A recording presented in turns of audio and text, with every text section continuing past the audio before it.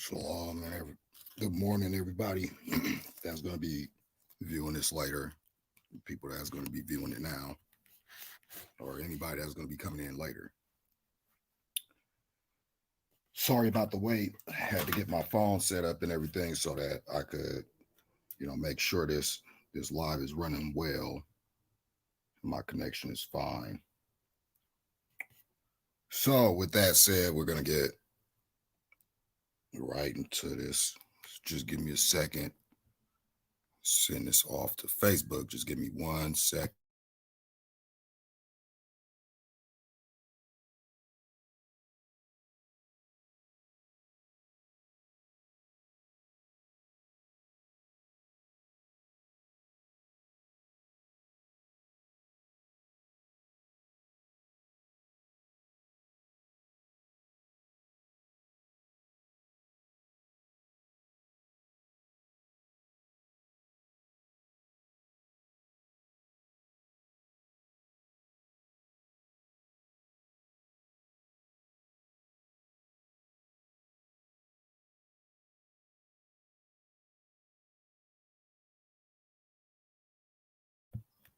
All right, now we got that sent off to Facebook.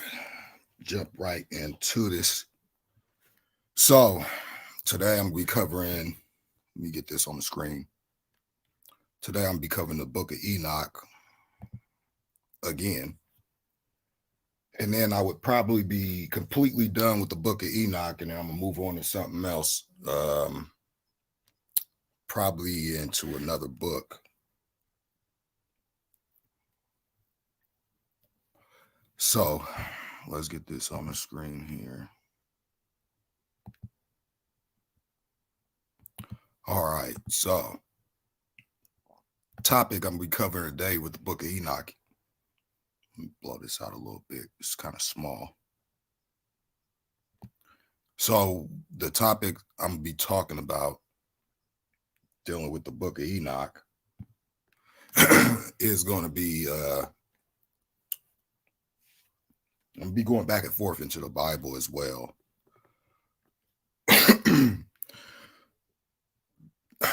So what we're going to be talking about is, so we covered a while back, well, I covered a while back, the blessings of Enoch, the God's laws, the rebels among the watchers, which you get in Genesis chapter 6, dealing with the fallen ones. It's the rebels amongst the watchers. And then we went over the Most High of the watchers speak out. That's when Enoch was being asked by, I believe that's Azazel, being asked by Azazel to make supplication to the Most High that they could go back to heaven. But, the Most High said that they were banished from up there. So we went over Enoch meets the Holy Watchers, and then we went over the Book of Reproof. I didn't go over Enoch stays for a while with the Watchers. I might do that on another one. I didn't go over the angel the angels who kept watch. I didn't go over the fragrant trees. So those probably might be 3 chapters I'm gonna cover in a future live. I didn't do the book of Methuselah or the book of Noah because I would have to go into Genesis, Genesis chapter 5, and go into that so you guys can see the lineage there. And let's see what else I went over. I went over the storehouses. I went over the Revolution of Lights and Enoch's letter to Methuselah, his son, Law of the Stars. Now, this is what I'm going to be covering from here out for this live.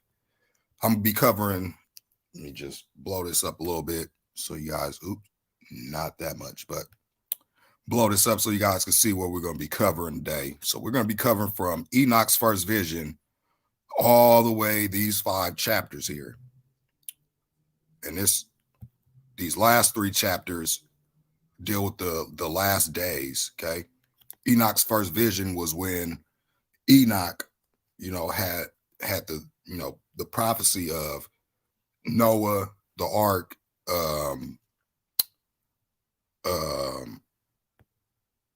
the kings. It was the first parable, the book of parables, first, second, and third was talking about, you know, the history that we already read in the Bible about how the Hebrews or the Israelites were, you know, led by all these rulers, and they were in Egypt and all that stuff, right? So we just get stuff that wasn't mentioned in the scriptures. Excuse me, real quick.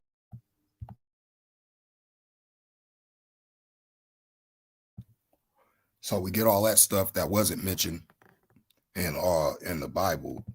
And we all know that Enoch is seventh from Adam. Okay. I had that up, but you know, you're gonna have some knuckleheads that's talking about, you know, don't get into the genealogy. Well, how are you supposed to know who is who? That's like me telling you don't look at your family tree. But anyway, so let's get this started. And we're going to be giving some references out the Bible as well. So this is Enoch's first vision. And this was the vision that he was telling his son Methuselah. So we're going to read this, and we're going to just try and blast through this this reading, so that people, when you go and read your Bible, you could probably understand it a little bit better by hearing some of the stuff that was taken out.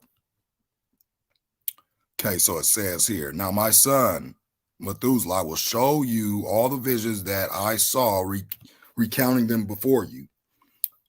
2 visions I saw before I took a wife, and neither one was like the other. He's talking about the visions he had. Neither one was like the other. They were different. So he says, for the first time when I learned the art of writing, and for the second time before I took your mother, I saw a terrible vision concerning this. Oh, I saw a terrible vision, and concerning this, I made supplication to the Most High. I had lain down in my house, in the house of my grandfather, Malalel. I believe that's how you pronounce that, Malalel. And if you guys, let me see, bring this up, because a lot of people say that the book of Enoch is not accurate. It's not scripture. So let's go through the genealogy here. The lineage after Noah, or what is this? No, this is Adam. Okay, this is Adam. These are the generations of Adam. That means these are his biological children. So it talks about Adam lived 930 years after after that he died. So we understand that back then they lived longer lives due to the sins of man. That's when, you know, our lifespan was cut short. So this is Mahalalel. And where is this at? All right, I think it's in Genesis. Where is this? So as you see here, right here, let's go up a little bit. It says here, this is the father of Enoch, Jared. Okay, Jared lived 162 years, and he begat Enoch. Excuse me, I had to let that one out. I was trying to hurry up and mute my mic, but yeah. But anyway, Enoch lived 800 years. He begat sons and daughters. Or Jared, actually, he lived 800 years, begot sons and daughters. And all the days of Jared were 962 years, and he died. Okay.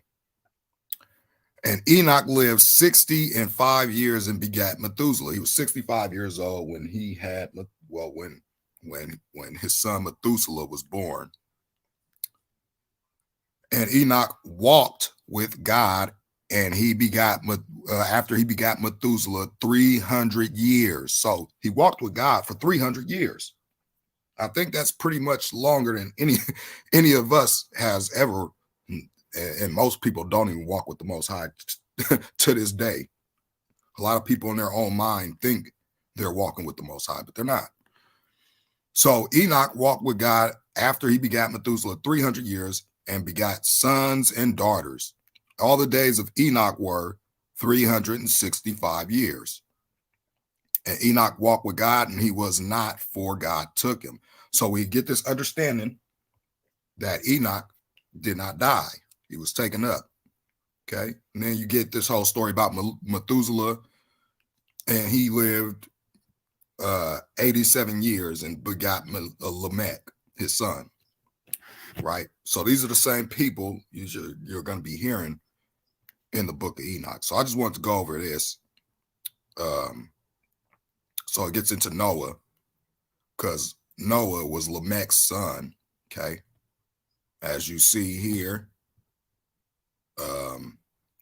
let me get another tab up so I don't lose my spot where I'm at right now. So see here. Just want to show you guys what I'm talking about dealing with that. Okay, so let's go down here. All right, so let's go down a little bit. So let's see here.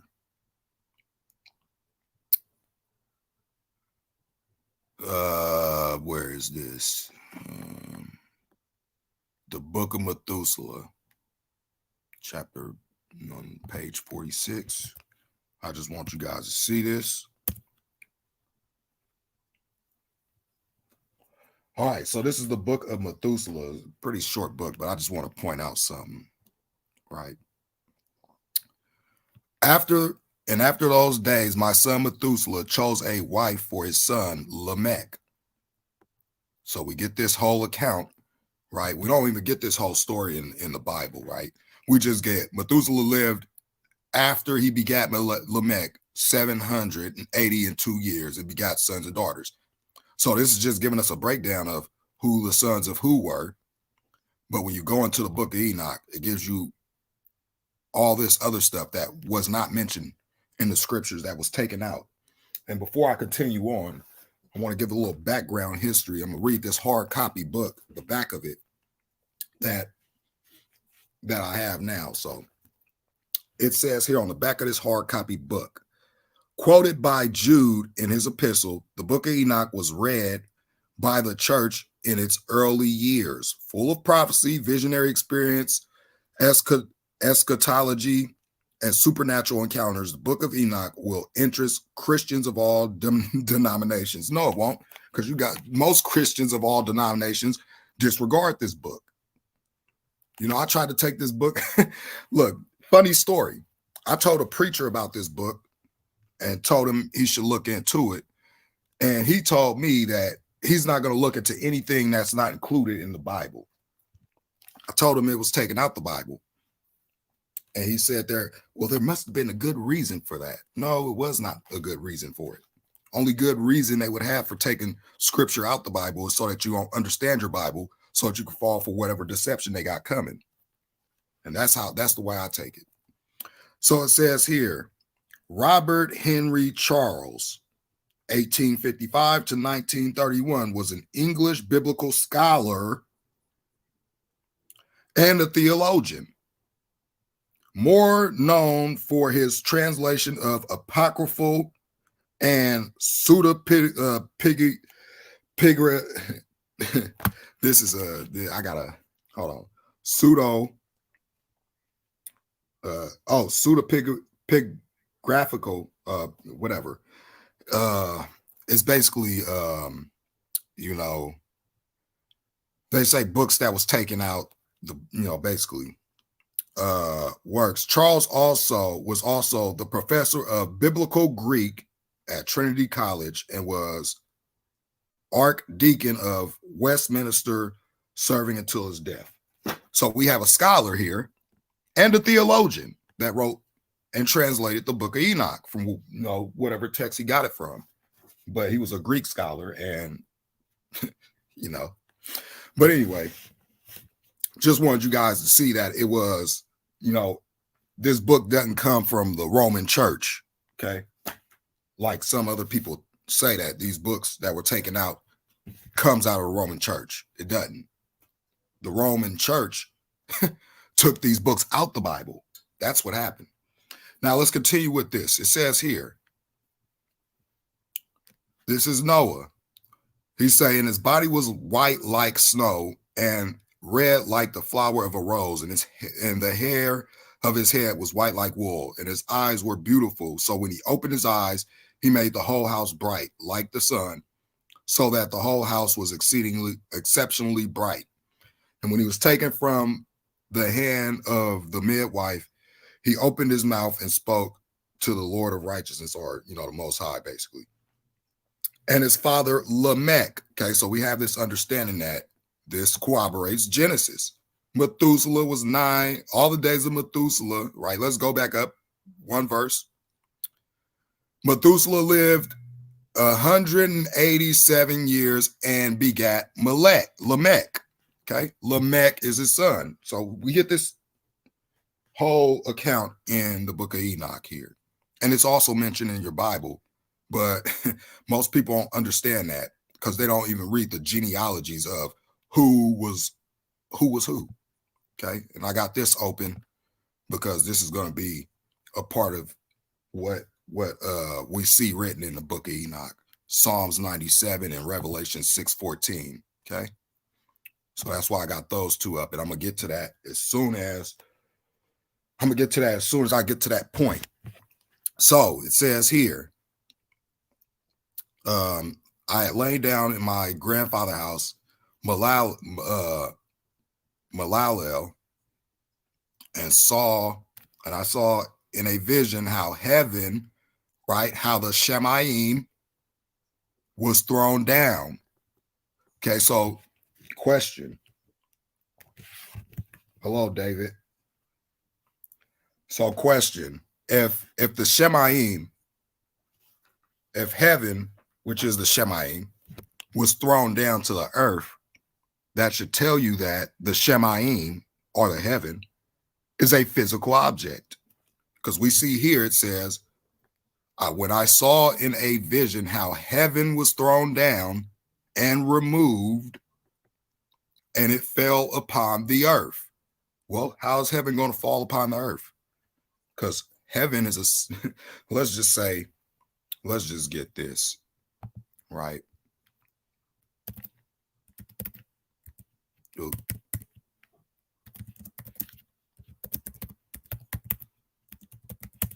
All right, let's get this. Okay, Isaiah 66, 1 and 2. Okay, this is why I say this, that the Shemayim, or the heaven, is a physical thing. It's not space. It's not a vacuum. It's a physical object. That's how heaven was thrown down to the earth, right? Thus saith the Most High, the heaven is my throne, and the earth is my footstool. Where is that? Where is the house that ye build unto me? And where's the place there of my rest? For all those things have mine hand made. Okay, so if he made the heavens, that tells you that's a physical object. Okay, and I'm sorry, but you're going to be hearing some references probably to some flat earth stuff because again, but anyway, for all those things have my hand made, and all those things have been, saith the Most High. But to this man I will look, talk about his son, even to him that is poor and of a contrite spirit, and trembleth at my words. Okay, and this is where we understand that we're supposed to, well, most of you guys don't understand, but you're supposed to work out your salvation with fear and trembling, right? You're supposed to fear the Most High. If you don't, well, I don't know what to tell you. So it says here, and when it fell upon the earth, I saw how the earth was swallowed up in a great abyss, and mountains were suspended on mountains, and hills sank down upon hills, and tall trees were torn up by their roots and were thrown down and sank into the abyss. Okay. So this is the part where when we see that the mountains were suspended on mountains and the hills sank down upon hills, right? And this is what it says here. Psalms 97. The Lord reigneth, or the Most High reigneth. Let the earth rejoice. Let the multitude of the owls be glad thereof. Clouds and darkness are round about him. Righteousness and judgment are the habitation of his throne. A fire goeth before him and burneth up his enemies round about. His lightnings enlighten the world. The earth saw and trembled. The hills, here it is right here. The hills melt like wax at the presence of the Most High, at the presence of the Most High of the whole earth. The heavens declare his righteousness, and all people see his glory, right? All you got to do is look up at what he made, right? All right, David. See you later. All right, so we go back here. Oh, let's go down to this last one, right? Confounded be all they that serve graven images, that boast themselves of idols, worship him, all ye gods, little g's, right? The little g's. Okay, I'm not even going to read any further because you guys can go and read this whole chapter. It's only a few more verses down, but Psalms are pretty short, but except for Psalm 119, Psalm I believe that's 126 and 128 and some other ones that's kind of long, but you guys go read the rest of that. So let's get back into this. I just want to show you that the mountains were suspended on. Oh, here's another one here. Revelation 6:14, the fulfillment when the Most High comes out of his dwelling place. Okay. It says here in Revelation 6:14, and the heaven departed as a scroll when it is rolled together, and every mountain and island were moved out of their place. Right? This is what Enoch saw. He said that mountains were suspended on mountains and hills sank down upon hills. Okay, so this ties in with this account and this account. Okay, and let's bring this up.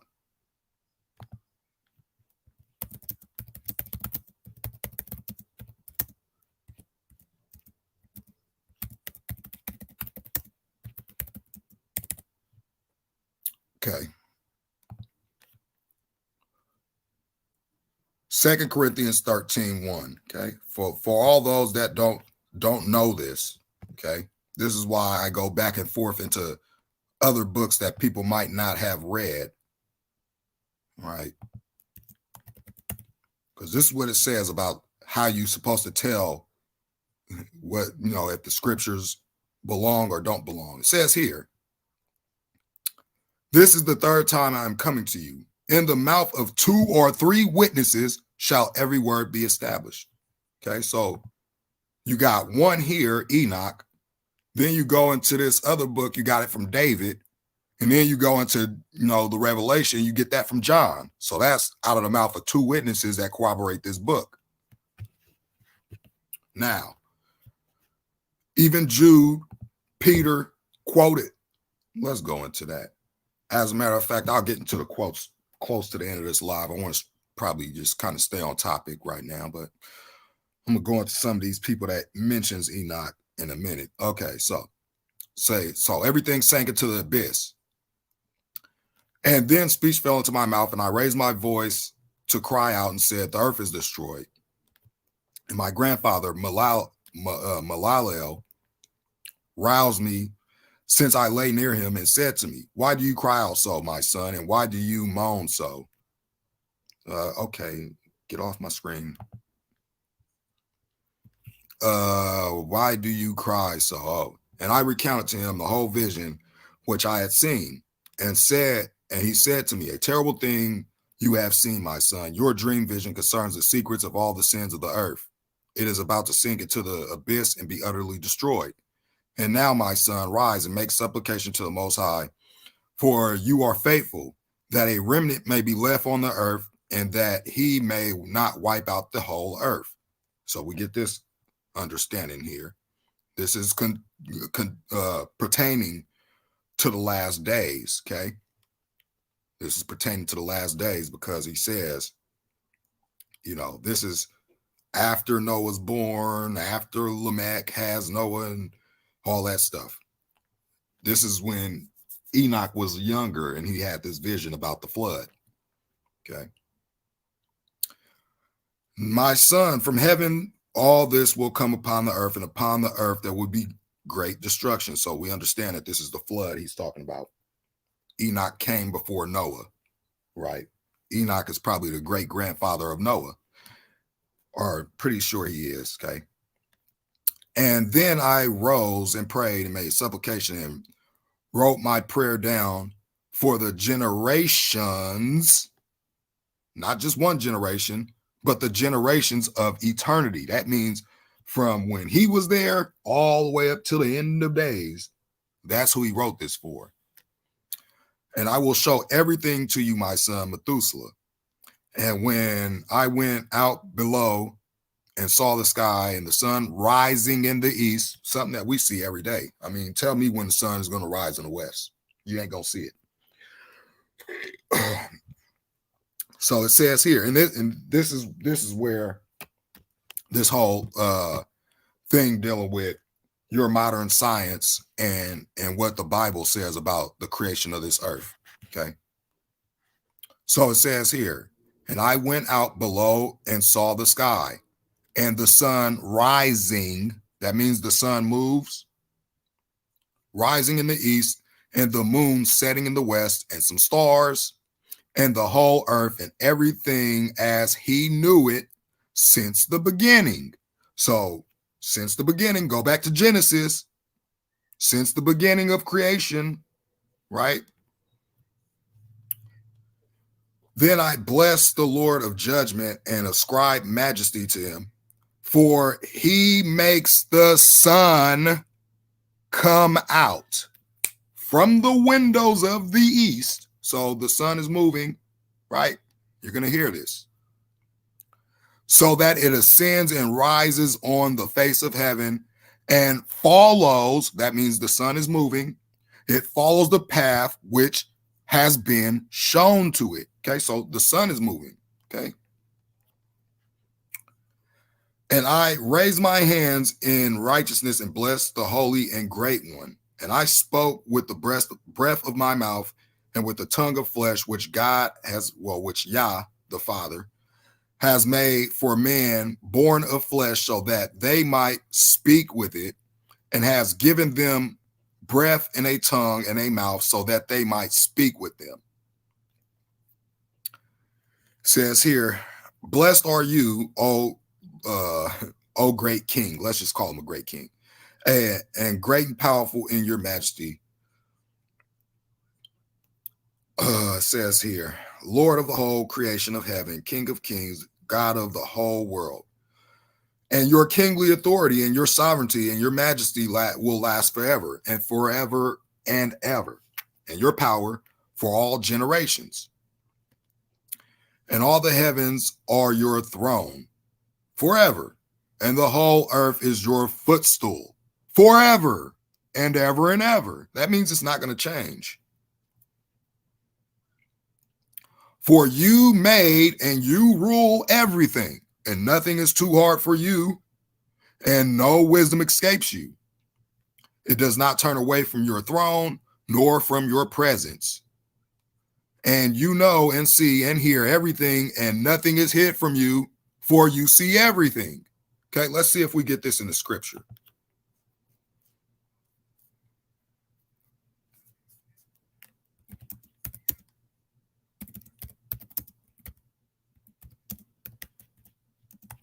Okay. Jeremiah 23 through 24 says here, Am I a God at hand, saith the Lord, or the Most High, and not a God afar off? Can any hide himself in secret places that I shall not see him, saith the Most High. Do not I fill heaven and earth, saith the Most High. Okay, so he sees everything. Okay, and Enoch is saying it right here, the same thing that's written in your scriptures. But of course, most people don't read those things. Hello, Poppy Pocket. I'm good. I just haven't been doing no lives lately because I had let's just say I had 2 strikes. 1 strike came down. I'm struck again. If I get struck again, and I'm toast. I'm off YouTube. But I do have a BitChute account that you guys could go to. I haven't posted nothing but 2 videos over there so far, but I probably might post some more over there. Okay, let's get back to this. Oops, wrong one. This is the one. Let me take this down since I'm done with that one over there. All right, so, okay. And now the angels of your heaven are doing wrong, and your anger rests upon the flesh of men until the day of the great judgment. And now, oh Father, great King, okay, because I'm not going to call him any titles, but Father, because, he is our Father in heaven. I entreat and ask that you will fulfill my prayer to leave me a posterity on earth, and not to wipe out all the flesh of men and make the earth empty so that there is destruction forever. And let's see here. And now, my Father, wipe out from the earth the flesh that has provoked your anger, but the flesh of righteousness and uprightness established as a seed-bearing plant forever. Talk about Noah. And do not hide your face from the prayer of your servant. Let's go down. These are the footnotes. Talk about the prophecies of the animals. All right, and this is where, again, I want to talk about this right here. Right here, we're going to highlight what I'm going to be talking about. Because again, a lot of people don't know this. And this isn't from my own words. This is from the scholar that's saying this. So it says here, the period covered by Enoch's book starts at 86-3 and continues through 88-3. Here, the runaways are described as fallen stars. Okay, fallen stars. This is the angels that fell. Okay, we get into I told you guys I'm gonna be going back and forth into the Bible and into the book of Enoch, so I could show and prove that the book of Enoch should indeed be in the Bible. Let me see where I was just reading. Okay, Revelation 12. Right? That's what it's saying in Revelation 12. This is how you tell that stars are intertwined with angels, okay? They're both the same, okay? So we go down here, we get this whole little thing about, the great wonder in heaven. And there appeared another wonder in heaven, and behold, a great red dragon having 7 heads, 10 horns, and 10 crowns upon his heads. Here's the key right here. We're going to get this from verse 4, and then we're going to go down, and we're going to see the same account, but it's going to be different, right? Well, it's not going to be different. It's the same thing, but it's telling you, it's telling you what these stars were that were, flung down with the dragon. Okay, so it said, and his tail drew a third part of the stars of heaven and did cast them to the earth. And the dragon stood before the woman, which was ready to be delivered, for to devour a child as soon as it was born. Okay, so we understand that the dragon drew a third part of the stars. This is a 33% or the 1/3 of the fallen angels. Okay, drew a third part, right? So it gets into the woman having a man child and, given a rod of iron and caught up to God in his throne. Okay. And this is the part where I'm talking about here. Okay, so we understand that the dragon, it tells us in verse 4 here, that the dragon's tail drew a third part of the stars. And when you go down a little bit further, talks about the war that broke out in heaven, right? Says, then there was a war in heaven. Michael and his angels fought against the dragon, and the dragon fought and his angels, and prevailed not. Neither was their place found any more in heaven. And the great dragon was cast out, that old serpent called the devil and Satan, which deceives the whole world. He deceives the whole world. That don't mean a few souls. You know, that means the whole world is deceived. He was cast out into the earth, and his angels were cast out with him, right?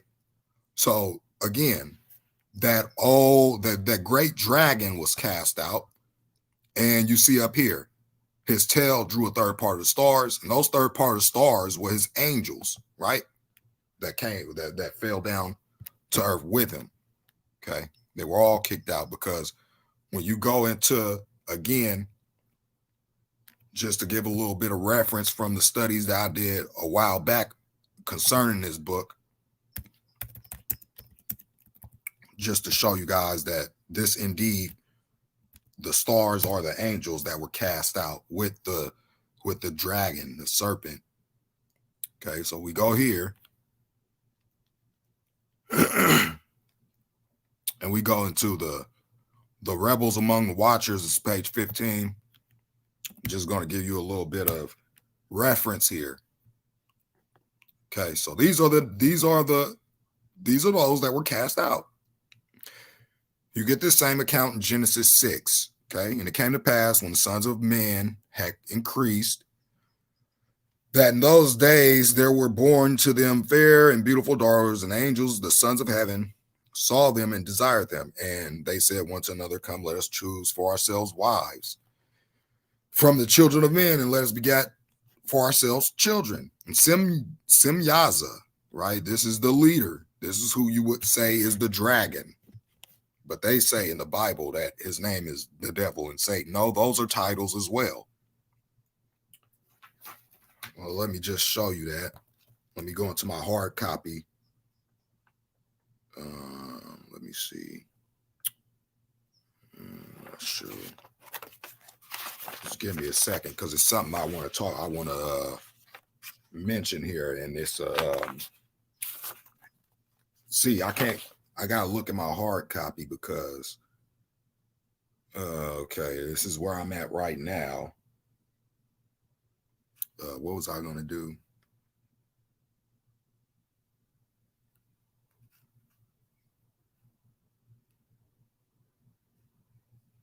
Oh, that's what I was gonna do. All right, so let's see. I believe it is in the, where is this? That's the place of the punishment of the fallen angels and the stars, the underworld, the fire that deals with the luminaries of heaven. Let's see here. You guys gotta excuse me. Probably should have had this one up, but I didn't know I was gonna be I didn't know I was gonna be running into this one. But let's see here.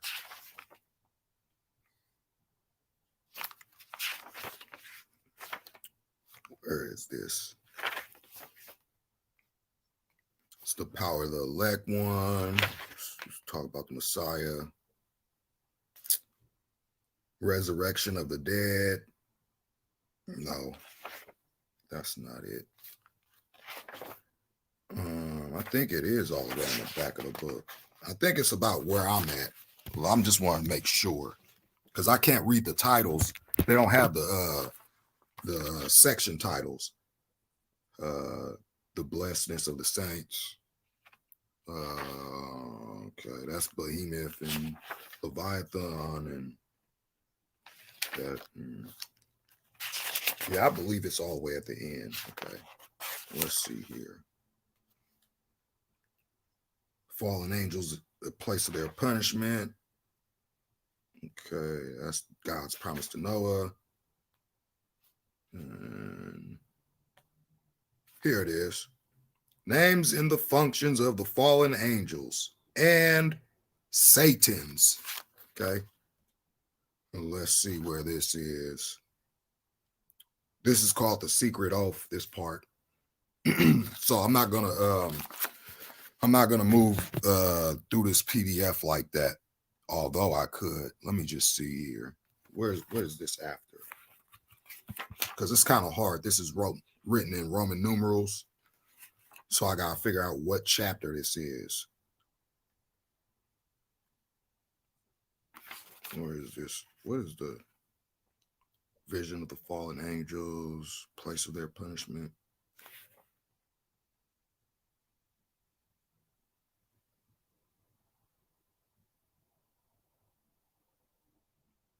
Oh, I think this is in the book of parables before it. Let me just go to this. Okay, let's see here. Probably should have been a little bit more prepared, but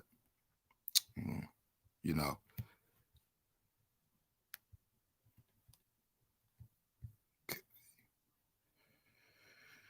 The book of parables is, I think, 55. Let's go to page 55 real quick, just so I can explain why I say Satan or the devil is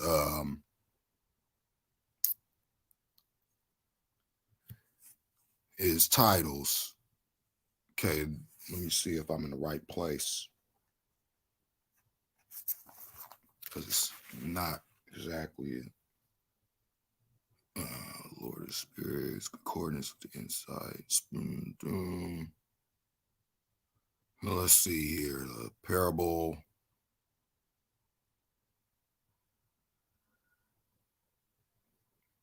Is it in the book of parables? Let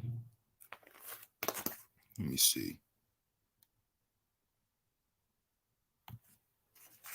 You guys gotta give me a second. Give me a second.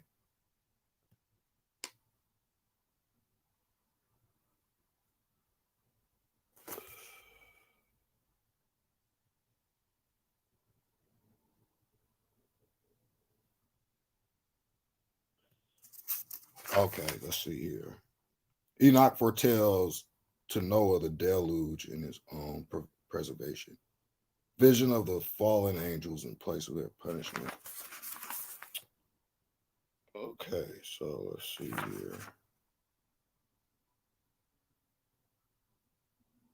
I'm trying to find this. Let me see. Let me just go. Here, let me see. Oh, duh. It's right before what I'm reading. Okay. Let's go here. All right. So it's right before what I'm reading, which, let's see here. It's right. Law of the Stars, 110. Okay, that's what it is.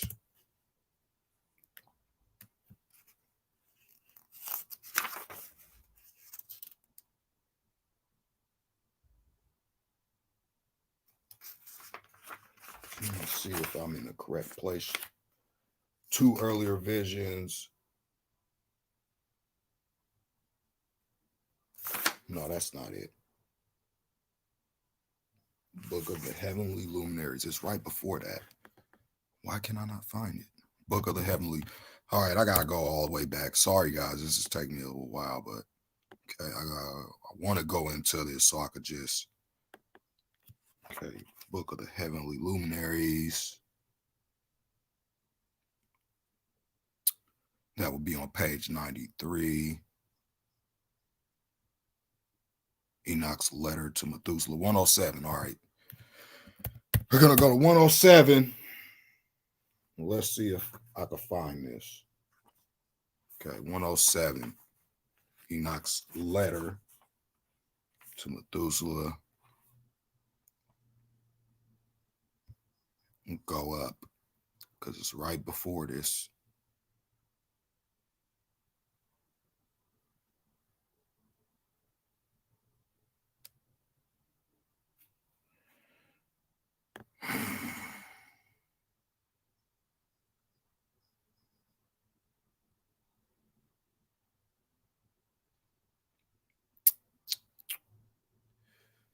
right before this. So I gotta go all the way up so I can get this. And then I'll continue on with the original thing. All right, so that's talking about the sun, the moon, stars.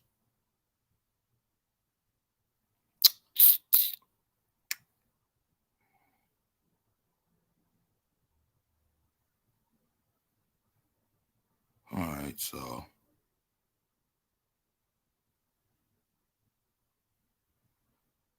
let's see if this is it.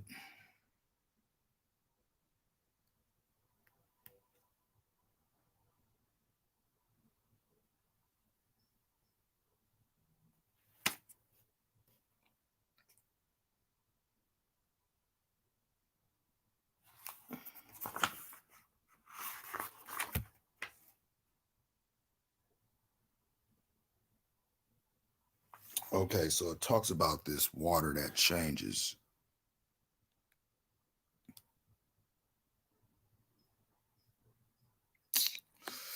Oh, come on.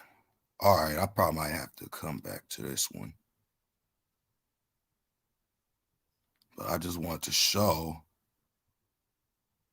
here.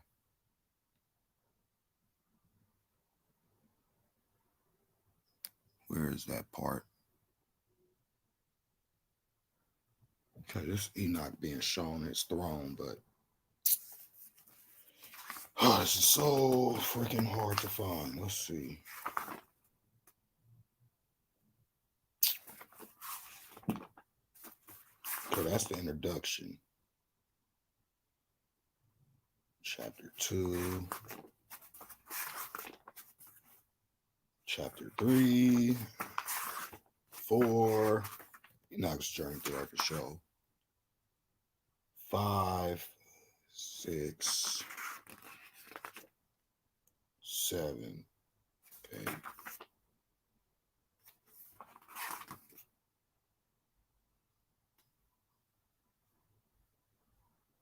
Enoch's journey through the east, south. First parable. Okay, so we're at the first parable. Let's see here. That's the first parable.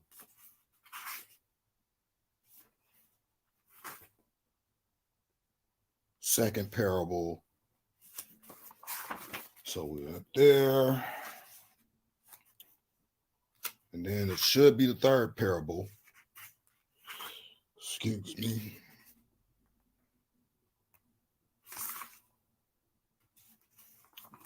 Let's go here. Yep, that's the third parable. Third parable.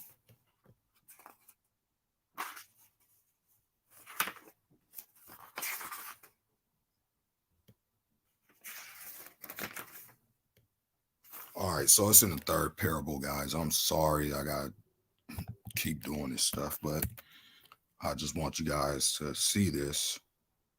So in the third parable, it's page 75.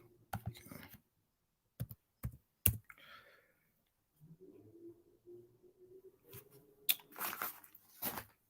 I'm looking for this parable that talks about the Satans. Okay, this is the third parable.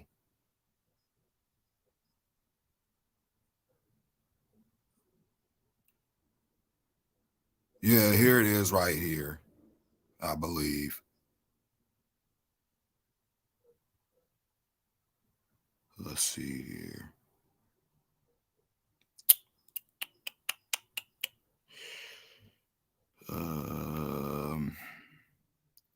It talks about Behemoth and Leviathan.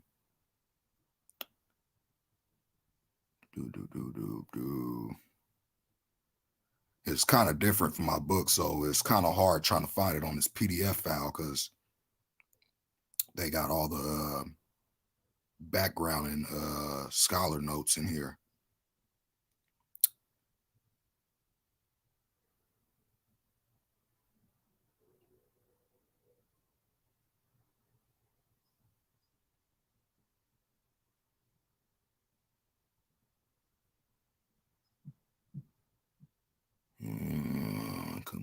Come on, where is it?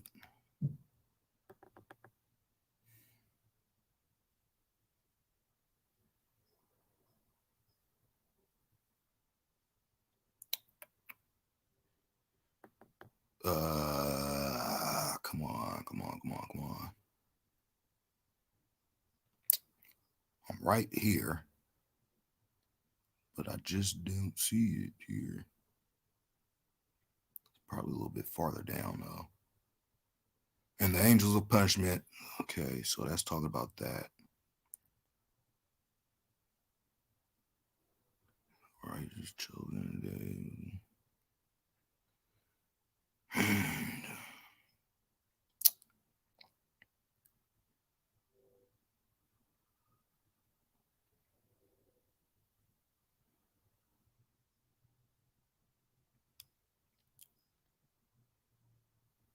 All right, so this is talking about the souls in Sheol.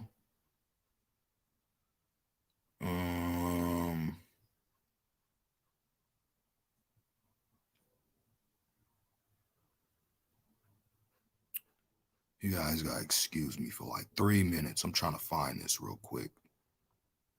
And it's not like my book is numbered, it's in Roman numerals, so it kind of makes it a little bit harder for me to find. I'm not really good at Roman numerals. So we get this with Azazel, Asbel, talks about the one that led astray Eve, sons of men, Penamule. Oh, this gets into okay, this is the fallen angels, Casdea. This is what they these are the names of the fallen angels that taught the men how to write, how to do abortion, as you see here, dealing with Casdale, Dea, says, and there came in the fifth, the name of the fifth is Casdea. This one showed the sons of men all the evil blows of the spirits and of the demons, and the blows that attack the embryo in the womb so that it miscarries. So this is where they are learning their abortion from. I just want to point that out, but I'm trying to find this one.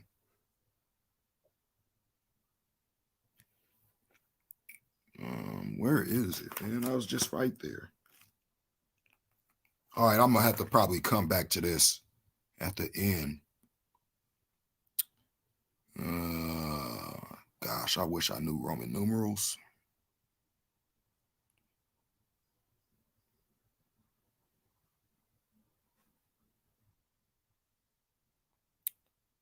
Okay, so that talks about that. All right, I would have to find this.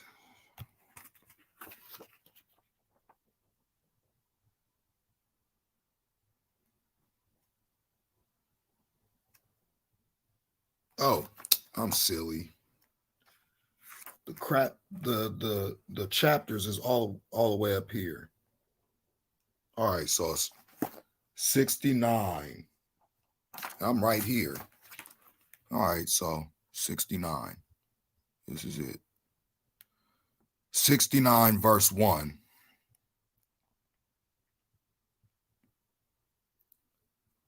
69 verse 1.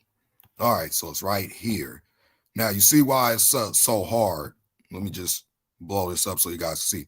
This is why it's so hard for me to find it. You got 68:5 here, and then after this you got 69. It's not a separation of these chapters.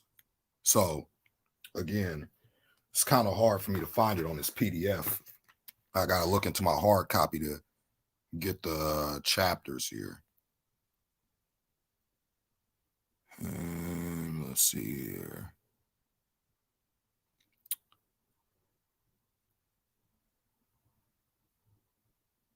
Okay, so it talks about them.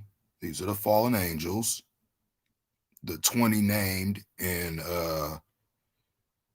okay, so these are the chief of chiefs of their angels, and names of leaders of hundreds, and the leaders of 50s, and the leaders of tens. Okay. This can't be it. It's different from my book.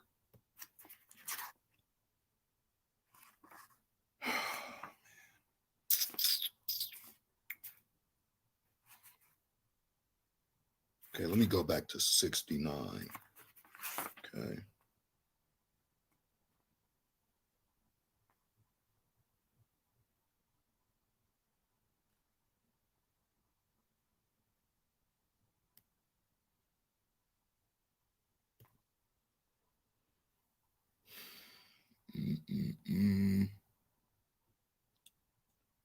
Okay, so that's 68.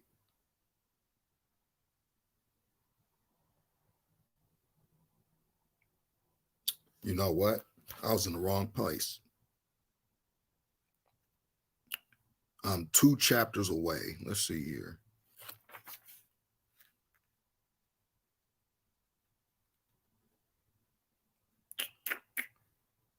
Gosh, why is it so hard to find this? I was just on it.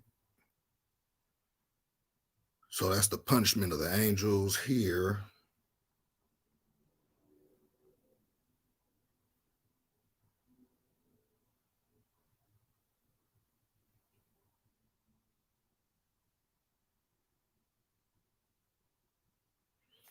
But this is it right here. This is, I was reading something where it says something about the Satans. Let me see that.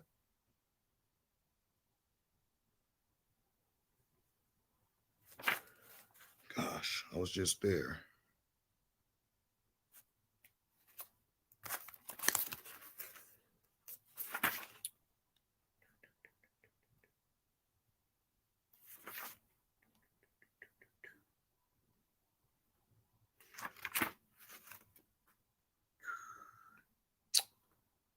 You know, I probably might end up running into this stuff when I read it a little bit more.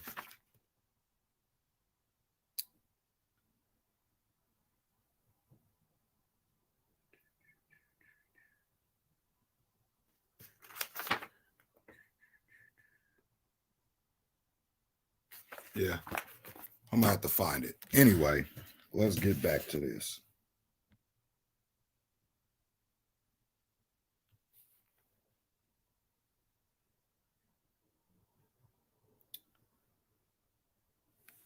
Yeah, that's David Poppy Pocket. Let's get back into this here. Let's just go back to the original thing that I want to talk about. Okay, so this is what this scholar wrote in the translation when he was explaining it. It says here, the period covered by Enoch book starts at 86.3 and continues through 88.3. Here, the runaways are described as fallen stars. This is also described at the start of chapter 6 in Genesis, sons of God, godlings in Hebrew. Desired the daughters of men. These unions gave rise to giants, Nephilim, meaning to fall, as in swoop down. At 87, 2 through 3, chapter 87, 2 through 3, Enoch describes how beings from heaven, and he actually say they look like white men, raised him to their tower. 88, 1 through 3 seems to describe serious warfare using advanced weapons. It is possible that this war and the events surrounding it are described in the Mahabharata, whatever, in ancient Hindu texts. I don't know about none of that, where the gods fight a war with many advanced weapons, nuclear missiles included, judging from the detailed descriptions in the text. Well, that's from some, Hindu text. I don't read that stuff, but down here it says here, and this is another thing that I keep talking about dealing with Genesis 10, because it's stated here And no, it wasn't 17,000 BC because it's only been 6,000, not even 6,000 years on this earth when you go through the math. But the story of Noah, possibly 17,000 BC, starts at 89.1 and continues through 89.9. The flood starts at 89.2. Noah's three sons, Shem, Ham, and Japheth, give rise to all the animals, nations at 89.10. So the parable of the animals was the nations. Okay. So then it goes here and this guy's breaking down the timeline, says from Abraham, and then at Abraham's son Ishmael, Isaac, Esau, and the white sheep, that is Jacob. The end of 89.2, 12. Jacob has 12 sons. So this is the parable of the animals here. Because remember, and David, you just heard me say that there was not more than 6,000 years on this earth. He said possibly. He didn't say for sure. Let's go back up. The story of Noah, possibly 17,000 BC. Possibly. It's not a for sure thing. Okay. So it goes down into the whole breakdowns of these, what you guys would say, stay away from, genealogies. So it goes into Solomon, Elijah, Manasseh, the Levites, the Assyrians, right? It even mentions chapter 34 of 2 Chronicles, the 70 shepherds, right? So it's going into most of the stuff. Talk about the temple in Jerusalem by the Babylonians, the destruction, 587 BC, and then the exile in 538 BC. And three who return are Ezra, Haggai, and Zechariah. And we get that also in the Bible, in the Old Testament. And then it even mentions, here, get this. Get a load of this. Because I talk about how, when I talk about, Rome, right? It even says it here. The eagles first appear in the story at 90.2. They are the Romans. Okay. And that's also mentioned in Ezra, right? The eagle that's hastening to come. The eagle where all the winds of heaven blew on her and all things were subject to her, and not one creature spoke against this this eagle. Let's just do that, because again, I find it very fascinating here. Very, very fascinating. Right? Very, very fascinating. Let's go into the book of Esdras. 2 Esdras, to be exact. 2 Esdras. I believe it's 11. So in 2 Esdras, here it is right here, the vision of the eagle. So this is talking about Rome. Okay. Again. And David, go break out your Hebrew. I wish you would come on the show, David, because I really want you to go through this stuff. Go through some of the Hebrew words mentioned in here, and also go through whatever, little.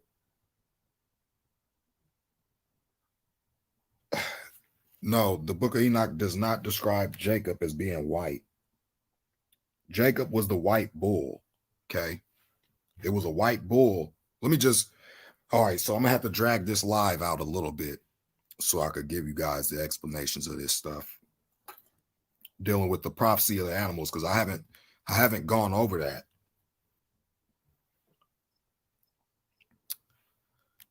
All right, let's go. Let's bring this up, because I see you guys in the chat are having this back and forth. David, stop being nonsensical, man.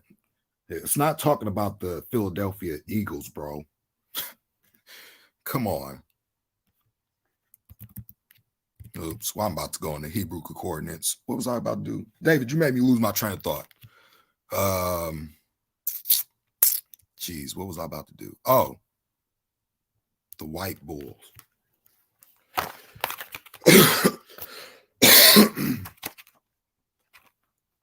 Let's see here. Where is this? I got to go into my hard copy because I see you guys are asking about that. And while I'm going to smart, because this one is easier to find than that thing about, oh, here it is.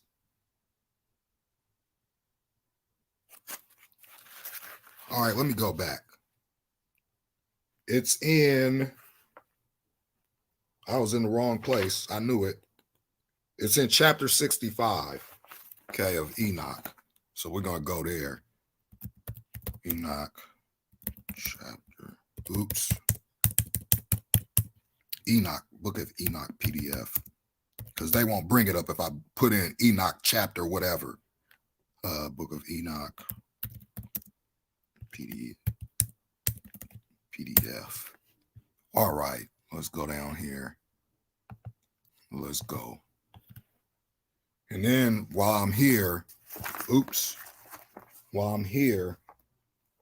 I'm going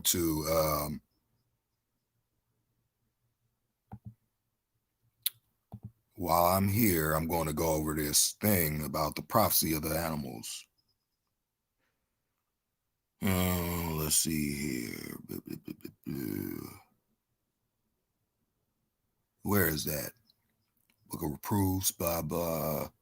The angels, the fragrant trees, book of Methuselah and Noah. I think it's the book of parables. So I'm going to go to the book of parables. I'm going to go to the book of parables, and then I'm going to go to,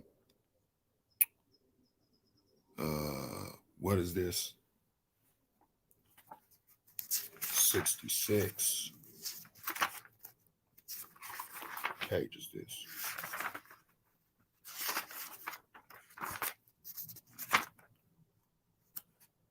Angels of the waters, hold them in check.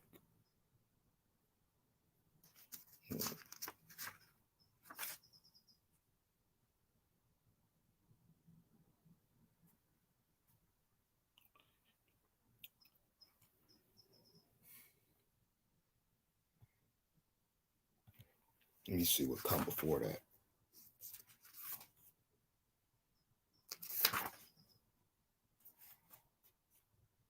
Or afterward.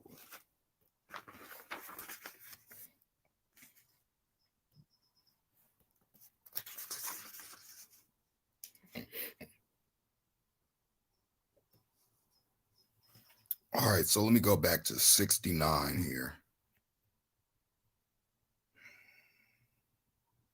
Actually, what is before this? Okay, let's see, first vision, two visions.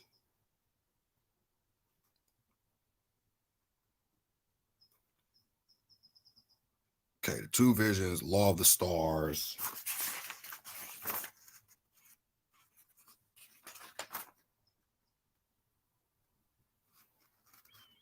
Law of the stars. All right, so let's do this. Let's go to 107. Let's try this. And then I'm going to go into the parables. Dealing with the bulls and all that stuff. Okay. So, let's see here. Let's talk about the impious and those.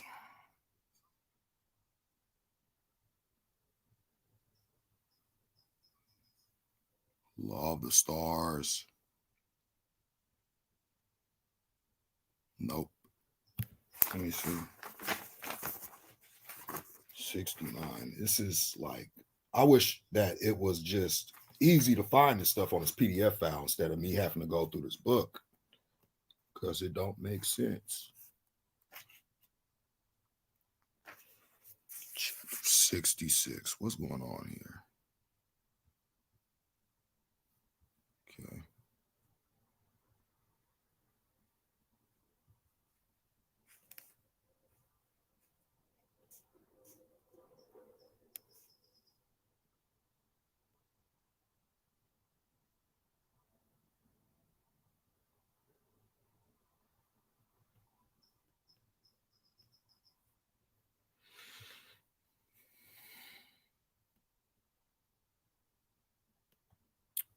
All right, so let's see here.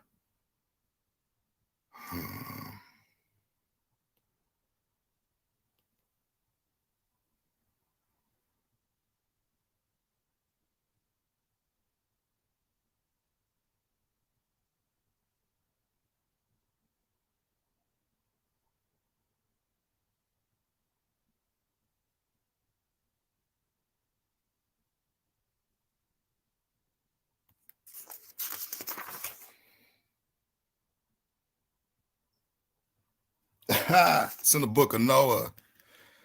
Fragment. Sorry, guys. This is just madness trying to find this stuff. So let's just do this. Let's go into the book of Noah. Because this comes before the book of the parables anyway. So let's see. This is page 50. And then it's the last time I'm going to try and look for this. All right, here it is right here. This is it right here. This is what I was looking for. It's hard to find this because them Roman numerals and the chapters in my book don't match up with this. Actually, it is 65, right? Yeah. All right, so it's all the way down here. So this is what I was talking about when I was saying that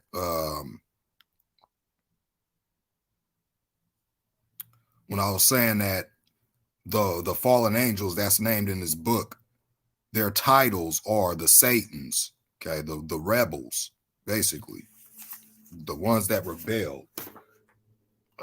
That's what I was trying to make a point to, that Satan is just a title, just like God is a title, just like the devil is a title. All right, so okay.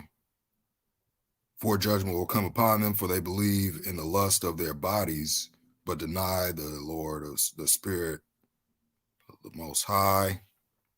Same waters undergo a change. Here it is right here.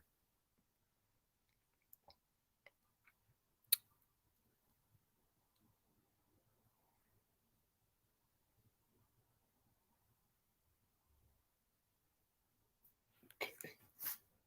All right.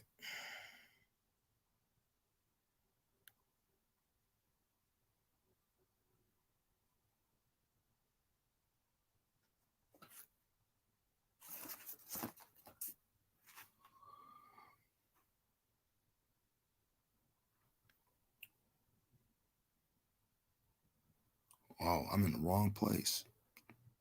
See, this is what I'm talking about. It's kind of hard because they got all this stuff grouped together, man. 65. All right, 65 is up here.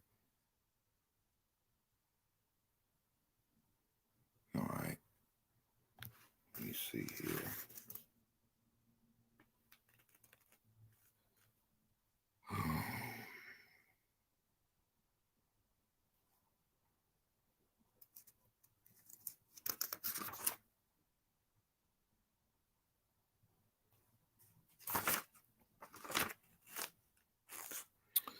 All right, so this is where I'm at in my book right here. It says, boo, boo, boo. Here it is right here, 65, verse 6. Now I'm going to start at 65, verse 5. And my great-grandfather Enoch came and stood by me and said to me, why do you cry out to me, and what with such bitter crying and weeping? And a command has gone out from the Lord against those who dwell upon the dry ground, that this must be their end. For they have learned all the secrets of the angels and all the wrongdoings of the Satans, right here, plural, not singular, and all their secret power. Okay. That's what I was trying to find. Okay. So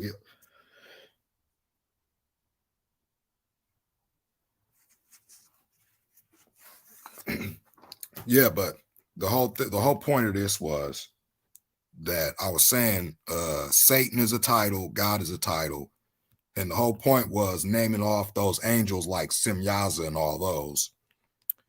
And I'm gonna cover that thing about Jacob in a minute when I get back there. But I'm gonna continue on with the original that I was doing here.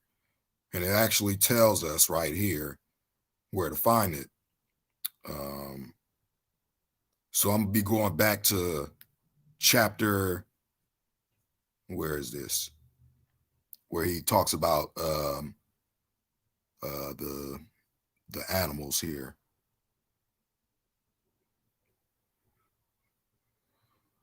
Okay. Isaac has a wild boar, Esau, and a white sheep. A white sheep. It's not a white man, a white sheep, that is Jacob. Okay. At the end of 89:12, Jacob has 12 sons, the patriarchs of the 12 tribes. Okay. So we're going to go back after I finish this whole thing here. We're going to go back to 89. We're going to read that. It's a parable. Okay. Just like the parable of the fig tree. You think that the Most High was saying, oh, the stars are like the leaves of a fig tree and they're going to fall from heaven? No, it's a parable. He's comparing the stars falling to earth as those of a fig tree that casts its untimely leaves. Okay. So the same way you see leaves fall off a tree is the same way those stars are going to fall to the earth, one by one. Okay, it's not going to be a whole bunch of stars that's going to go and fall down to the earth. It's not going to happen. It's one by one. All right, now, let me write this down before I forget where this is at. So, let me get this wrote down. 89. Okay.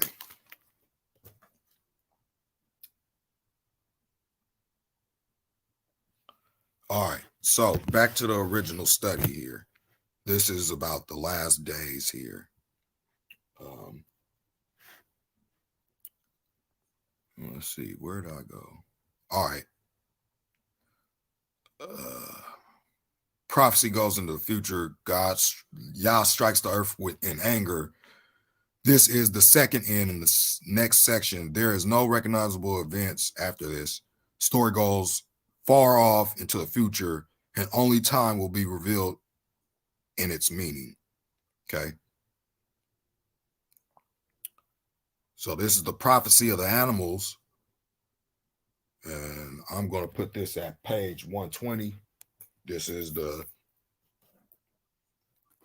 what I'm going to try and cover at the end of this.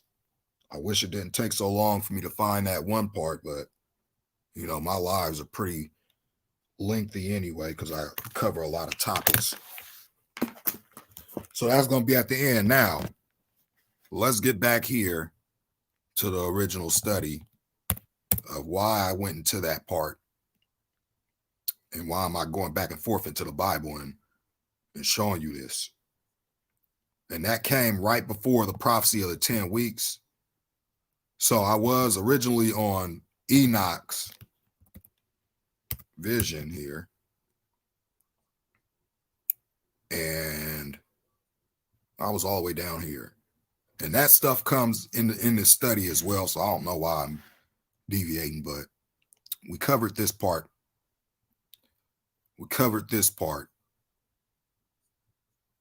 All right. So now we're down.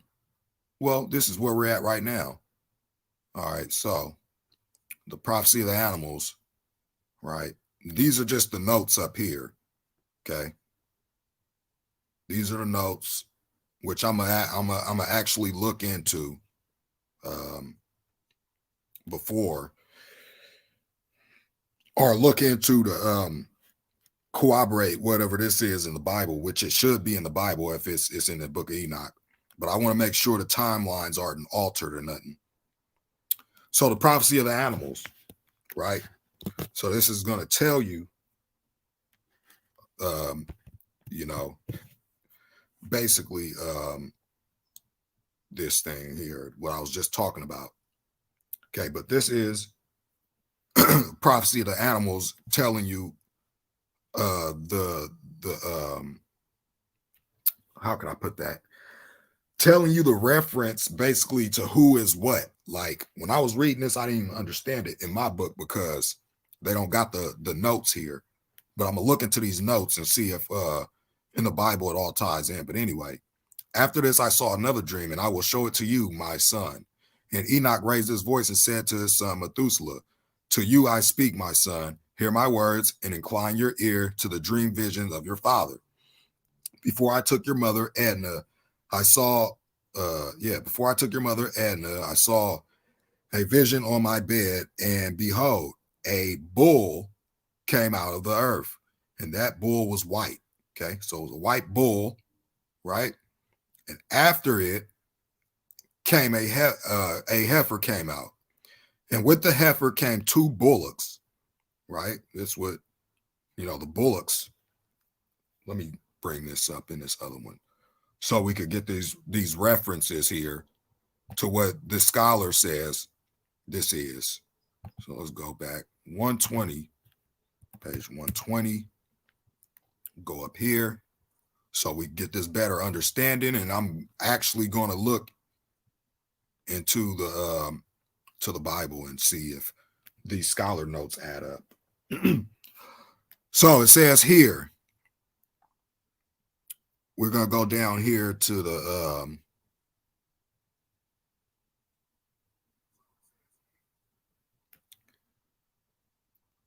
most of the contents of prophecy are now history and are recognizable as Bible stories, but the end stretches off into the future. There are no names or dates. Different animals represent different nations or nationalities.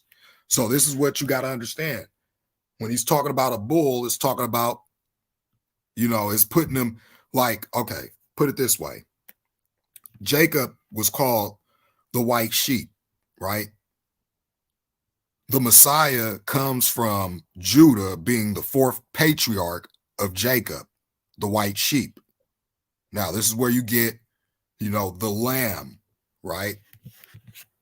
That's the whole thing. You get the lamb from the sheep, right?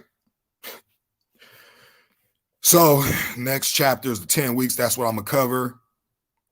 Says we start with Adam and Eve, Cain and Abel. Cain is his descendant, and his descendants are at 85.5. At 85.8, Seth is born to Eve. Next, 85.9 through 10. There's Enoch's family line described in Genesis 5. The star at 86.1 is the first of the watchers to appear. And they are represented in the story by stars rather than as animals. So again, when I told you guys dealing with Revelation 12, it's the whole point of me going into all these things because this all ties in. Okay. The stars are angels, right? The stars are what were cast down, and the angels were the ones that were cast down as well. Okay. They're the same thing. Okay. The stars are just angels. That's what the Bible refers to them as, angels. And that's when I say the wheels, that's what the Ezekiel chapter 1, Ezekiel's wheels, the wheels with eyes all around, the stars, okay, those are angels. They see you. They're watching everything day and night. Okay. But people don't understand that. And people will say, oh, that don't mean that. Yes, it does. So it says here, they were, this story, they were represented as stars. Another indication that they were the real authors, or at least the editors of this chapter. This first one is the star. The first one is the fall of Satan. Okay, that's what they call him, Satan. Perhaps, but it was Semyaza, right? That's his name, Semyaza. Says, and their leader, Semyaza, was the one who made the pact. Perhaps a senior member of the Watchers, Semyaza, the leader. We don't seem to have any reliable information on the story. The information here is that Satan caused people to be dissatisfied. They moved around and changed their wives. Okay. Yeah, that's what it was talking about too in this parable here. All right, so I already read this at the bottom here. And then it goes into the periods right there. All right, so let's go into the parable, the prophecy of the animals, real quick and read this out. Now we have a little bit of an understanding of who is who. After this, I saw another dream, and I will show it to you, my son. And Enoch raised his voice and said to his son Methuselah, to you I speak, my son, hear my words and incline your ear to the dream vision of your father. All right, I read this. So there came out again, after it, the white bull, and after it, a heifer came out. And with the heifer came two bullocks. Okay, I believe the heifer is Jacob. And two bullocks. One of them was black and the other was red. Okay, and you get that in Genesis when it talks about, the first came out red all over like a hairy garment. And the black bullock struck the red one and pursued it over the earth. And from then I could not see that red bullock. And the black bullock grew, and a heifer went with it.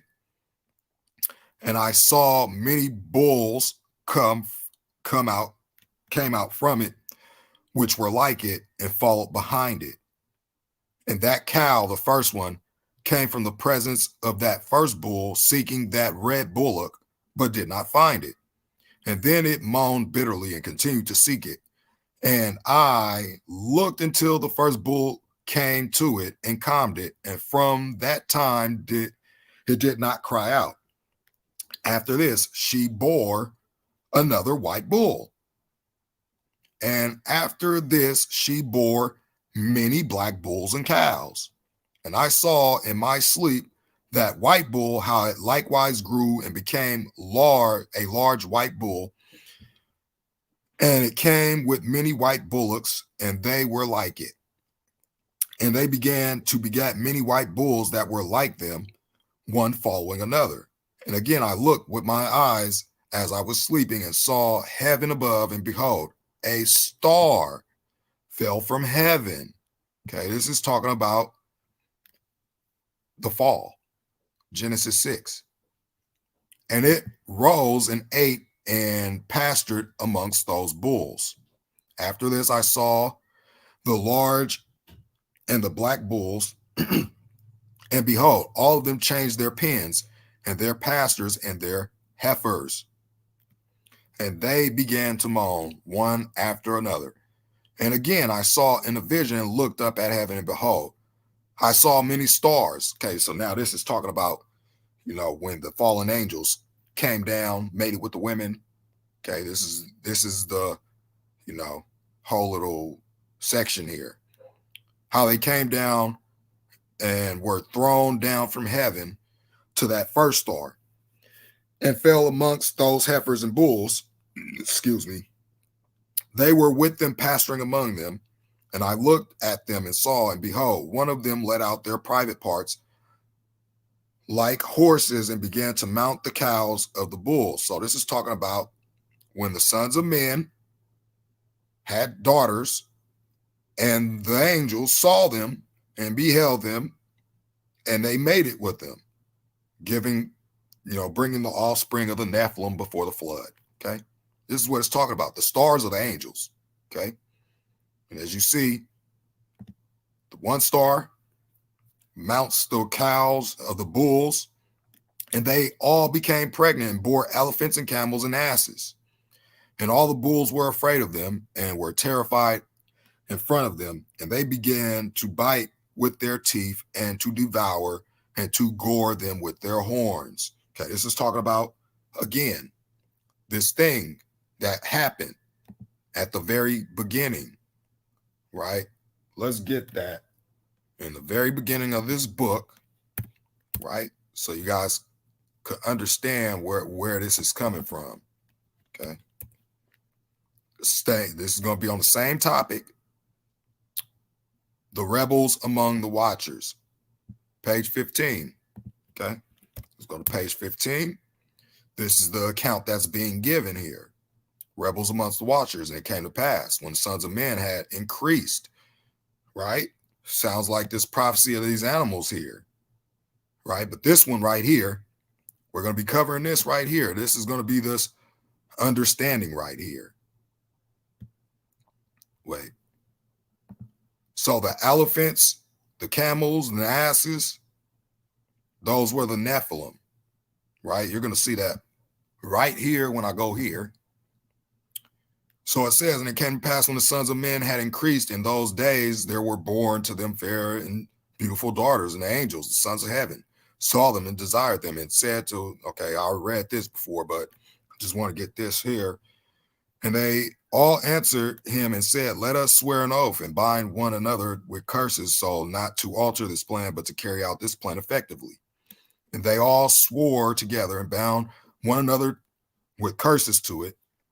And they were in all 200, and they came down on Ardis, which is the summit of Mount Hermon, which is over there in Israel, or on the outskirts of Israel, right? You go on Google Maps, type up Mount Hermon, Middle East, and you'll see that Mount Hermon is over there, where it's located, where the fallen angels came.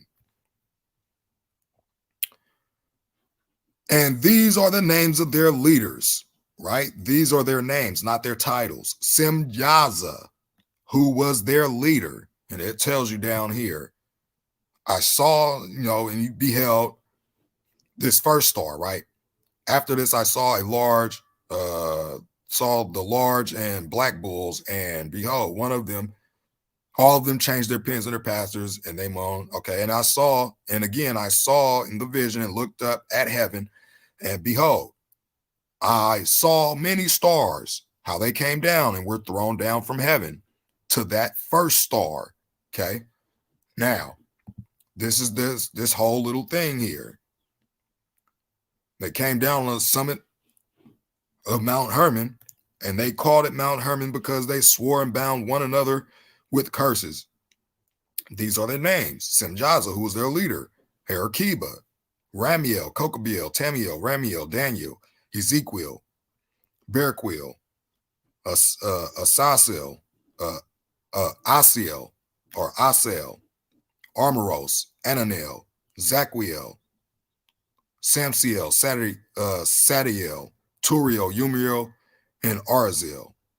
These are the leaders of the 200 angels and all the others with them. And they took wives for themselves, and everyone chose for himself one each. And they began to go in unto them and were promiscuous with them. And they taught them charms and spells and showed them the cuttings of the roots. And they became pregnant and bore large giants. And their height was 3,000 cubits. These devoured all the toil of men until men were unable to sustain them. And this is what happened. This is the whole thing about the prophecy of the animals, right? Says they devoured all the toil of men until men were unable to sustain them, and the giants turned against them in order to devour the men, right? This is the part where we're reading here. And I looked and saw, and behold, One of them let out their private parts like horses, and began to mount the cows and the bulls, and they became pregnant and bore elephants, camels, and asses. All the bulls were afraid of them and were terrified in front of them, and they began to bite with their teeth and to devour and to gore with their horns. And so they began to devour those bulls, right? The bulls were, remember, the animals are the ones that symbolized as the humans. The animals are the humans. The stars are the angels, okay? And behold, all the sons of the earth began to tremble and shake before them and to flee. And again, I saw them, how they began to gore one another and to devour one another, and the earth began to cry out. And I raised my eyes to heaven and saw in the vision, and behold, there came from heaven beings that were like white men. And 4 came from that place, and 3 others with them. And those 3 who came out last took hold of me by my hand and raised me from the generations of the earth and lifted me up onto a high place and showed me a tower high above the earth. So now this is going from Genesis 6, and then it's touching on the Genesis 11 count, right? The Tower of Babel, right? This is the high tower. And show me a tower high above the earth, and the hill and all the hills were lower, right? So Genesis 11, go and read it. Top of that tower reached up to heaven, right? And one said to me, remain here until you have seen everything which is coming upon these elephants, camels, and asses, and upon the stars, and upon all the bulls, right? So this is going to give you the account of the flood, right? Here it is. And I saw one of those 4 who had come out first, how he took hold of that first star, which had fallen from heaven, and bound it by its hands and feet and threw it into an abyss, right? We get this in Revelation, right? Revelation, because I said I'm going to be going back and forth, showing you guys how all this stuff corroborates what the Bible is saying, right?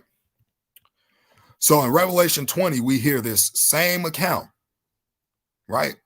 And I saw an angel come down from heaven, having the key to the bottomless pit and a great chain in his hand. He laid hold on the dragon, that old serpent, which is the devil and Satan, and bound him 1,000 years, cast him in the bottomless pit and shut him up, set a seal upon him, should deceive the nations no more, right? And it says here, bind Azazel by his hands and his feet. So that's the one that's binded by his hands and his feet, thrown into the abyss, which is what people would also call, Satan, right? This is why I said Satan is a title, because in the book of Enoch, it says there are many Satans, and the Satans are the fallen angels, okay? And as I looked in the vision, behold, one of those 4 had come out. Hold on. I skipped something. Oh, here it is. Bounded by his hands and his feet and threw into the abyss. And that abyss was narrow and deep and horrible and dark. And one of them drew his sword and gave it to those elephants, camels, and asses, and they began to strike one another, and the whole earth shook because of them. And as I looked in the vision, behold, one of those 4 who had come out cast a line from heaven and gathered and took all the large stars, those whose private parts were like the private parts of horses, and bound them by their hands and their feet and threw them into the chasm of the earth. And one of those 4 went to the white bull and taught him a mystery, trembling as he was. This is, I believe, one of these white bulls that was being taught. I believe that was Ezra. Let me see what you're saying, Poppy Pocket.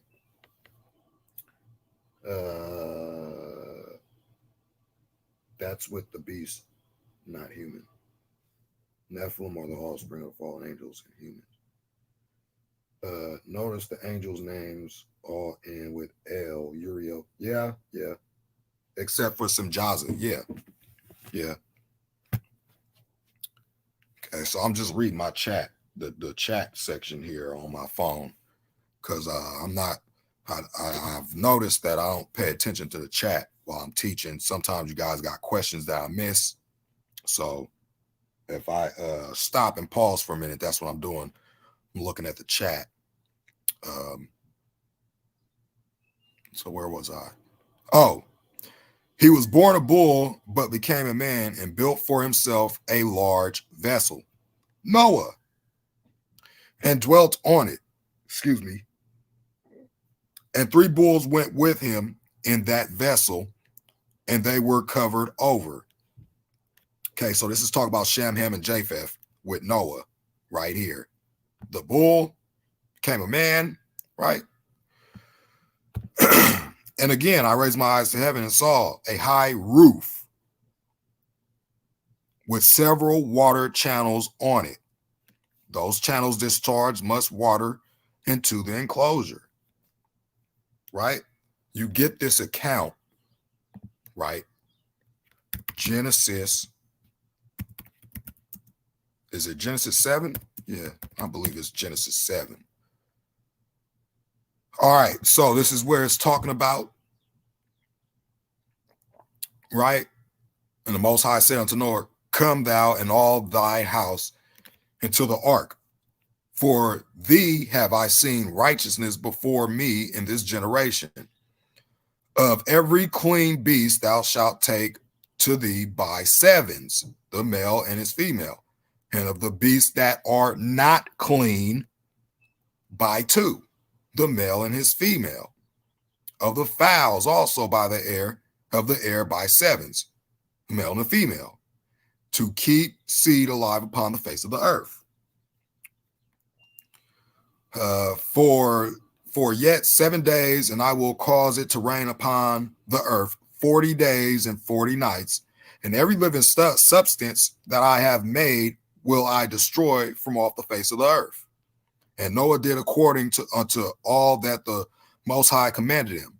And Noah was 600 years when the flood of waters was upon the earth. Okay, Noah went in, and his sons and his wives, and his sons' wives took sons' wives with him into the ark because of the flood, because of the waters of the flood, of clean beasts and of beasts that are not clean, and of fowls and of everything that creep upon the earth. There went in 2 and 2 unto Noah into the ark, the male and the female, as God had, as Yah, the Father, the Most High, had commanded. And it came to pass after 7 days that the waters of the flood were upon the earth. Now let's see how they got on the earth. In the 600th year, in the 600th year of Noah's life, in the 2nd month, the 17th day of the month, the same day were all the fountains of the great deep broken up. It was broken. When you break something, it has to be tangible. And the windows of heaven were opened. That means heaven has windows. But again, people will be like, oh, that's just metaphorically speaking. Well, you tell me where the rain, frost, snow, dew, and all that other stuff, locusts, where the locusts come from in outer space, because the Most High said he has a special gate that the locusts come from. So do locusts come from outer space? Oh, I beg to differ. Locusts cannot even survive in space. Sorry. So it says here, and the rain was upon the earth 40 days and 40 nights. In the self same day, Noah entered Noah, Shem, Ham, and Japheth, and the sons of Noah, and Noah's wife, and the 3 wives of his sons with them, into the ark. So that's what it's talking about right here. Right? He was born a man, he was born a bull, but became a man and built for himself a large vessel and dwelt on it. And 3 bulls went with him in that vessel, and they were covered over. And again, I raised my eyes to heaven and saw a high roof, right? that high roof is called the firmament, right? The rakia, which is also the Shemayim.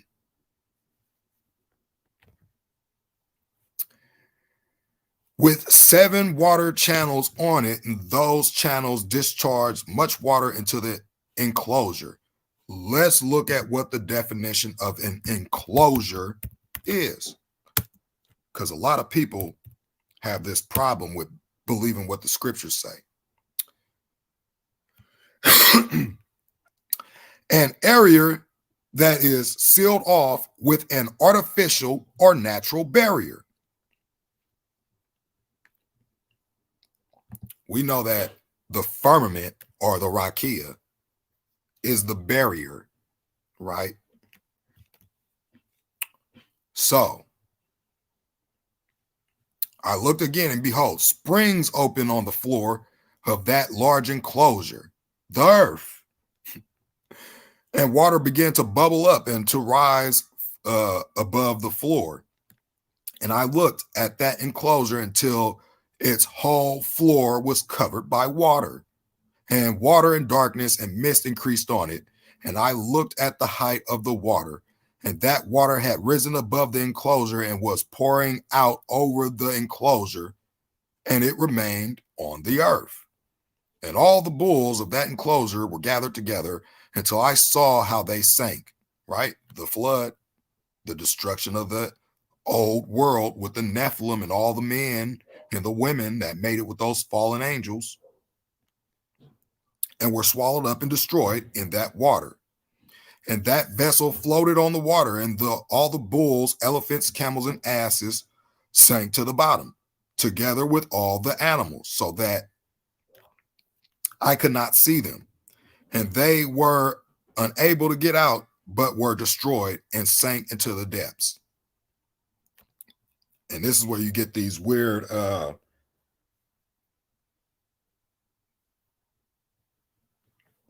this is where you get this account of where is this? Second to the depths. This is where you get that account where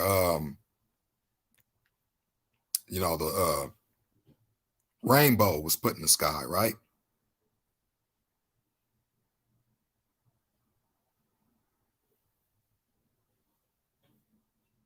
Okay.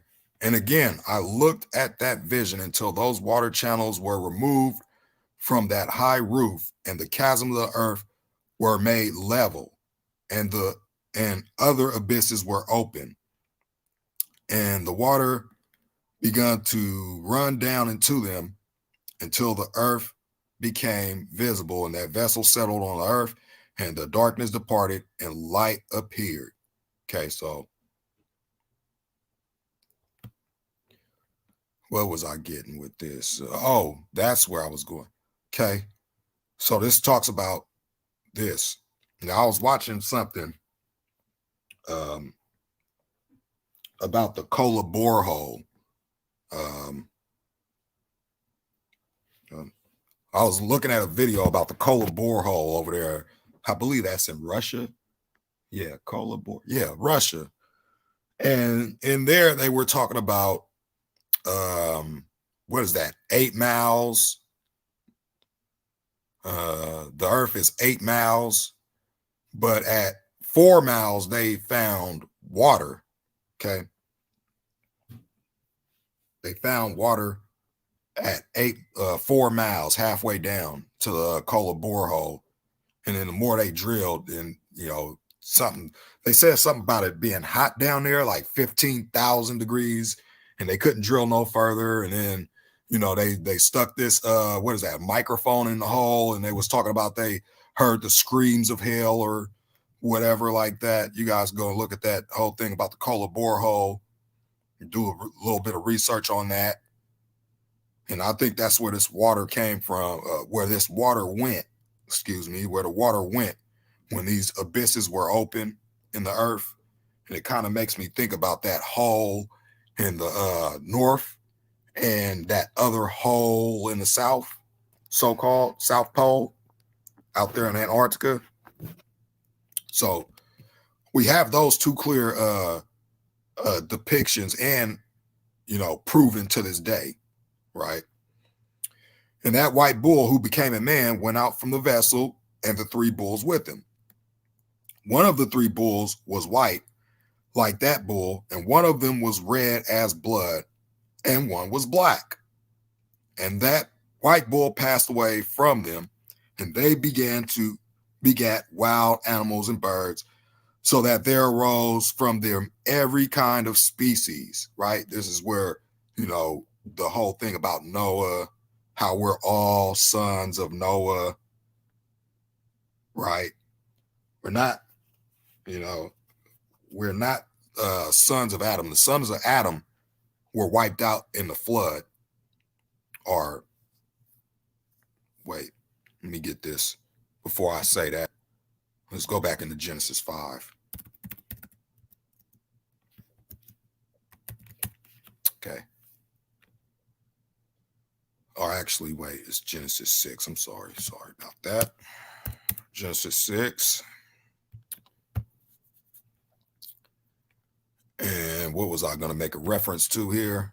All right. So this is where, in Genesis 6, after the flood, Noah was commanded to replenish the earth, right? And then he made his bow in the cloud and told Noah that, he wasn't going to flood the whole earth out again.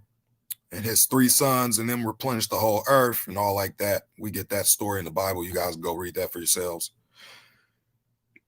Okay. So Noah passed.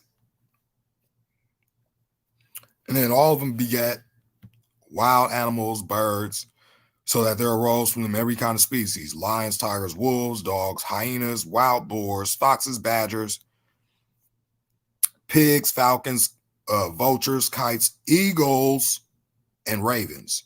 We know the eagle is, they say it's Rome, right? Roman. But among them was born a white bull, and they began to bite one another.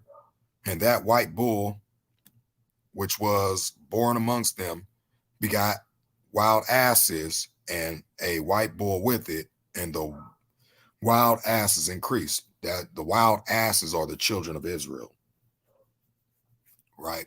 You get that in Exodus. And that bull which was born from it begat a black wild boar and a white sheep. And that wild boar begot many boars, and that sheep begot 12 sheep. Right? These are the 12 patriarchs. This is Jacob, the sheep, the white sheep. The wild boar was Esau, right? And when those 12 sheep had gone down, they handed one of their number over to the asses. Okay, so the asses are the Egyptians. Okay. And we could get that, right? Exodus chapter 1. This is why it's important to understand parables, right? Because this is the same account you got here. Okay. These are the white sheep, right? The white sheep. Where is he? Okay. A white sheep. That boar begat many boars, and that sheep begat 12 sheep. Okay. The sheep begat 12 sheep. Now, these are the names of the children of Israel, which came into Egypt. Every man and his household came with Jacob, the sheep. These are the 12 sheep right here. 12 sheep, the 12 patriarchs, right? Reuben, Simeon, Levi, Judah, Issachar, Zebulun, Benjamin, Dan, Naphtali, Gad, and Asher. Now, let's go back here. And when those 12 sheep had grown, they handed one of their number over to the asses. This is why I say the asses are the Egyptians. And all the souls that came out of the loins of Jacob were 70 souls, for Joseph was in Egypt already. Wait a minute. Okay, so this is talking about the increase of those sheep, right? This is that, right? But let's get this analogy here of Jacob's soul. I mean, Joseph. Sorry, Joseph. Right? Joseph sold. Okay. So we understand that one was handed over, right? We get the same account here, right? But first says here, and his brethren went to feed their father's flock in Shechem. Right? Let's just go like this. And Israel said to Joseph, do not thy brethren feed the flock in Shechem? Come, and I will send thee unto them. And he said to him, here I am. Here am I. And he said to him, go, I pray thee, see whether it be well with thy brethren and well with thy flocks, and bring me word again. So he sent out of the vale of Hebron and came to Shechem. And a certain man found him, and behold, he was wandering in the field. And the man asked him, saying, what seekest thou? And he said, I seek my brethren. Tell me, I pray thee, where they feed their flocks. And the man said, they are departed hence, for I heard them say, let us go to Dothan. And Joseph went after his brethren and found them in Dothan. And when they saw him afar off, even before he came near to them, they conspired against him to slay him. But they didn't kill Joseph. Well, let's see what they did. And they said one to another, behold, this dreamer cometh. Come now, therefore, and let us slay him and cast him into some pit, and we will say, some evil beast hath devoured him, and we shall see what will become of his dreams. And Reuben heard it, and he delivered him out of their hands, and said, let us not kill him. And Reuben said unto them, shed no blood, but cast him into this pit that is in the wilderness, and lay no hand upon him, that he might rid him out of their hands and deliver him to his father again. And it came to pass, when Joseph was come unto his brethren, that they stripped Joseph of his coat, and his coat of many colors that was on him, and they took him and cast him into the pit, and the pit was empty, and there was no water in it. And he sat down and ate bread and lifted up, and they sat down and ate bread, and they lifted up their eyes and looked, and behold, a company of Ishmaelites, Egyptians, came from Gilead with their camels, bearing spicery and balaam and myrrh, going to carry it down to Egypt. And when Judah said unto his brethren, what profit is it if we slay our brother and conceal his blood? Come, and let us sell him to the Ishmaelites, right? One of them were handed over to the asses. This is what it's talking about. Let not our hand be upon him, for he is our brother and our flesh. And his brethren were content, right?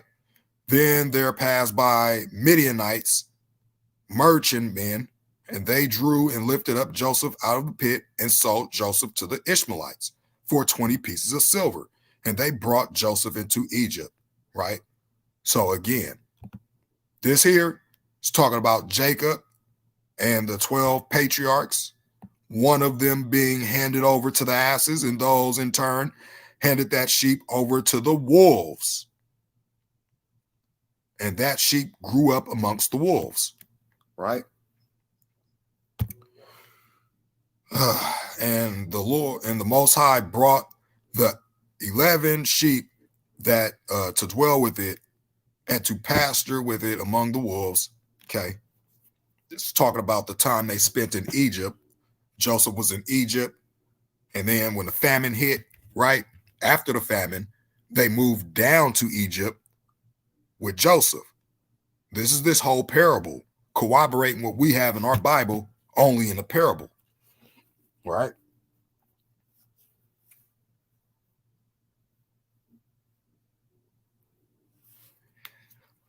And it says here, and the wolves began to make them afraid, and they oppressed them, right? This is when it talks about the new Pharaoh rose, knew not Joseph, right? And started oppressing them until they were made away with their young, and then they threw their young into the river with much water.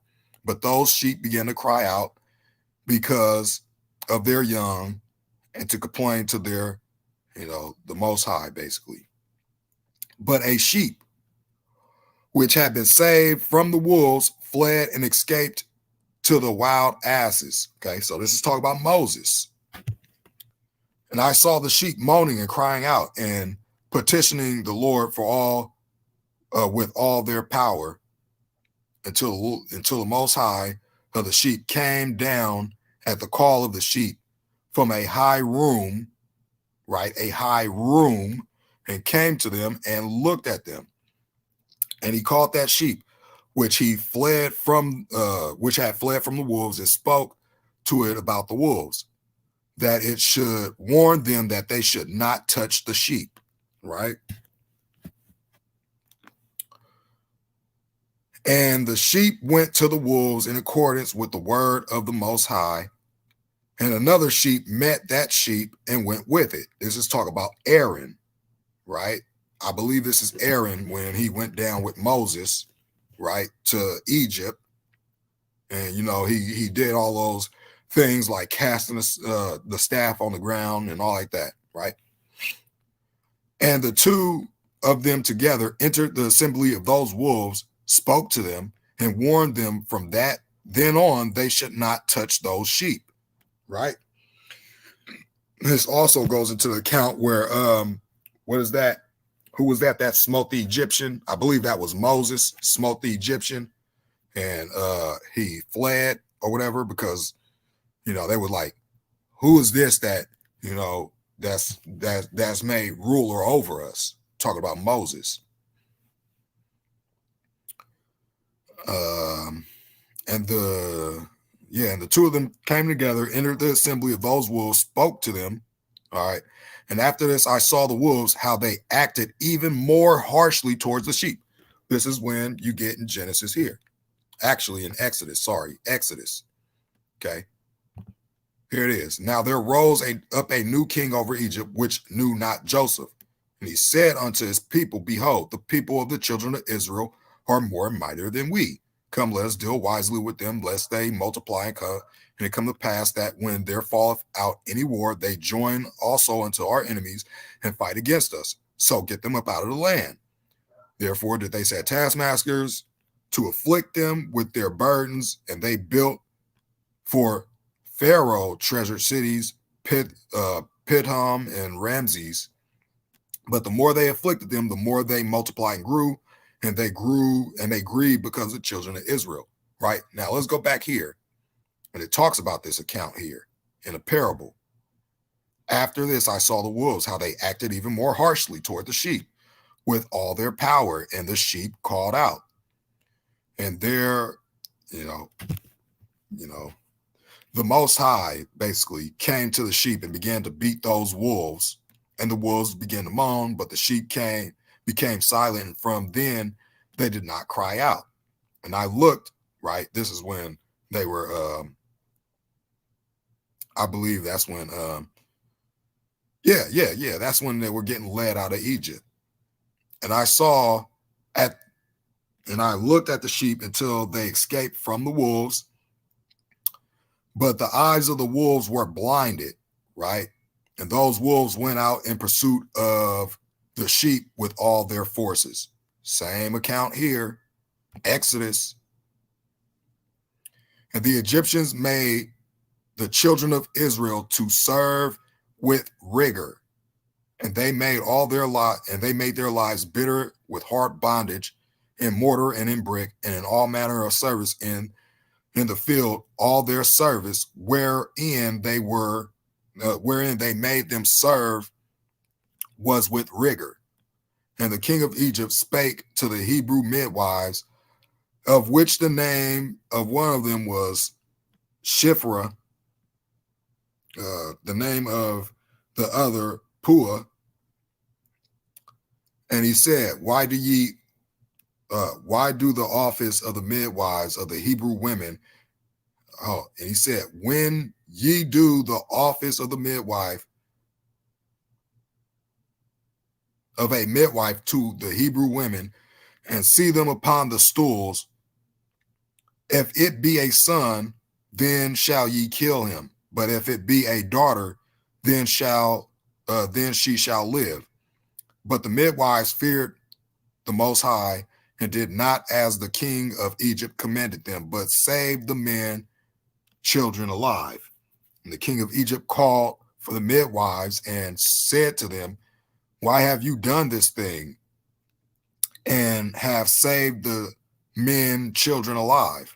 And the midwives said unto Pharaoh, because the Hebrew women are not as the Egyptian women, for they are lively and are delivered whatever, the midwives come in unto them. Therefore the Most High dwelt well with the midwives, and the people multiplied and waxed very mighty. And it came to pass, because the midwives feared the Most High, that he made them houses. And Pharaoh charged his people, saying, every son that is born ye shall cast into the river, and every daughter ye shall save alive. Okay, so this is what it's talking about right here. All right. It says here, and the Most High came to the sheep and began to beat those wolves, and the wolves began to moan, and the sheep became silent, and from then they did not cry out. And I looked at the sheep until they escaped from those wolves, but the eyes of the wolves were blinded. And those wolves went out in pursuit of the sheep with all their forces. And the Most High of the sheep went with them as he led them, and all his sheep followed him, and his face was glorious, and his appearance terrible and magnificent. This is talking about Moses.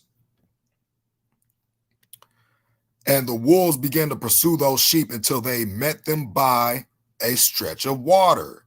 This is talking about the dividing, right?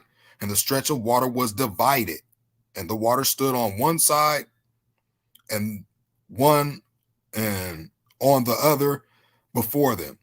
For the Most High, as he led them, they say Lord, but the Most High, as he led them, stood between them and the wolves, right?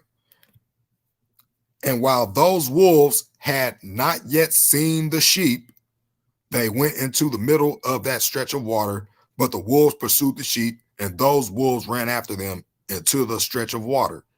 But when they saw the Most High of the sheep, they turned to flee in front of him, and that stretch of water flowed together again and suddenly resumed its natural form, and the water was spewed up and rose until it covered those wolves. Talk about the Egyptians. Okay. So this is very, very, this is why I say, people need to read instead of judging, or not even judging, making these assumptions that stuff don't belong in the Bible because you didn't read it or because somebody told you, instead of going to look for yourself, right? Because I go through this book and point out all the references in the Bible, right?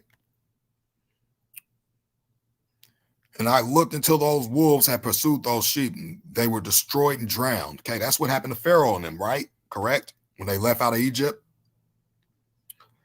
But the sheep escaped that water and went to a desert where there was neither water nor grass. Okay, this is them in the wilderness, a desert, right? And they began to open their eyes and see, And I saw the Most High of the sheep pasturing them and giving them water and grass, and that sheep going and leading them. Okay, talk about Moses, the one that was leading them. And that sheep went up to the summit of a high rock, and the Most High of the sheep sent it to them. And after this, I saw the Most High of the sheep standing before them, and his appearance was terrible and majestic. And all those sheep saw him and were afraid of him. Okay, this is when he appeared on Sinai, right? On Sinai, where Moses was given the commands, right? And all of them were afraid and trembled before him, and they cried out to that sheep with those who were in their midst. We cannot stand before before the Most High, nor look at him. Okay. And that sheep which led them again went up to the summit of that rock, and the sheep began to be blinded and go astray from the path which had been shown to them, but that sheep did not know. Okay, let's get that, right? Moses given the commandments, right? All right, let's see here. You're going to get the same account, right?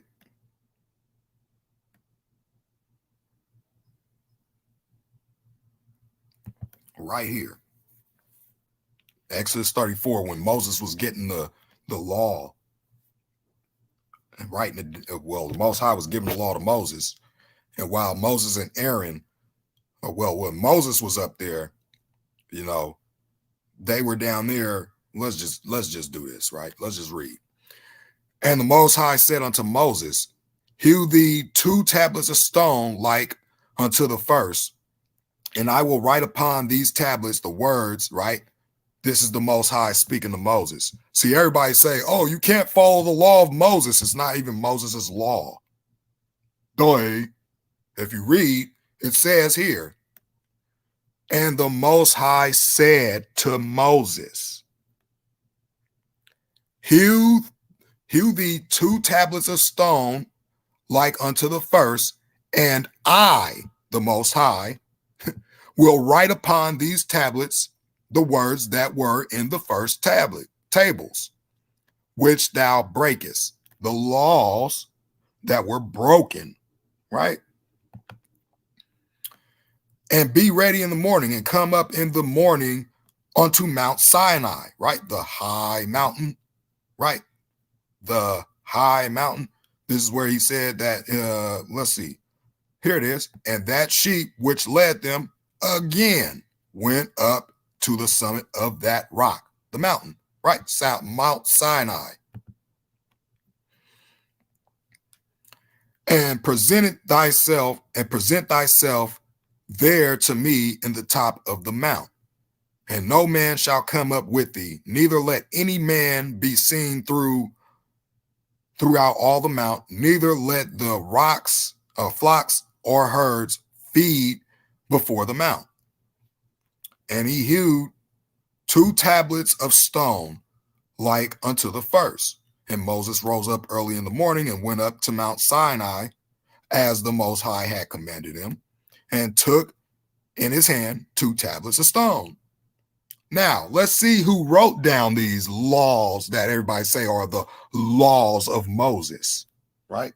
They're not even his laws. They're the Most High's laws.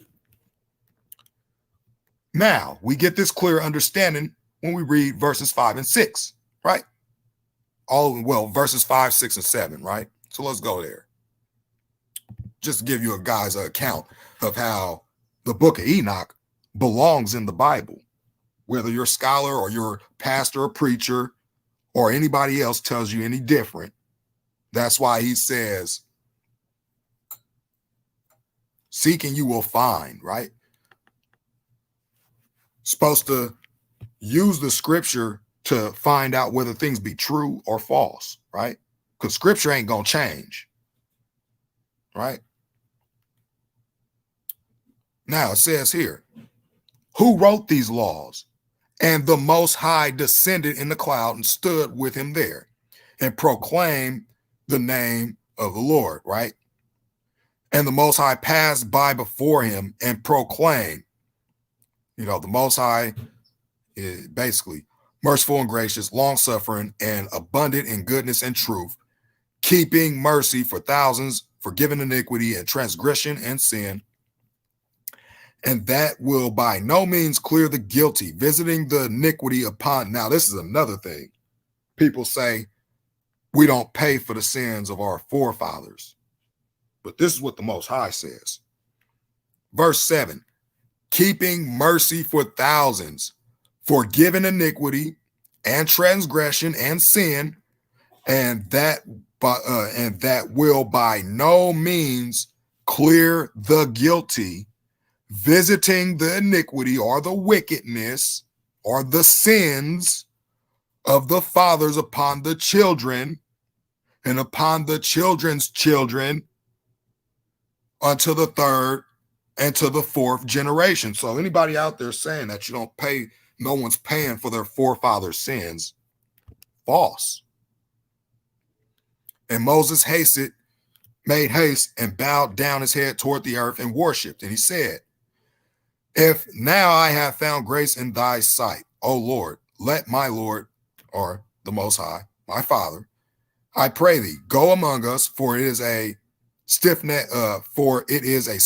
people, and pardon our iniquity and our sin, and let us take us for thy inheritance. And he said, behold, I make a covenant before all thy people. I will do marvels, such as have not been done in all the earth, nor in any nation, and all the people among which thou art shall see the work of the Most High, for it is a terrible thing that I will do with thee. Observe thou that which I command thee this day. Behold, I drive out before thee the Amorites and the Canaanites and the Hittites and the Perizzite and the Hivites and the Jebusites. Take heed to thyself, lest thou make a covenant with the inhabitants of the land whither thou goest, lest it be for a snare in the midst of thee. But ye shall destroy their altars, break their images, and cut down their groves. For thou shalt worship no other God, for the Most High, whose name is, they say jealous, is a jealous God. Okay, whatever.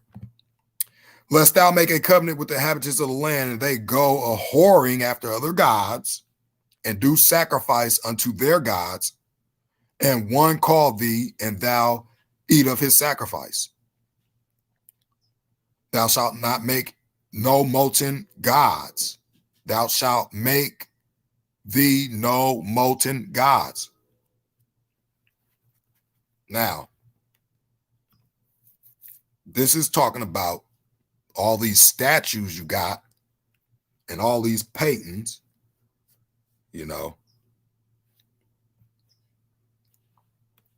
The feast of unleavened bread shalt thou keep. 7 days shalt thou eat unleavened bread, as I command thee, in the time of the month Abib. For the month of Abib thou camest out of Egypt. So this is what they had to follow. But let's see here. This is talking about the Sabbath.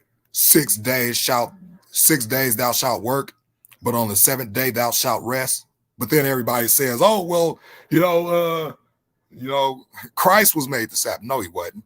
Christ was not made a day. He was made anyway. That's another story. In earing time and in harvest thou shalt rest. So this is talking about doing the crops. Thou shalt observe the feast of weeks, of the first fruits of the wheat of harvest. And it talks about all this, right? But I'm trying to go down here to where they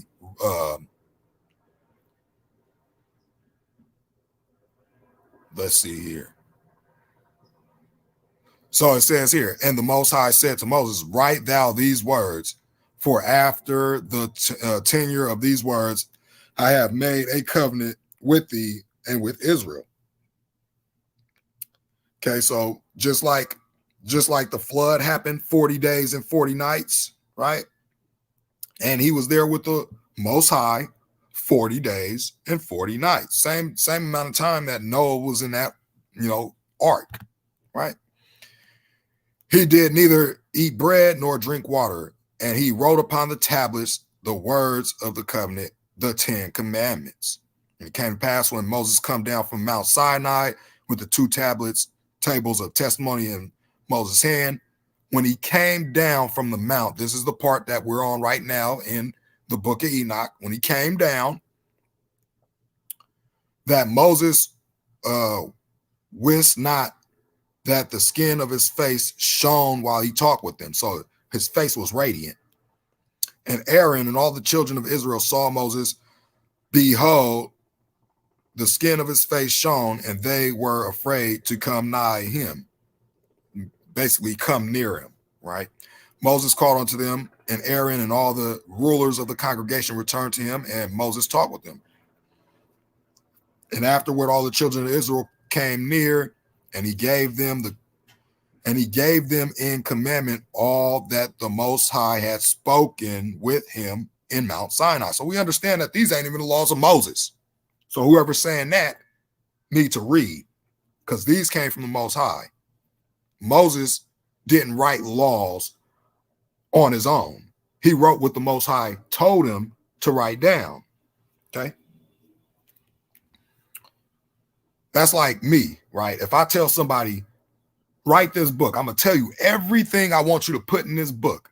Does that mean that the person that wrote the book, it came from that person, or did it come from some other source that was telling that person to write these things down? It's a common sense thing, right? Until Moses had done speaking with them, he put a veil on his face. But when Moses went before the Most High to speak with him, he took the veil off until he came out. And he came out and spake with the children of Israel, which was commanded. And the children of Israel saw that the face of Moses, that the skin of Moses' face shone, and Moses put the veil upon his face again until he went to speak with, the Most High. So I believe it's in the next chapter here where it talks about, they go a whoring after the other gods, right? So he brought them together, commanded them, told them the stuff that they supposed to do. And then this is when they go and rebel. Candlestick, incense, boom, boom. And then I'm going to take a quick little break. And they came, and everyone whose heart stirred him up, and everyone whom his spirit made willing, and they brought the Lord's offering, the Most High's offering, to the work of the tabernacle of the congregation for all the service, home garments. Okay, so they had bracelets, earrings, and all that stuff.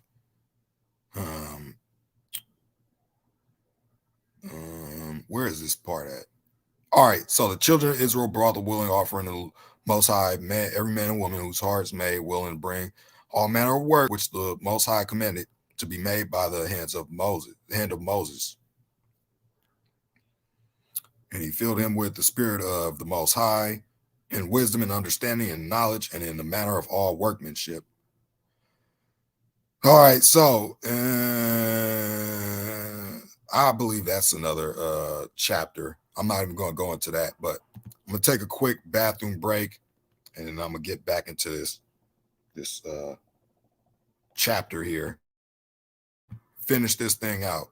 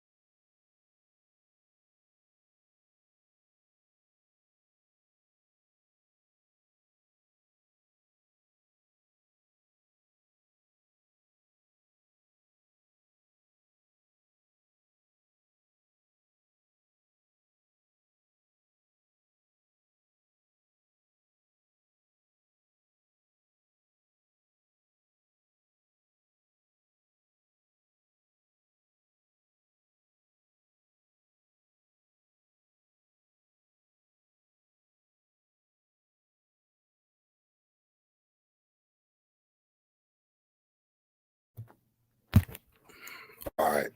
So give me a second, real quick. I'm about to go grab me a cup of water.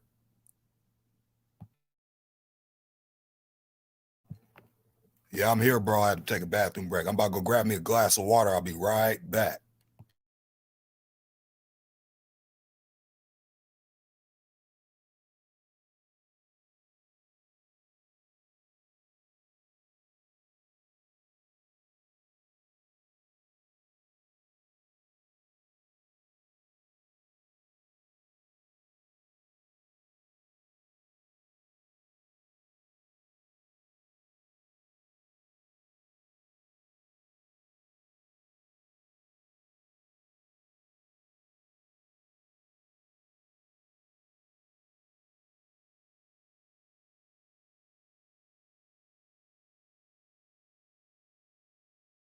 All right.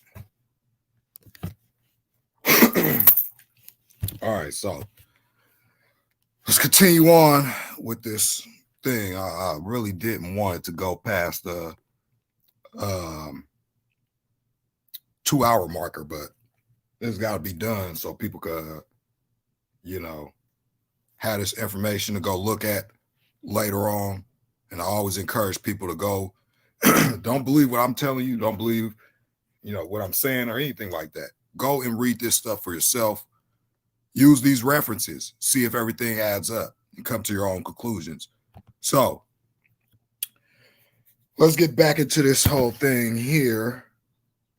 All right. So, and that sheep which led them again went up to the summit of that rock. We just read this in Exodus. And the sheep began to be blinded and go astray from the path that was, given to them. So let's see here. I believe it is Exodus 36 where this happens. Okay. Let's just I just want to give reference here. I mean, you guys can go and read this whole chapter for yourself.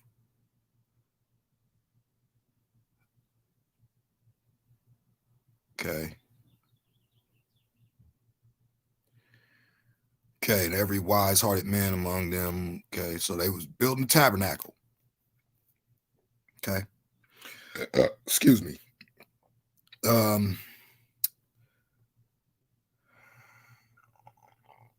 Where is this thing at? This is 36. All right, let's just do this.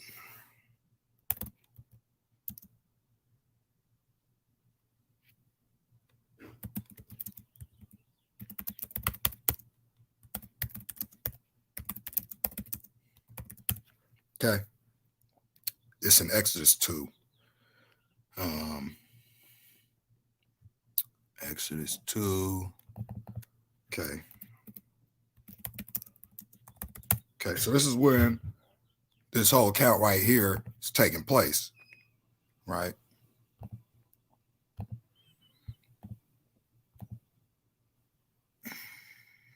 Okay. So let's see here. So this was Moses when he was born.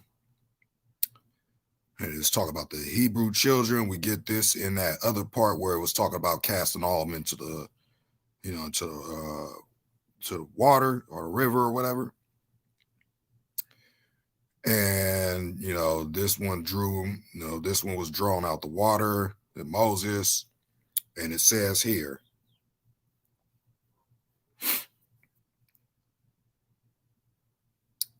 This is the part where it's talking about Moses being this sheep that went up to the summit of the rock, and the sheep began to be blinded and go astray from the path which had been shown to them, but the sheep did not know. So it's talk about Moses when the Most High told Moses what they were doing down there. So it says here, and it came to pass in those days when Moses was grown that he went out to the house, unto his brethren, and looked on their burdens, and he spied an Egyptian smiting a Hebrew, one of his brethren. And he looked this way and that way.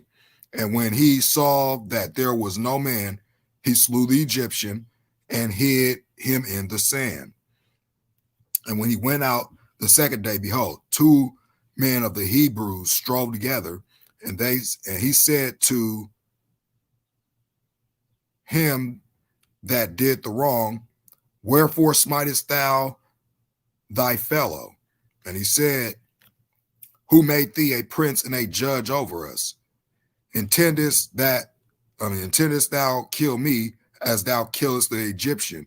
And Moses feared and said, surely this thing is known.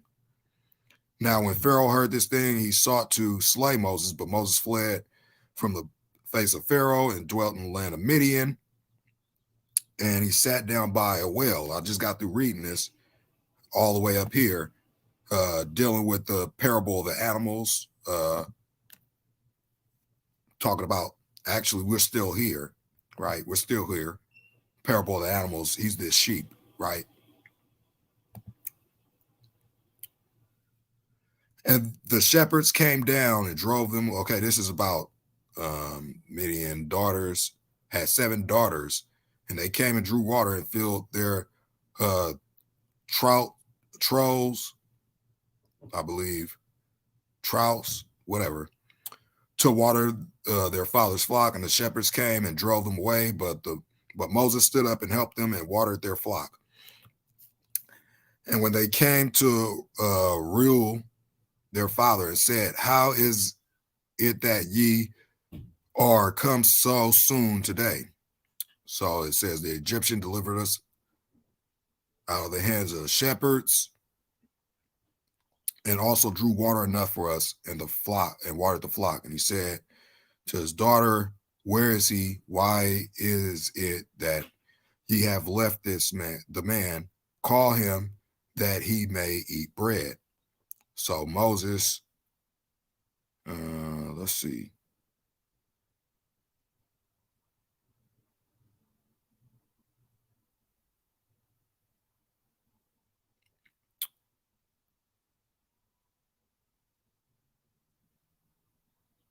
Where is this? I'm trying to get to that part where this is talking about the same thing.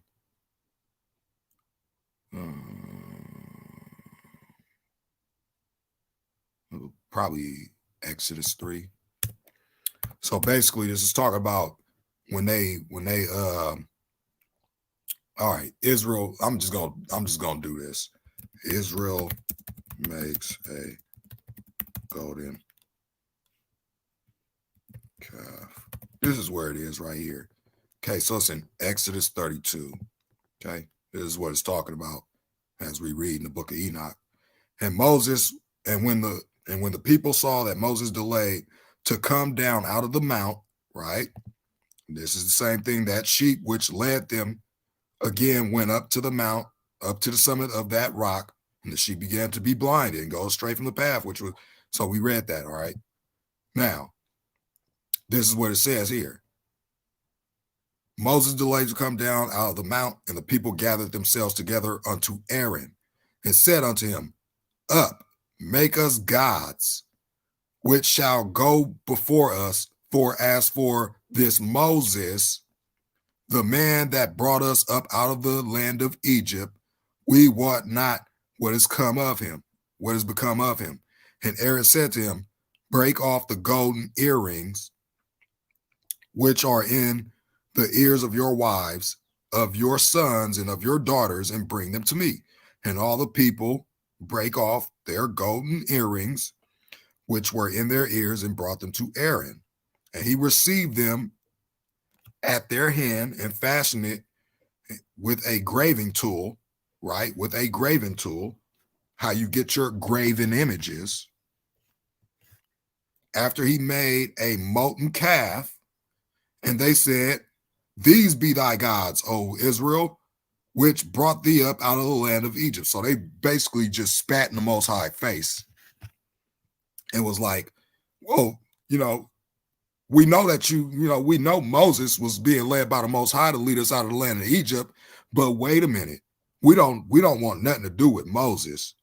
So we're going to make this golden calf and say, these be the gods that led us out of Egypt. No, no, no. It was the Most High. And then it says here, and when Aaron saw it, he built an altar before it, and Aaron made proclamation and said, tomorrow is a feast to the Most High. Then they rose up early on the morrow and offered burnt offerings and brought peace offerings. And the people sat down to eat and drink and rose up to play. And the Most High said unto Moses, go, get thee down, for thy people which thou broughtest out of the land of Egypt have corrupted themselves. They have turned aside quickly out of the way which I commanded them. Right? This is what it's talking about in the book of Enoch. And that sheep which led them went up to the mount of that rock, and the sheep began to be blinded and go astray from the path which had been shown to them. But that sheep did not know. Okay, the sheep is talking about Moses. Says here, they have turned aside quickly out of the way which I commanded thee. They have made them a molten calf and have worshipped it and have sacrificed unto it thereunto and said, these be thy gods, O Israel, which have brought thee up out of the land of Egypt. And the Most High said to Moses, I have seen this people, and behold, that it is a stiff-necked people. Now, let's get back into this whole thing so I can finish this out. So, talks about them going astray, and Moses didn't know. This is this parable from the book of Enoch. Okay. Then the Most High the sheep was extremely angry with them, and that sheep knew Moses, and went down from the summit of the rock and came to the sheep, and found the majority of them with their eyes blinded and going astray from his path. And when they saw it, they were afraid and trembled before it, and wished that they could return to their enclosure. Okay, going back to Egypt, right? When they was complaining in the wilderness. And what's his name? They were complaining about, being led out of Egypt, right? And they were saying, why hast thou led us into this wilderness that we may die? It would have been better if we served the Egyptians than be led out into this wilderness. It's in the Bible, okay? This is what this is corroborating. And he said, and that sheep brought back those sheep that had gone astray, and they turned to their enclosures. And I looked there at the vision until that sheep became a man and built a house for the Most High of the sheep, and they made all the sheep stand in that house. And I looked until that sheep which had met that sheep that led the sheep fell asleep. And I looked until all the large sheep were destroyed, and the small ones arose in their place. And they came to a pasture and drew near a river of water. Okay, so this is talking about them in the journey of the Israelites going down into where is that they were going? I forget. I gotta go back and look at this one. And I looked until they left off crying for that sheep and crossed that river of water, and there arose all the sheep that led them in place of those which had fallen asleep, and they led. And I looked until the sheep came to a good place in a pleasant and glorious land, right? Talk about Moses. And I looked until those sheep were satisfied, and that house was in the middle of them in that green and pleasant land. And sometimes their eyes were open and sometimes blinded, until another sheep arose, led them, and brought them all back. And their eyes were open. And the dogs and the foxes and the wild boars began to devour those sheep, until the Most High of the sheep raised up a ram from among them, which led them. Believe the ram is David, King David. Either David or Solomon, I forget which one. And that ram began to butt those dogs, foxes and wild boars on one side and on the other until it had destroyed them all. And the eyes of that sheep were open, and it saw that ram in the middle of the sheep, how it renounced its glory and began to butt those sheep, and how it trampled on them and behaved unbecomingly. And the Most High of the sheep sent the sheep to another sheep and raised it up to be a ram and to lead the sheep in place of that sheep which had renounced his glory. Yeah, so I believe this is talking about King David, or was that King David or Solomon? I think that was King David. Let me see. Which one of those were the ones that, you know, I think that was David. That was David that Solomon. Let me just see. Let me see something real quick. Let me make sure I got this right.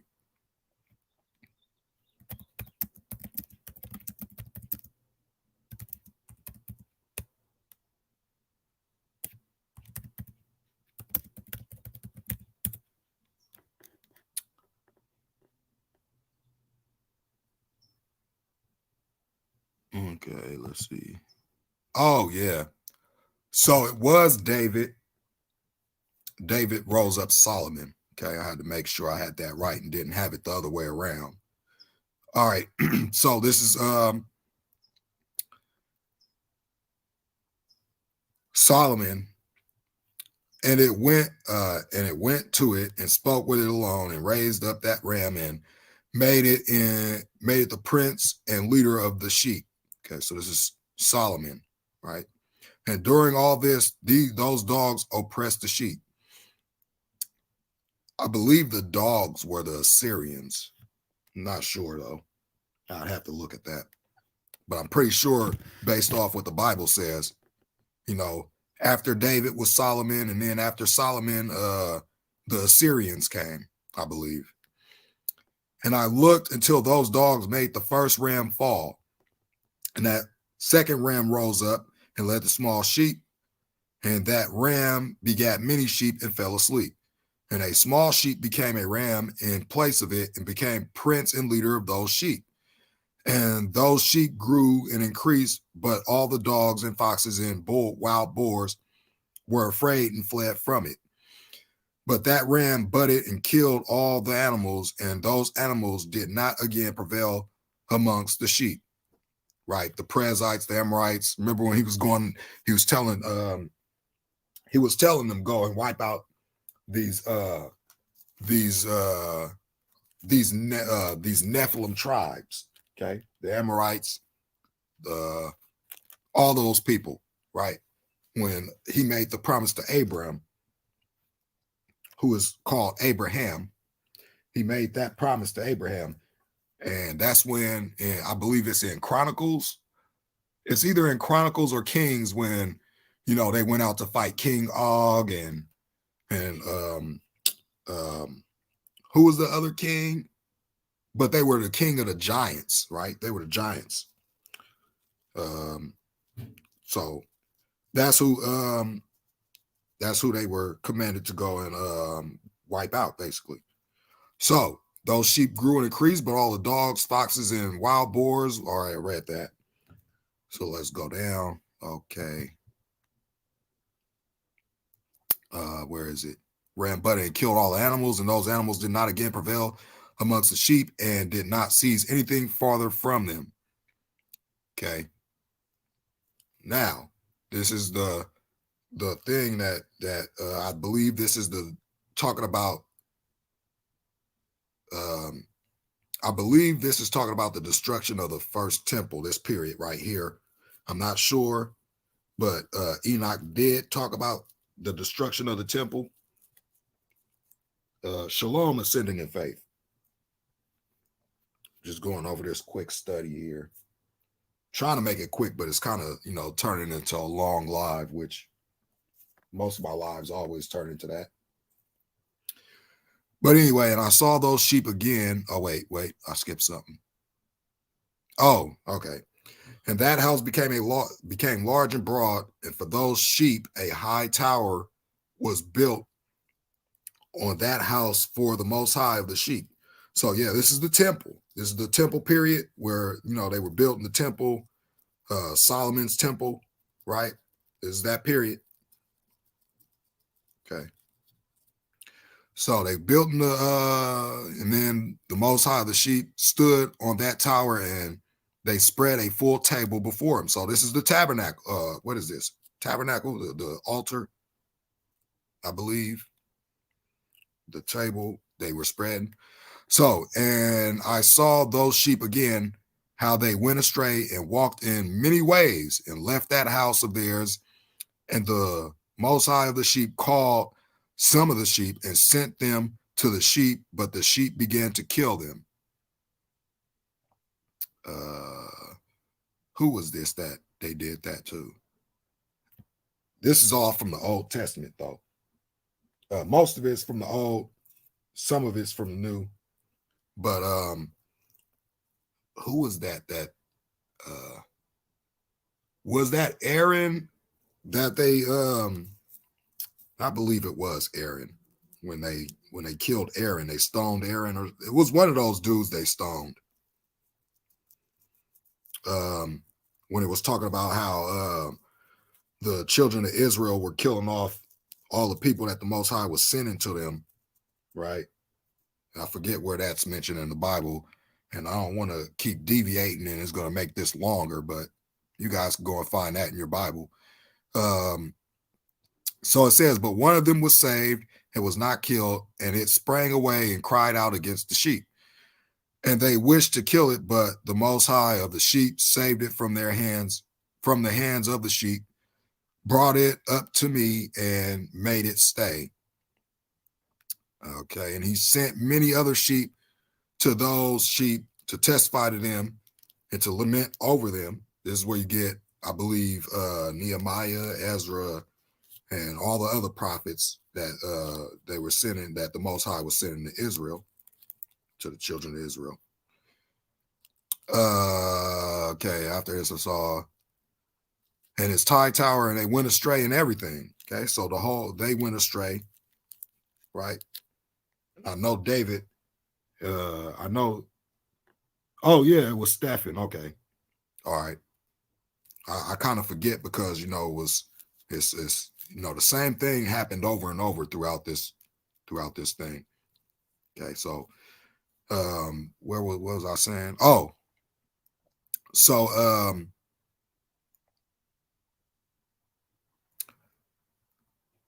yeah, I get this question. I don't know if you're still in here, David, but you keep asking me. We talk about the curses, but we don't talk about the blessings. How's a cursed people gonna bring blessings? I mean, but anyway, that's another story. That's that touchy topic that everybody gets triggered over. So I'm not gonna bring that up. I'll let you guys do your own study to find out on your own with that one. But anyway,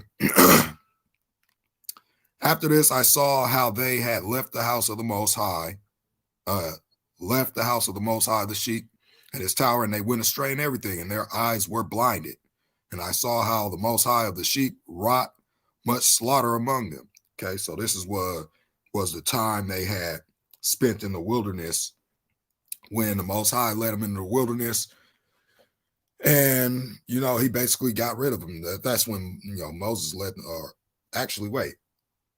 No, this is the destruction of the first temple, right? Yeah, this is the destruction of the first temple. And I saw how the Most High of the sheep wrought much slaughter among them and their pastors, and till those sheep invited that slaughter and betrayed his place.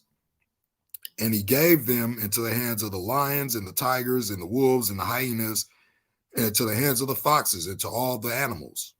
Okay.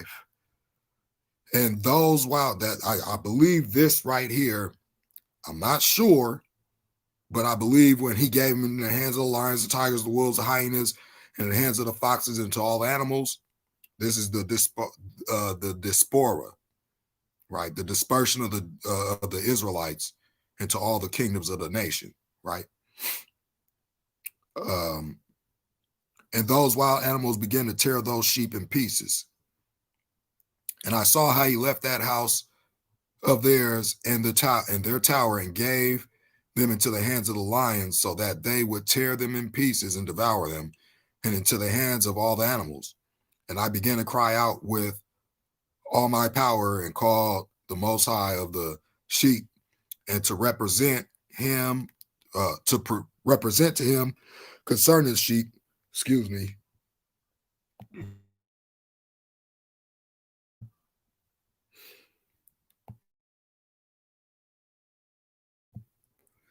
Okay. Where was I? Sorry, I had to burp. And began to cry with all power. Okay, I read that. That all the while. Okay. But he remained still, although he saw and rejoiced that they were devoured. Just talk about the Most High. Swallowed up and carried off, right? This is talk about the diaspora, the carrying away captives, right? And he gave them into the hands of all the animals for food. Okay, it's not talking about that. Basically, when it talks about handing them over, it was talking about that when they were devouring, it was basically them being destroyed, right? So he said, right? And he called 70 shepherds and cast off those sheep so that they might pasture them. And he said to the shepherds and to their companions, each one of you from now on is to pasture the sheep and do whatever I command you. Okay, so he's talking to these people. What's up, Adam? All right, I got all right, the parable of the vineyard. All right. All right. So trying something new. I'm trying to stay up to date with the chat. So again, if I stop and I'm quiet for a minute, I'm just looking at the chat. So I'm gonna continue on. So it says, and I will hand them over to you duly numbered, and I will tell you which of them are to be destroyed, and destroy them. And he handed those sheep over to them, and he called another and said to him, observe and see everything that these shepherds do against these sheep, for they will destroy from among them more than I have commanded them. So again, this is when they took it too far, you know. So he says, and write down all the excess and destruction which is wrought by the shepherds, how many they destroy at my command, and how many they destroy of their own volition. Write down against each shepherd individually all that he destroys, and read out in front of me exactly how many they destroy of their own volition and how many are handed over for destruction, so that this may be a testimony for me against them. Okay, so we ain't gonna know. We ain't let me see what period of time this was in, because I was reading something about this 2 days ago. When they were taken into all captive in all nations. All right. So that I may know all the deeds of the shepherds in order to hand them over for judgment. So this is talking about all the nations that they were led into: the Syrians, the Babylonians, the Romans, and I think it was like two other places they were led. And I will see what they do, whether they abide my command with which I have commanded them or not. But they must not know this, and you must not show this to them, but only write down against each individual in his time all that the shepherds destroy and bring it up to me. And I looked until those shepherds pastured at their times, and they began to kill and destroy more than they were commanded. And they gave those sheep into the hands of the lions, and the lions and the tigers devoured and swallowed up the majority of those sheep, and the wild boars devoured with them, and they burnt down that tower and demolished that house. Okay, so this is talking about the temple destruction, right? Talking about when the temple was destroyed in Jerusalem.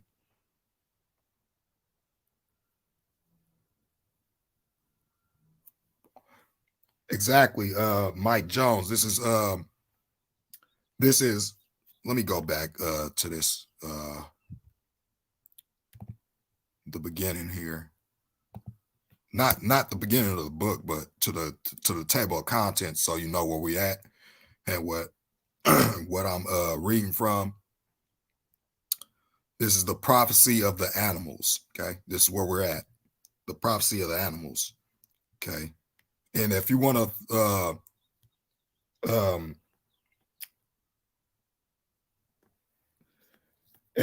Mike, if you want to go back to the beginning of the book, I already covered most of this stuff.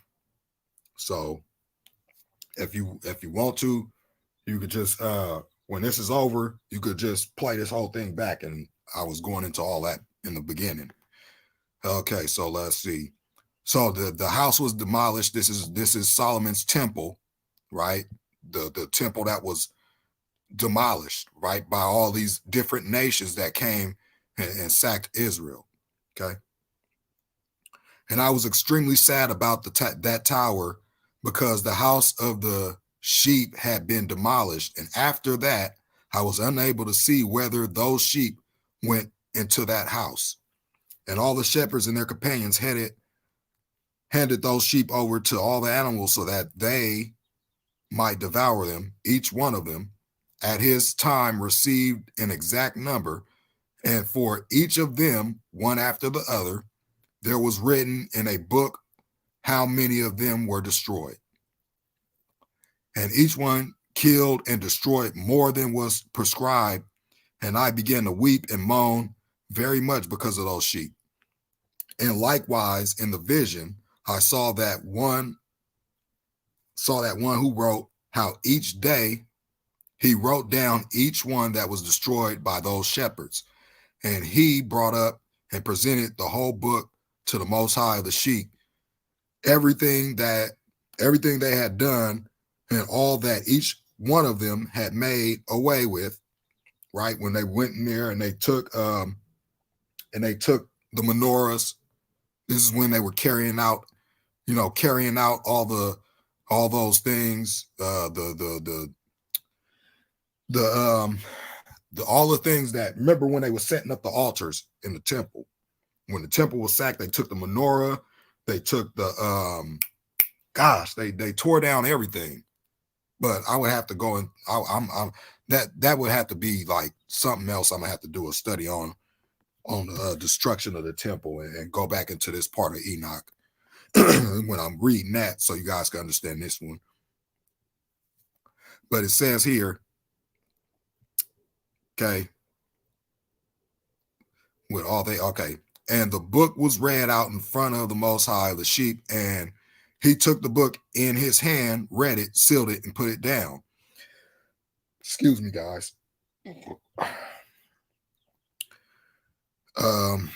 So let's see here. After this, I saw how the shepherds pastured for 12 hours. And behold, 3 of those sheep returned and arrived and came and began to build up all that had fallen down from that house, that the wild boars hindered them so they could not. So the wild boars hindered them. And I believe this is in, where is that? When they were rebuilding the temple.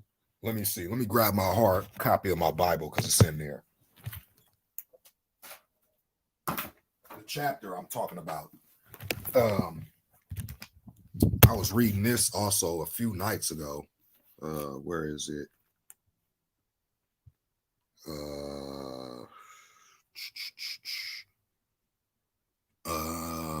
me see.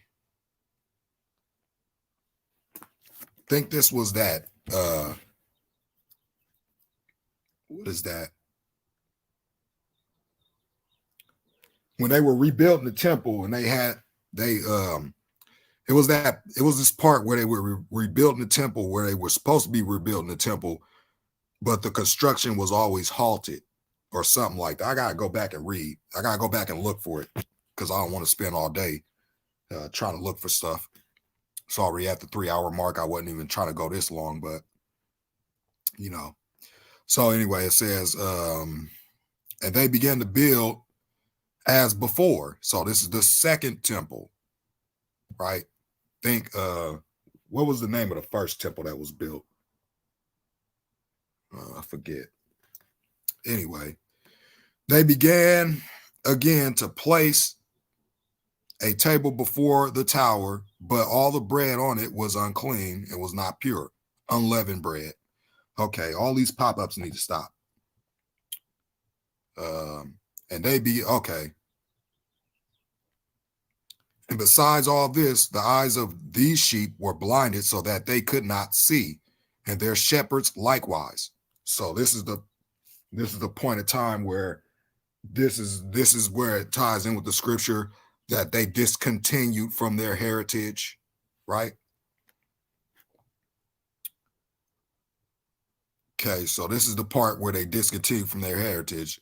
And besides all this, the eyes of the sheep were blinded so that they could not see, and their shepherds likewise. And they handed yet more of them over to destruction, and they trampled on the sheep with their feet and devoured them. But the Most High of the sheep remained still until all the sheep were scattered abroad, right? This is talking about the diaspora, right? The scattering of the Israelites. And had mixed with them, and they did not save them from the hands of the animals. And that one who wrote the book brought it up, showed it, and read it out in the dwelling of the Most High of the sheep. And he entered and treated him on behalf of them, and petitioned him as he shown him all the deeds of their shepherds, and testified in front of him against all the shepherds. And he took the book, put it down by him, and went out. And I looked, excuse me. And I looked until the time that 35 shepherds had pastured the sheep the same way, and each individually, they all completed their time like the first ones. The others received them into their hands to pasture them at their time, each shepherd at his own time. So we understand that these are time periods, okay?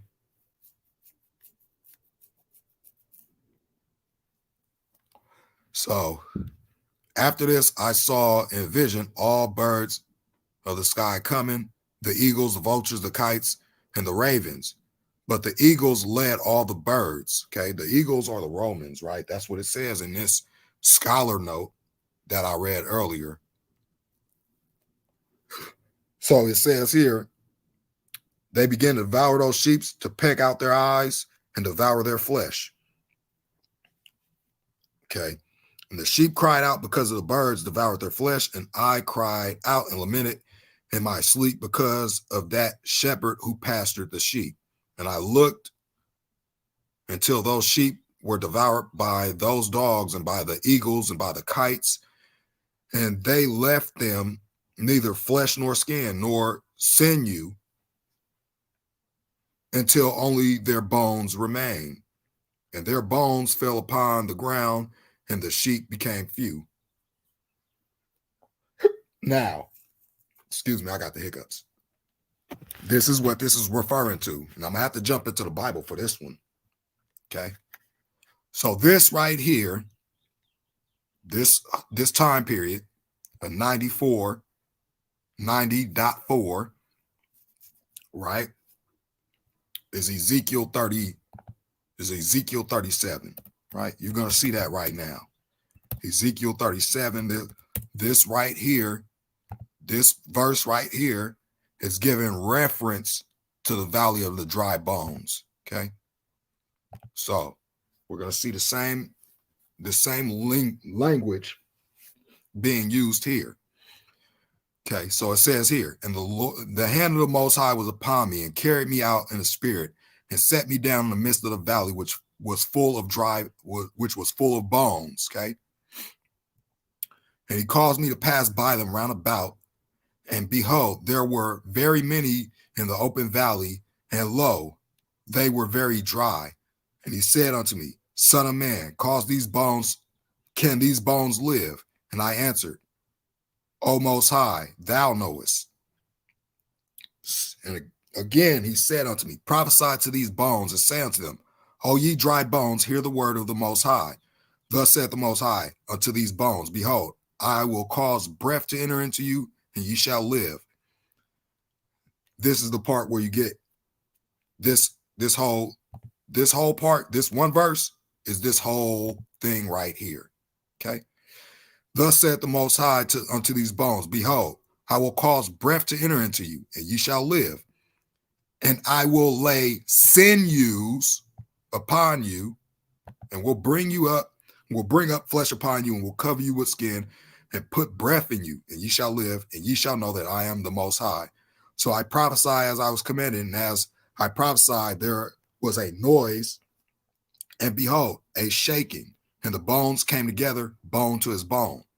And when I beheld, lo, the sinews and the flesh came upon them, and the skin covered them above, and there was no more breath in them. Then said he unto me, Prophesy unto the wind, prophesy, son of man, and say to the wind, Thus saith the Most High, Come from the four winds, O breath, and breathe upon these slain that they may live. Right? So I prophesy as I was commanded, as he commanded me, and the breath came into them, and they lived and stood upon their feet, an exceeding great army. And he said unto me, the Son of Man, these bones are the whole house of Israel.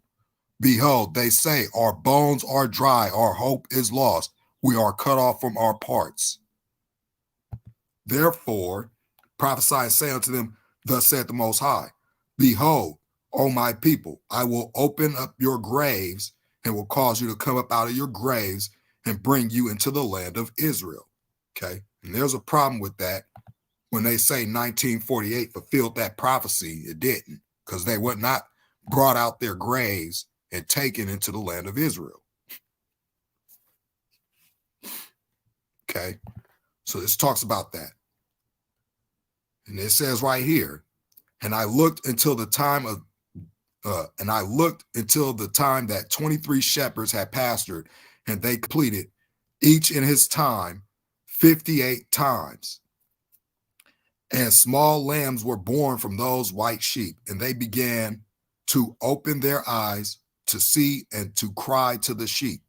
But the sheep did not cry, did not cry to them, but did not listen to what they said to them, but were extremely deaf, right? Could not hear anything that was being said to them, and their eyes were extremely and excessively blinded.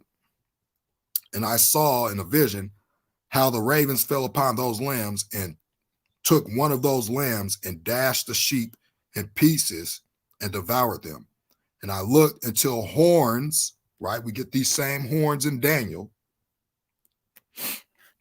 And I beheld until horns came up on those lambs, and the ravens cast their horns down. And I looked until a big horn grew on one of those sheep, and their eyes were open.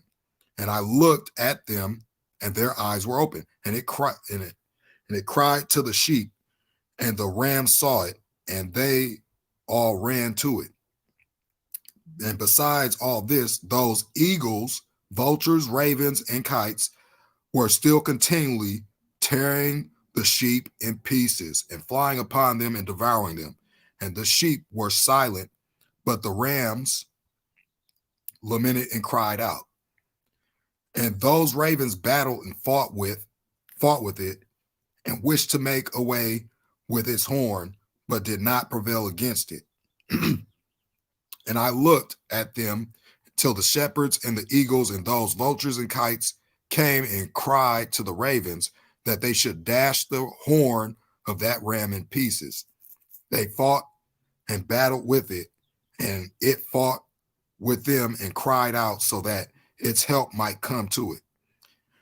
And I looked until that man who wrote down the names of those shepherds who and brought them up before the Most High of the sheep came, and he helped that ram and showed it everything. Its help was coming down.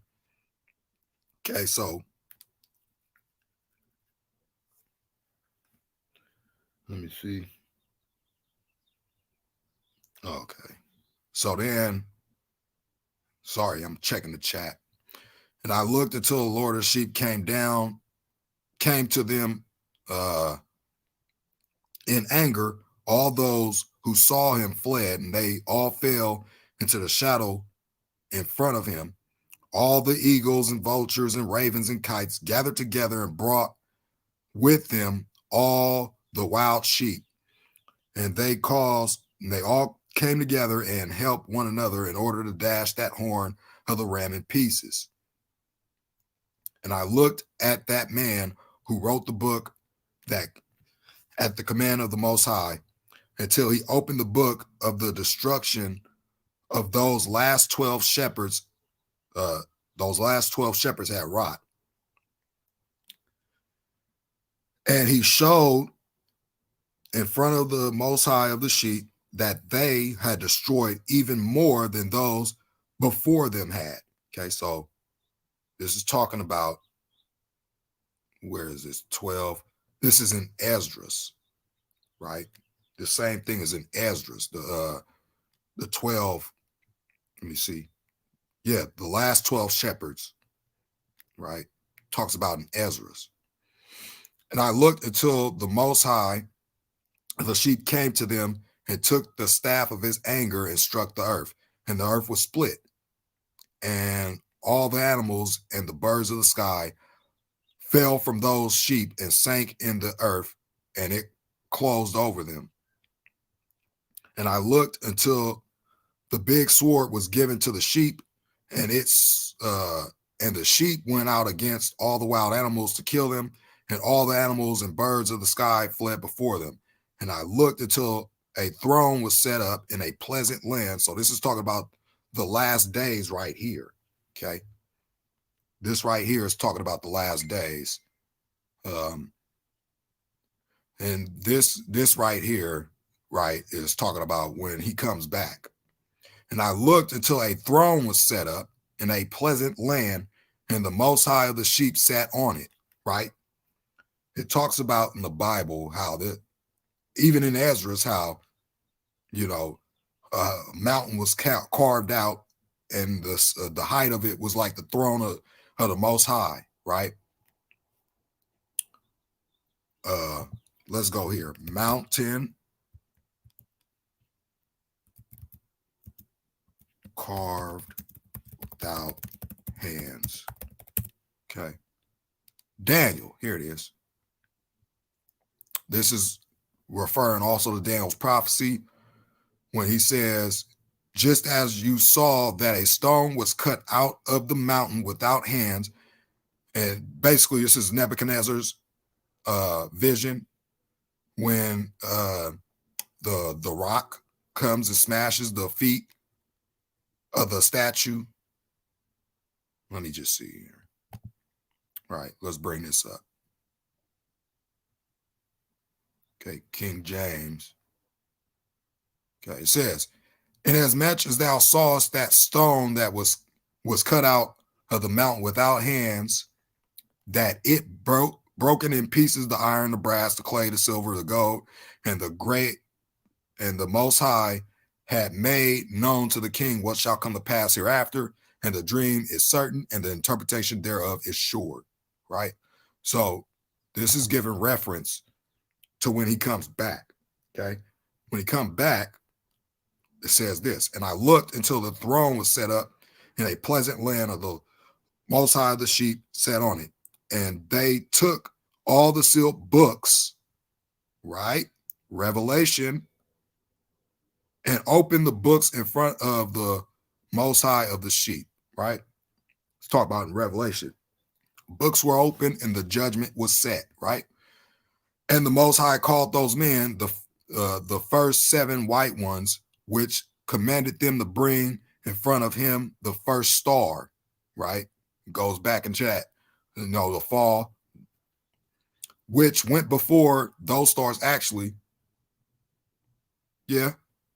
So get this. Let's see. I would have to go back into Revelation. I got one of them open. Let's see. Oh, let me see. Revelation 20, right?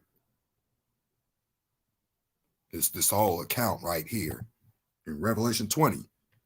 This is what plays out in Revelation 20.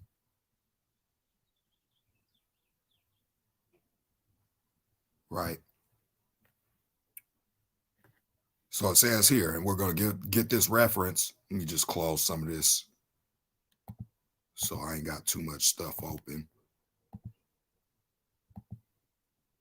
It'll be better for me to navigate.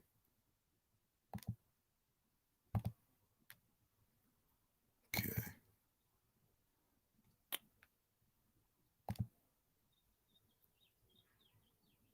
Oops, I think I closed out what I was about to read.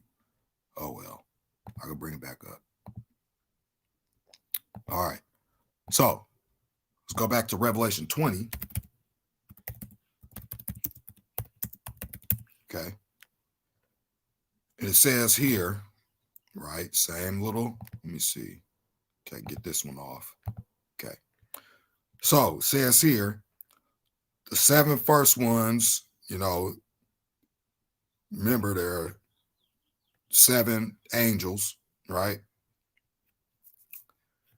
And commanded them to bring in front of him the first star, which went before those stars whose private parts were like horses, and they brought them all in front of him. So this is the judgment here.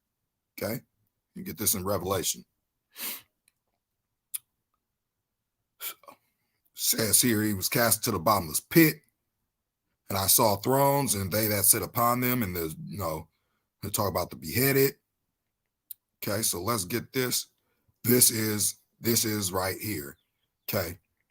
And when the 1,000 years were expired, Satan shall be loosed out of his prison, go to deceive the nations, 4 corners of the earth, Gog and Magog, gather together to the great battle, number of whom is the sand of the sea. And they went up on the breadth of the earth, encompassed the camp of the saints about in the beloved city, and the fire came down from God out of heaven and devoured them. And the devil that deceived them was cast into the lake of fire and brimstone, where the beast and the false prophet are. And they shall be tormented day and night forever and ever. And I saw a great white throne, here it is, and him that sat on it, from whose face the earth and the heaven fled away, and there was found no place for them. And it talks about here, right? This is what it's talking about in the book right here, right? And he said to that man who wrote in front of him, who was one of the 7 white ones, he said to him, take those 70 shepherds to whom I handed over the sheep, and who on their own authority took and killed more than I commanded them. And behold, I saw them all bound, and they stood all in front of him. And the judgment was held first on the stars, and they were judged and found guilty, right? And they went to the place of damnation and were thrown into the deep place full of fire burning and full of pillars of fire. Talk about the lake. And those 70 shepherds were judged and found guilty, and they were also thrown into that abyss of fire. That's why I tell people, tread lightly when reading these scriptures. You want to make sure you get everything right, because one wrong thing, right? He says one wrong thing, And then it says here, and I saw at that time how a similar abyss was open in the middle of the earth, which was full of fire. And they brought those blind sheep, and they were all judged and found guilty. The blind sheep, right? You get that in the parable of the blind leading the blind, right? Blind lead the blind. Both are going to fall into the ditch, right? Into the abyss. Okay. Found guilty and thrown into that abyss of fire, and they burned. And that abyss was on the south of that house. Okay, so this is talking about the abyss location being in the south. Okay, what do we know is south? Anywhere south leads to what? Antarctica, right? And that's also where Enoch was taken as well when he was shown all these things. Okay. Okay, where was I? All right. And I saw those sheep burning, and their bones were burning. And I stood up and looked until I folded up that old house, and they removed all the pillars and all the beams and ornaments, and that of that house were folded up with it. And they removed it and put it in a place in the south of the land. And I looked until the Most High of the sheep brought a new house, right? New heaven and new earth, right? Revelation 21, everything now is going to pass away, and he's going to bring a new heaven, a new earth. This is the new house, right? Larger and higher than the first one, and he set it up on the side of the first one that had been folded up. Talk about the heavens and the earth, and all its pillars were new, and its ornaments were new and larger than those of the first one. And the old one that had been removed, right? The earth. And he talks about how the heavens and the earth is going to pass away, right? Also gives reference to the pillars of the earth, right? Says here, and the Most High of the sheep was in the middle of it, and I saw all the sheep that were left, and all the animals of the earth, and all the birds of the sky falling down and worshiping those sheep, and entreating them and obeying them in every command, right? Let's talk about when the children of Israel basically, right? Revelation, let's go to Revelation 21. Okay, very next chapter. This is what this gives reference to. Okay, let's go into 21, right? Oops. That's what it says in Revelation 21, right? I saw a new heaven and a new earth, for the first heaven and the first earth were passed away. Kind of sounds like this house here, right? Kind of sounds like this house that was being built. Okay, so John saw the holy city, New Jerusalem, coming down from God out of heaven, prepared as a bride adorned for a husband. Okay, these are the sheep. I already read this in Enoch. Okay. So there, talk about the Lamb's wife, and it says that they're the 12 tribes of the children of Israel. Okay. Then, after it gets into the building of this new house that's mentioned here in Enoch, right? Right here. Let me see. Okay. And all its pillars were new, and the ornaments were new and larger than those of the first one, the old one that had been removed. And the Lord, the Most High of the sheep, was in the middle of it. And I saw the sheep, all the sheep that were left, and all the animals of the earth, and all the birds of the sky falling down and worshiping those sheep. Right? Let's go down. Okay, so this is talking about this whole thing. Right? We understand the sheep, the 12 sheep, the children of Israel, as it says in this scholar note here. Okay, so this is where it says right here. I saw no temple therein, for the Most High Almighty and the Lamb, his son, are the temple of it. And the city had no need of the sun, neither of the moon, to shine in it, for the glory of the Most High did lighten it, and the Lamb is the light thereof. Excuse me. And the nations of them which are saved, right? It's talking about those that are left, right? Saw all the sheep that were left and all the animals, the other nations, right? After this, those three who were dressed in white and had taken hold of my hand, the ones who had brought me up at first, they, with the hand of that ram also holding me, took me up and put me down in the middle of those sheep before the judgment was held. Okay. That's in Revelation 20. Blessed and holy is he that hath part in the first resurrection, right? Says it, right? Blessed and holy is he that hath part in the first resurrection. On such the second death hath no power. They shall be priests unto God and of Christ, and shall reign with him 1,000 years. And when 1,000 years are expired, Satan shall be loosed out of his prison, shall go forth to deceive the nations, right? So, this is another thing, right? After this, those three who were dressed in white and had taken hold of my hand, the ones who had brought me up at first, they, with the hand of that ram, was holding me and took me up and put me down in the middle of those sheep before the judgment was held.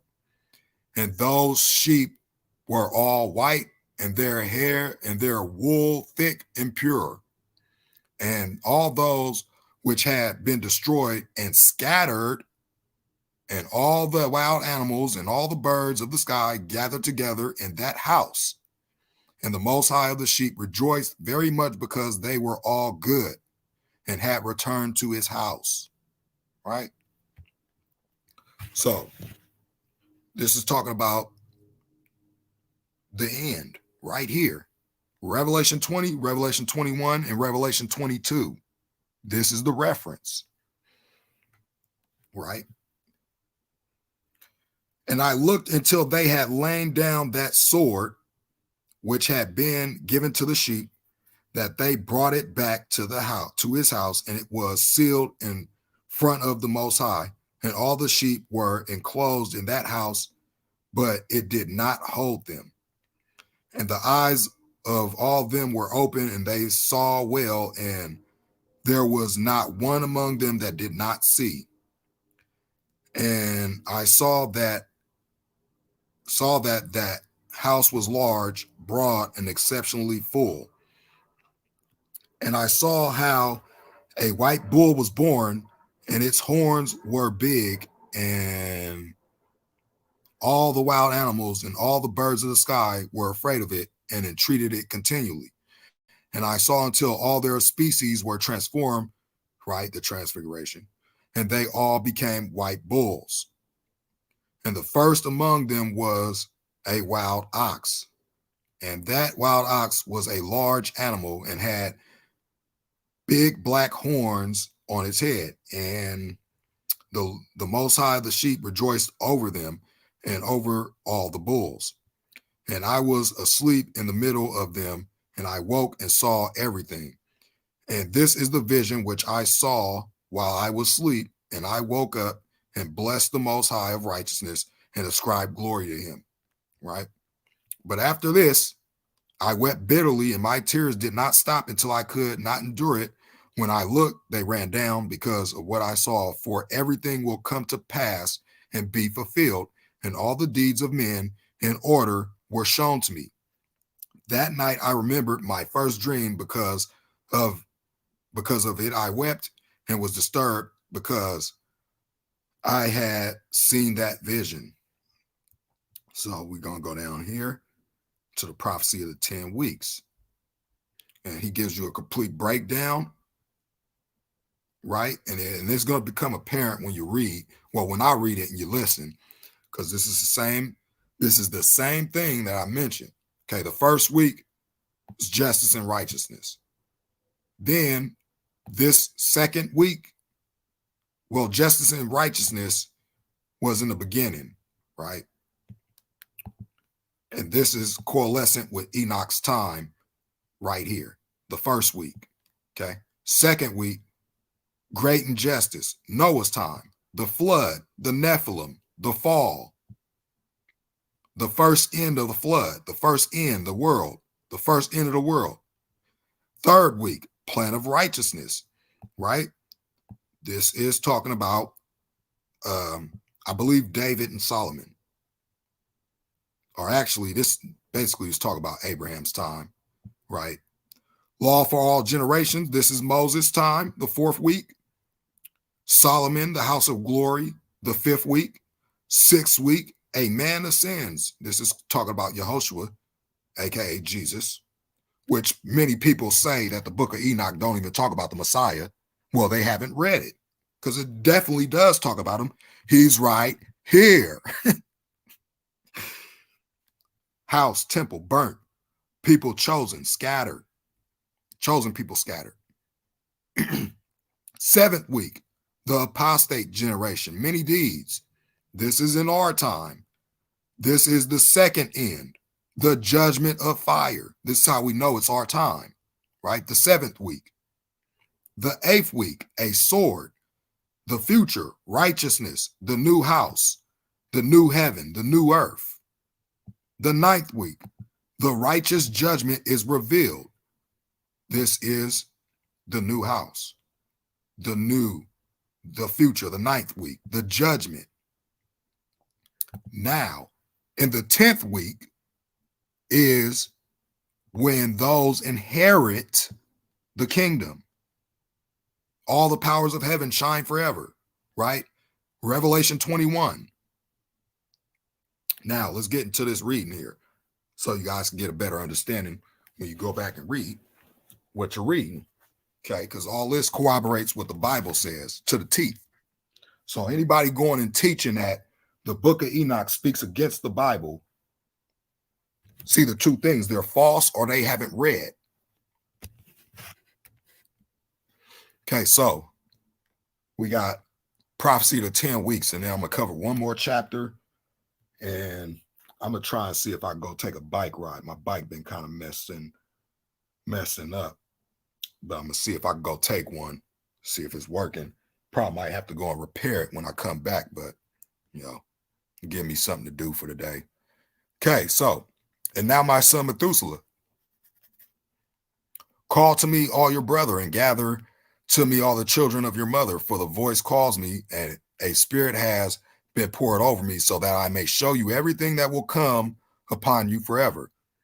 After this, Methuselah went and called his brothers to him and gathered his relations. And he spake about righteousness to all his sons and said, hear, my children, all the words of your father,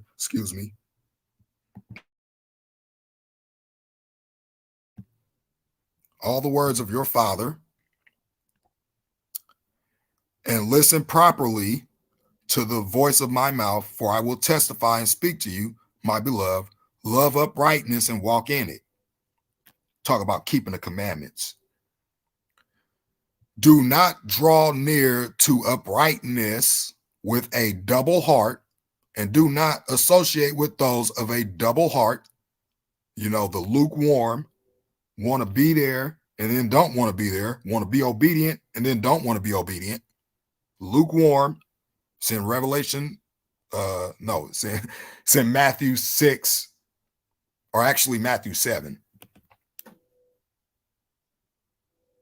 I believe. No, Revelation 3. Sorry. Revelation 3. Had to think about that. Anyway. Okay. But walk in righteousness, my children. And what is righteousness? Let's get that.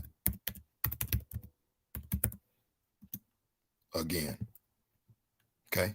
This is the righteousness we're supposed to walk in. And it shall be our what? Righteousness if we observe to do what? All these commandments before the Most High. Okay, that's the righteousness. Okay.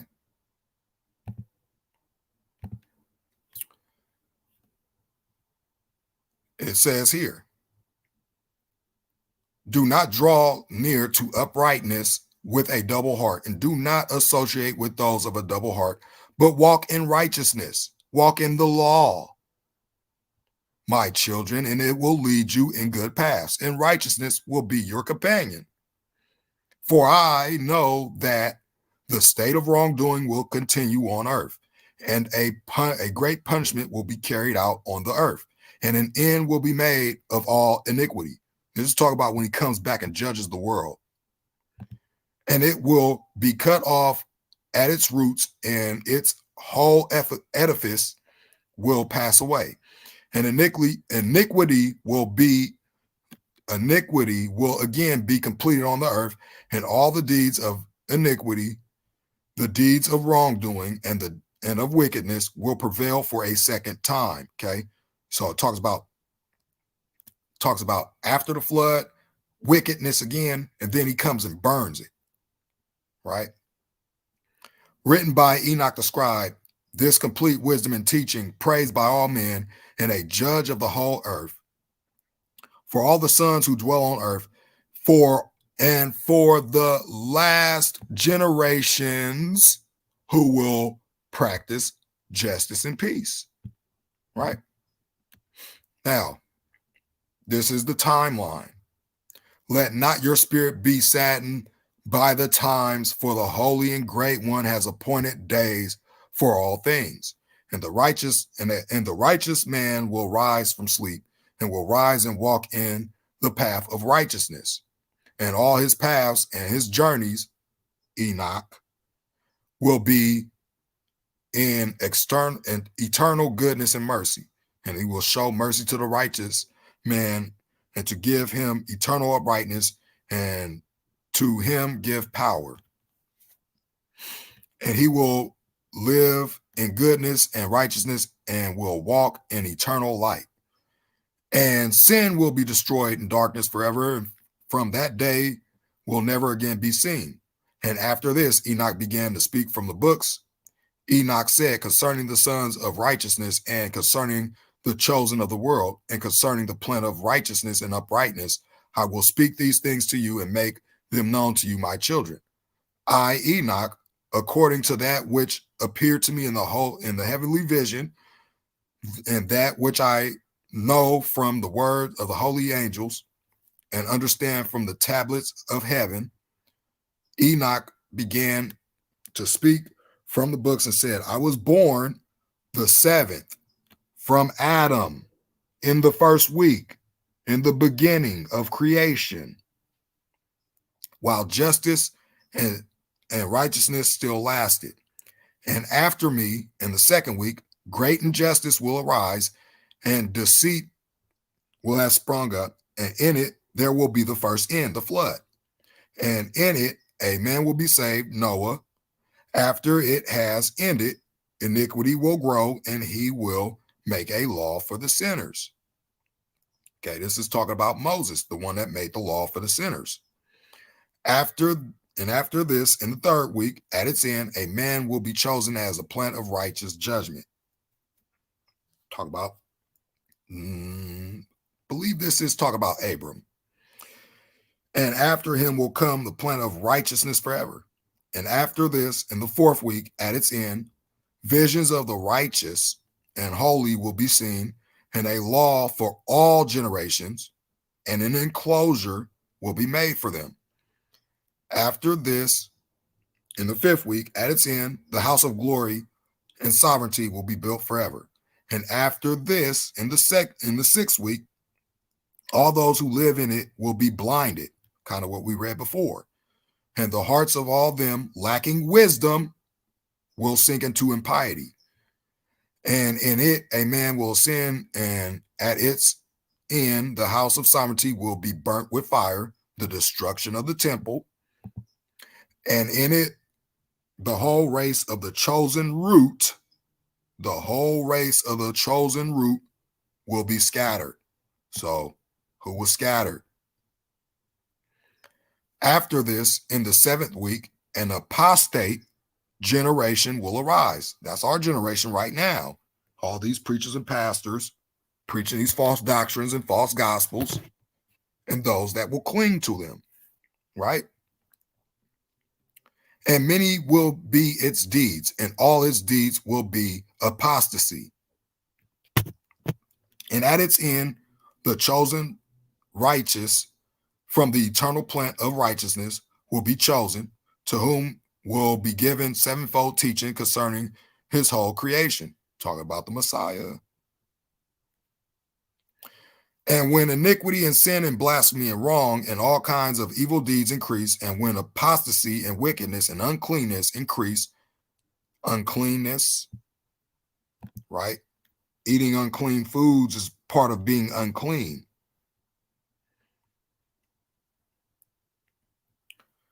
And great punishment will come from heaven upon all these. And the holy, the Most High, will come in anger and in wrath to execute judgment on the earth. This is in the 7th week. Kind of sounds like what we're going through right now, with the CVS and the fires and the floods and the hailstorms and the tornadoes and the earthquakes and all these things, he said, are judgments, right? You get that in Revelation. When he cracks those seals, judgment. Okay. And when iniquity and sin, okay, I read that. And okay. In those days, wrongdoing will be cut off at its roots, and the roots of iniquity together with deceit will be destroyed from under heaven. Okay, so you got, that's going to come later. I'm going to save that until I get there. Okay. And it says here, and all the idols of the nations will be given up. Okay. This is when you see this, when you see everybody destroying their idols, you know that we're in this time, but I don't think everybody's going to do that. Their towers will be burnt with fire, and they will remove them from the whole earth, and they will be thrown down into the judgment of fire and will be destroyed in anger and in the severe judgment that is forever. So this is why I don't play games with the scriptures, because after in Hebrews, right, it says it is appointed for men once to die, but after that, the judgment. So if you're going and you're teaching, you might want to read whole chapters.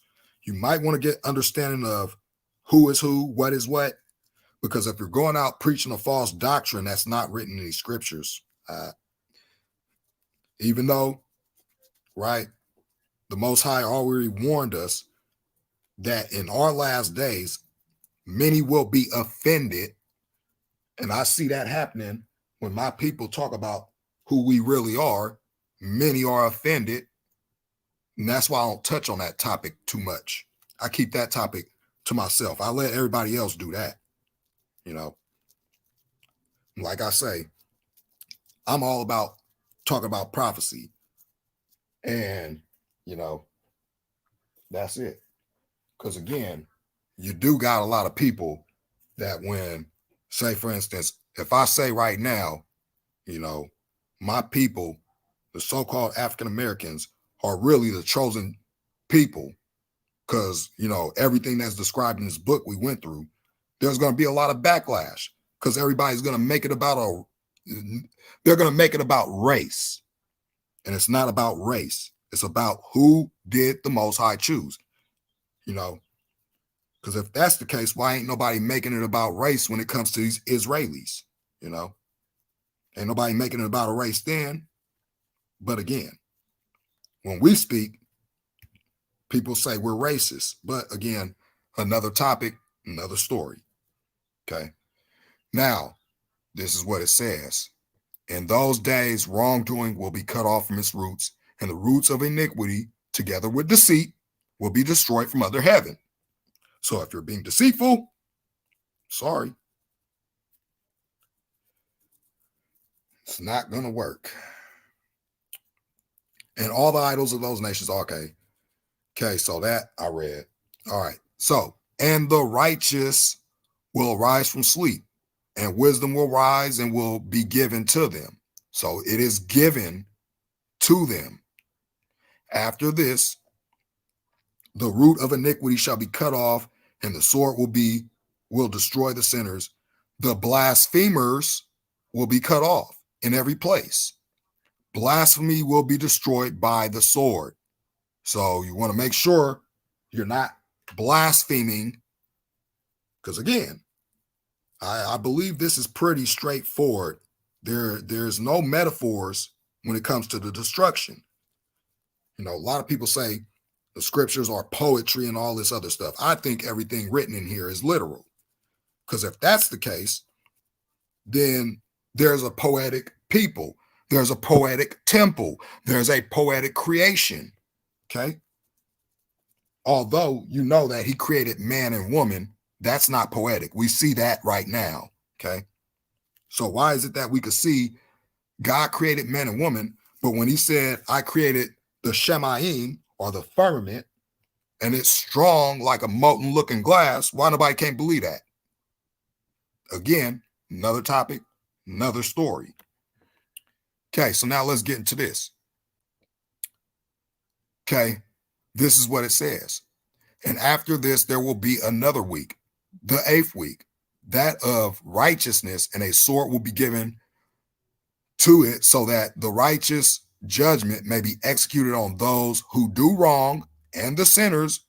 Remember, sin is breaking the law, will be handed over into the hands of the righteous. Right? So this is what the Most High said he's going to do. Anybody that's breaking the laws, don't want to keep the laws, he's going to hand them over to those that do keep it. And this is what it says. And at its end, they will acquire houses because of their righteousness, and a house will be built for the great king in glory forever. Okay, this is when he comes back to earth. 1,000-year reign. Then after the 1,000-year reign, right? We get this in Revelation 20. After the 1,000-year reign, then comes the judgment. First of Semyaza, or who you guys call Satan, and his angels, then upon the earth, those that, follow the ways of them.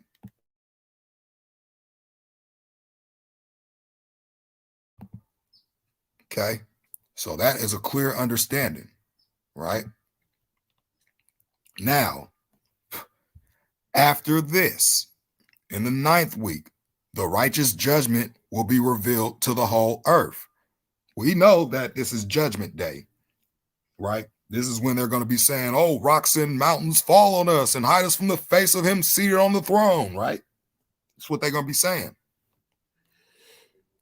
Then it says here, all the deeds of the impious will vanish from the whole earth, and the whole world will be written down for destruction, and all men will look to the path of uprightness. Everybody's going to want to start keeping them laws then, right? Now, after this, in the 10th week, in the 7th part, there will be an eternal judgment that will be executed on the watchers and on the great eternal heaven, that will spring from the midst of the angels. Okay, so this is talking about when new heaven in the 10th week, new heaven and earth, right? That's in the 7th part. There will be an eternal judgment that will be executed on the watchers and the great heaven, the great eternal heaven that will spring from the midst of the angels. And the first heaven will vanish, kind of like we see in Revelation 21. The heaven and earth passed away and there was no more sea, right? And then new heaven and new earth, Revelation 21 and in 22. That's when New Jerusalem comes down from heaven. Ain't nobody building nothing but the Most High. Okay. So anybody talking about Jerusalem will be built again in our time, it says in Revelation 21 that the Most High is going to bring new Jerusalem down from heaven. Not men are going to be on earth building a new temple. No. So again, this says the Most High, the first heaven will vanish and pass away, and a new heaven will appear, and all the powers of heaven will shine forever with sevenfold light. After this, there will be many weeks without number forever in goodness and in righteousness. Talk about the 1,000 years. And from then on, sin will never again be mentioned. Now I tell you, my children, and show you the paths of righteousness and the paths of wrongdoing. And I will show you again so that you may know what is to come. Now listen, my children, and walk in the path of righteousness, and do not walk in the path of wrongdoing, breaking his laws, which a lot of people walk in till this day. A lot of people teach don't keep the law.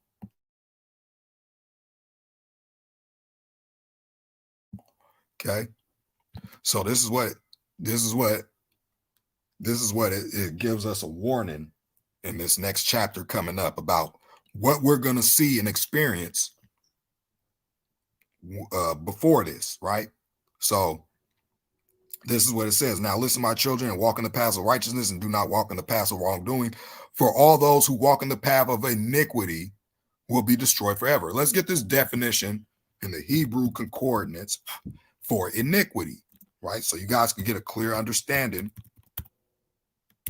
of what iniquity is, right? For those that don't understand.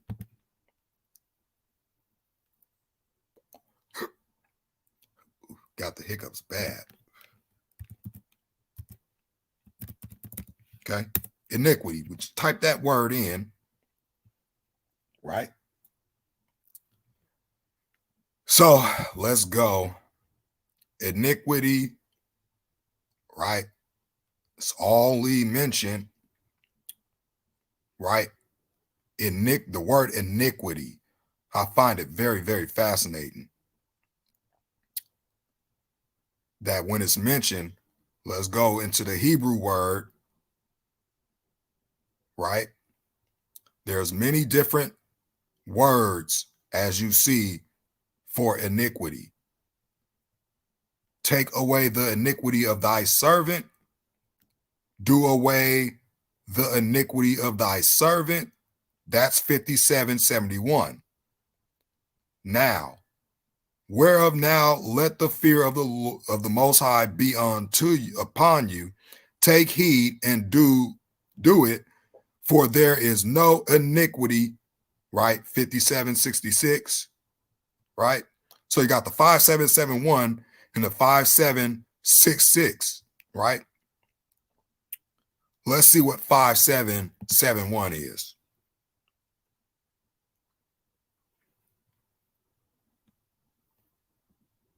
Avon. Strong's H 5771. Avon, right? And what does it say? Iniquity 220 times used in this fashion. Punishment 5 times. Fault 2 times. Iniquity with H1697. Mischief, sin, right?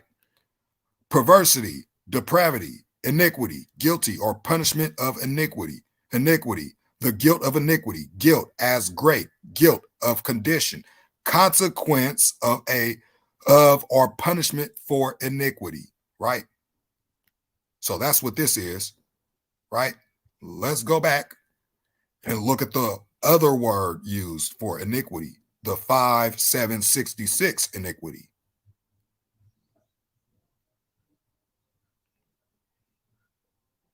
Okay, 5766, right? Evel, right? Strong's H 5766. Evel.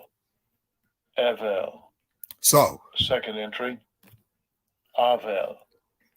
Avel. Evel and Third Avel. entry, Avla. And Evlah, right? Avla. So anyway, same thing. Iniquity, 36 times. Wickedness, 7 times. Unrighteousness, 3 times. Unjust, 2 times. Perverseness once. Unjustly once. Unrighteous, wicked, wickedly, variant. Injustice, unrighteous, wrong. Violent deeds of injustice. Injustice of speech. Injustice, generally. Okay? So, that's what's running wild on this earth today. That's what I see. Now, says this. Now that you know the definition, you know what he's going to come back and destroy. Okay? So it says here, let's see. Where is this? Goodness and righteousness. After this, there will be many weeks without. Okay. Now I tell you, my children, and show you the paths of righteousness and the paths of wrongdoing. And I will show you again so that you may know what is to come. And now listen, my children, walk in the paths of righteousness and do not walk in the paths of wrongdoing. For all those who walk in the path of iniquity will be destroyed forever. Remember, there's no respecter of persons with the Most High. Okay. No respecter of persons. That means if you're a Jew, Gentile, Greek, whatever, you do anything that breaks anything that he said, guess what? That's wrongdoing. And it's going to be destroyed off the face of the earth. This is what it says. For is there any man who can hear the voice of the Holy One and not be disturbed?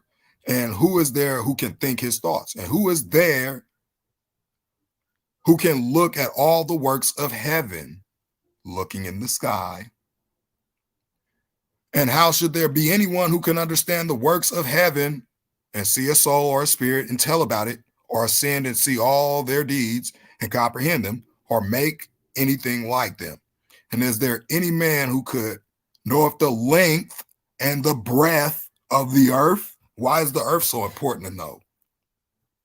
Because last time I checked, people said you can't use the Bible or scripture to prove anything about the earth. But it says here, and is there any man who could know the length and width of the earth? Now, you get into length and width, right? Let's just bring this up, right? Length and width measurements, right? And it's in a cube. Length and width and height are measurements that allow us to indicate the volume of geometric bodies, right? Remember when he was telling Solomon to build that stuff, the ark, the temple, right? The length and width of things. The breadth is the width, right? Length and width of earth, right? And to who has all its measurements been shown? Okay, so again, length and width in measurements. I don't think you could get a length and a width on a ball earth. Sorry, it doesn't work. Again, another story, another topic. Or is there any man who could know the length of heaven and what is its height and on what it is fixed? Let's go into that, by the way. He talks about the length of heaven in this one right here, 93:14, right? Now, let's go into that, right?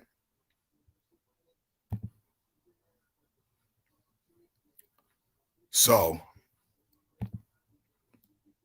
first thing I'm going to do is I'm going to bring up Genesis chapter 1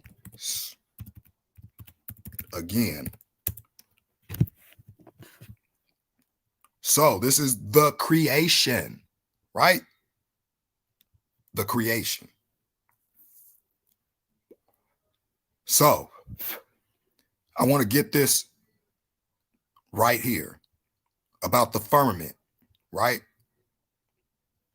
Now, he says this, and the Most High said, let there be a firmament in the midst of the waters. Stop right there. Says, let there be a firmament in the midst of the waters, and let it divide it from the water, and let it divide the waters from the waters. And God made the firmament and divided the waters which were under the heaven, the firmament. You're going to see why I call it the firmament, heaven, in a minute. Divide the water from under the firmament from the waters which were above the firmament. And it was so. And God called the firmament heaven. So the firmament is heaven, right? That's what the firmament is. Now, when you go into firmament, right? Actually, let's go into the word for heaven real quick. Shemayim. The heavens, the sky, the visible heavens, the sky as the abode of stars, right? Heaven as the abode of God, the atmosphere, the sky, the visible universe, right? Now, if the firmament is called heaven, let's see what the firmament is. And then we'll go back and look at this one passage here. Or is there any man who could know the length of heaven and what is its height and on what it is fixed, stationary fixed, and how large is the number of stars and where do all the lights rest, right? Now, let's go into this word, firmament, right? Firmament. Remember, the heavens is the sky, right? The word for firmament is rakia, right? And as you see, once again, an extended surface, solid, expanse, firmament, expanse, flat as base for the support. What does the firmament rest on? Show you right now in one of our modern day definitions. Okay. If the horizon is the line at which the Earth's surface and the sky appears to meet, then that would mean the firmament or the sky rests on the earth at the ends of the earth. Firmament of vault of heaven supporting waters above. No space, but again, everybody believes that. Revelations 12:9, right? People don't take this literal. They think this is poetry. Revelation 12 says it, right? The whole world is deceived. And the great dragon was cast out, that old serpent called the devil and Satan, which what? Deceived the whole world. The whole world, not just parts of the world, not just a little bit of the world, not just a section of the world, the whole world, right?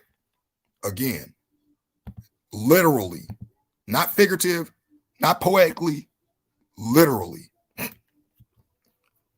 Now let's get down here, right? Properly, an expanse, the firmament are apparently the visible arc of the sky. Firmament. Now we get down here and it talks about it a lot in Job, in the book of Ezekiel 1 with the Ezekiel's wheels. Ezekiel 1, Genesis 1:14, right? When it said, let there be lights in the heavens or in the firmament, right? We know that the firmament is the sky. the sky is the heavens. And we know from Job 37:18, he says this: hast thou with him spread out the sky, which is strong and as a molten looking glass? What does that tell you? Okay. But again, it's mentioned all over the place. Psalms 19:2, Genesis 1:14, 15, 17. When he put the sun, moon, and stars inside the firmament of the heaven. So again, it's what it's talking about. But again,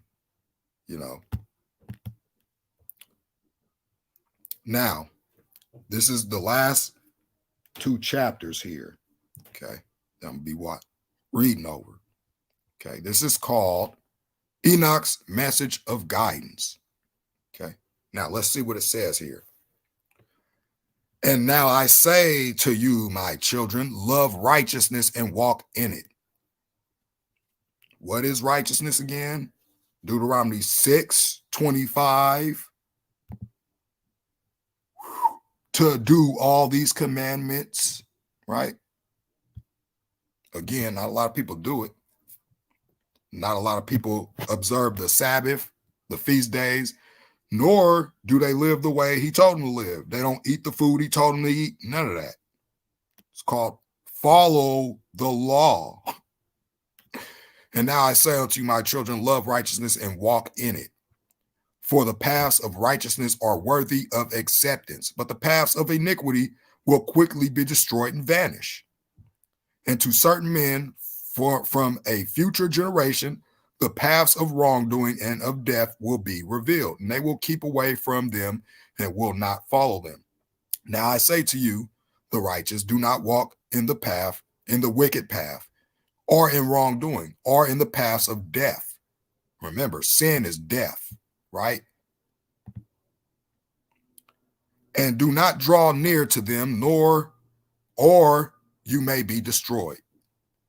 But seek and choose for yourself righteousness. Seek the law and choose for yourself righteousness and a life that is pleasing, and walk in the paths of peace, so that you may live and prosper. And hold my words firmly in the thoughts of your heart, and do not let them be erased from your heart. Remember what it says in Hebrews: I will write my laws in their minds and in their hearts, right? For I know that sinners will tempt men to debase wisdom, and no place will be found for it, and temptation will in no way decrease, right? So it's going to keep increasing as we keep living out this time that we're in. Woe to those who build iniquity and found deceit, for they will quickly be thrown down and will not have peace, right? Those who are deceitful, liars. Woe to those who built their houses with sin, for from their whole foundation they will be thrown down, and by the sword they shall fall. And those who acquire gold and silver will quickly be destroyed in the judgment. Woe to you. This is the woes for all the sinners. This is what they call sin, right? Woe to you who build your houses with, I read that. Here it is. Woe to you, you rich, all the rich people, for you have trusted in your riches, but from your riches you will depart, for you did not remember the Most High in the days of your riches, right? You have committed blasphemy and iniquity, and are ready for the day of the outpouring of blood, and for the day of darkness, and for the day of the great judgment. Thus I say and make known to you that he who created you will throw you down, and over your fall there will be no mercy, but your creator will rejoice at your destruction. And your righteousness in those days will be a reproach to the sinners and to the impious. Right?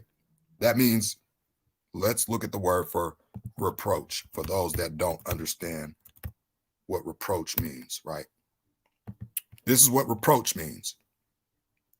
Address someone in such a way as to express disapproval or disappointment. An expression of disapproval or disappointment. Reproof, right? They'll reprove righteous ways. Would my eyes, would that my eyes were a rain cloud, so that I might weep over you and pour out my tears like rain, so that I might have rest from the sorrow of my heart. Who permitted you to practice hatred and wickedness? May judgment come upon you, the sinners. Do not be afraid of the sinners, you righteous, for the Lord will again deliver them into your hands, so that you may execute judgment on them as you desire. Well, I keep hearing a lot of people saying, don't judge me. Well, when the Most High sets up the judgment, guess what? The righteous are going to be judging the world. This is what he says. So that you may execute judgment on them as you desire. Woe to you who pronounce anathema that you cannot remove. Healing will be far from you because of your sin. Woe to you who repay your neighbors with evil, for you will be repaid according to your deeds. Woe to you. This is those lying witnesses. And to those who weigh out iniquity, for you will quickly be destroyed. Okay, I think this is pretty clear cut. Woe to you, you sinners, because you persecute the righteous. For you yourselves will be handed over and persecuted, you men of iniquity, and their yoke will be heavy on you. Be hopeful, you righteous, for the sinners will quickly be destroyed before you. It's going to happen before you, just like it says right here in what? Malachi 4? Let's check out Malachi 4. Right? This is what the Most High says. This is how they're going to be destroyed in front of the righteous. For behold, the day cometh that shall burn as an oven, and all the proud, yea, and all that do wickedly shall be stubble. And the day that cometh shall burn them up, saith the Most High, that it shall leave them neither root nor branch. So when he says iniquity will be burnt up and will be destroyed from the face of the earth to the root, this is what it's talking about. But unto you that fear my name shall the Son of Righteousness arise with healing in his wings, and ye shall go forth and grow up as calves in a stall. And ye shall tread down the wicked, for they shall be ashes under the soles of your feet in the day that I do this. Okay, and then it goes on to say, remember ye the law of Moses, my servant, which I command unto him in Horeb for all Israel, with the statutes and the judgments. Behold, I will send you Elijah the prophet before the coming of the great and dreadful day of the Lord. And he shall turn the heart of the father to the children, and the hearts of the children to their fathers, lest I come and smite the earth with a curse. Right? Let's talk about the last days. Now, back to this. This is what this talks about right here. You know, when it says, be hopeful, you righteous, for the sinners will quickly be destroyed before you, and you will have power over them as you desire. And in the day of the distress of the sinners, your young will rise up like eagles, and your nest will be higher than that of the vultures. And you will go up, and like badgers enter the crevices of the earth and the clefts of the rock forever before the lawless. But they will groan and weep because of you like satyrs. And it says here, do not be afraid, you who have suffered, for you will receive healing, and a bright light will shine upon you, and a voice of rest you will hear from heaven. Woe to you, you sinners, for your riches make you appear righteous, but your hearts prove you to be sinners. And this word will be a testimony against you as a reminder of your evil deeds. Woe to you who devour the finest wheat and drink the best this word water is wine. In my book, it's wine. Okay, so it says, woe to you who devour the finest of wheat and drink the best of the wine and trample upon the humble through your power. Woe to you who drink water. Well, in my book, it says water from every fountain, for you will be quickly repaid and become exhausted and dry, for you have left the spring of life. Well, forsaken the waters of life, the doctrine, the true doctrine, right? Woe to you who commit iniquity and deceit and blasphemy. It will be a reminder against you for evil. Woe to you, you powerful. Let's talk about your military men, your mighty men, your governments, who through power oppress the righteous, for the day of your destruction will come. In those days, many good days will come for the righteous in the day of your judgment.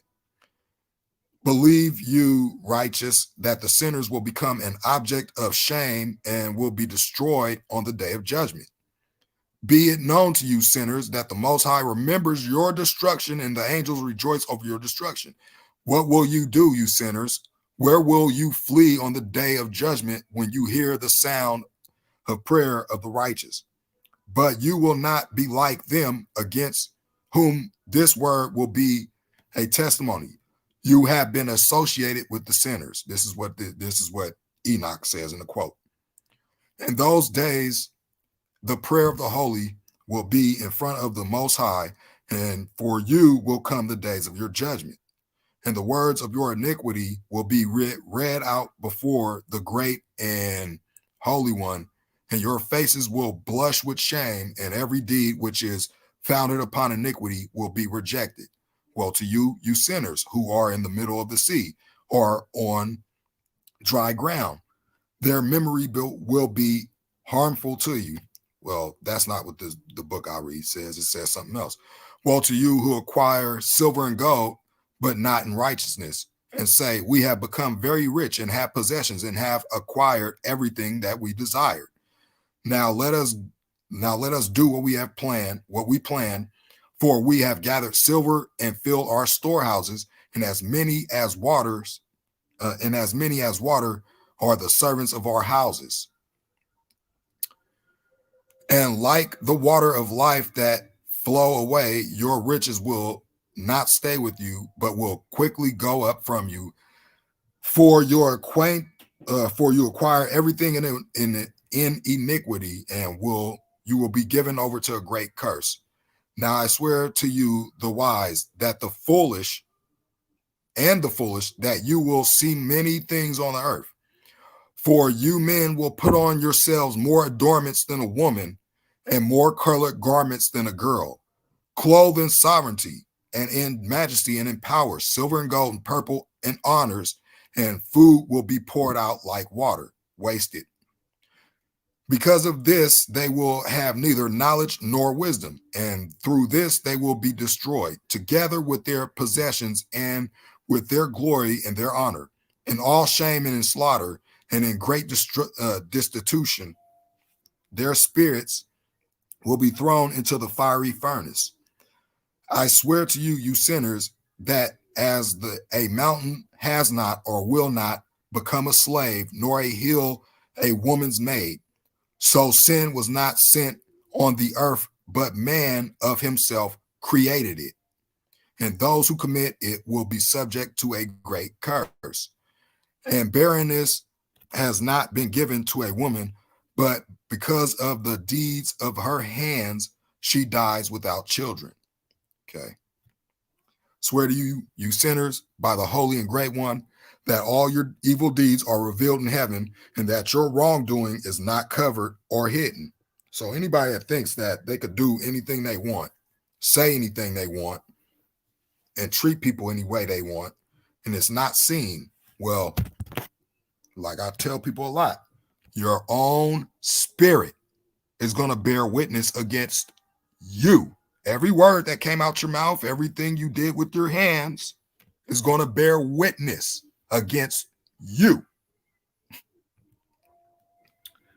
So Yeah, I read that too. Apocalypse of Elijah. People might want to go and read these extra biblicals because, yeah, it talks a lot about what's going on right now. Says here, do not think in your spirit nor say in your heart that you do not know or do not see. Every sin is written down every day in heaven in front of the Most High. For from now on, you know that all your wrongdoing that you do will be written down every day until the day of your judgment. So that means today, tomorrow, the next day, next week, next month, next year, everything that you do, everything you say is being written down. And you ain't going to be able to say, I didn't do this. I didn't do that. Woe to you, you fools, for you will be destroyed through your folly. You do not listen to the wise, and good will not come upon you. And now know that you are ready for the day of destruction, and do not hope that you will live, you sinners. Rather, you will go and die, for you know no ransom. You are ready for the day of the great judgment and for the day of distress and great shame for your spirits. Woe to you, you stubborn of heart who do evil and eat blood, right? You guys that love that medium rare, you might want to start doing well done, because the Most High said, don't eat blood. Don't eat the blood of the animal. From where do you have good things to eat and drink and to be satisfied? From all the good things which the Most High has placed in abundance on the earth, therefore you will have no peace.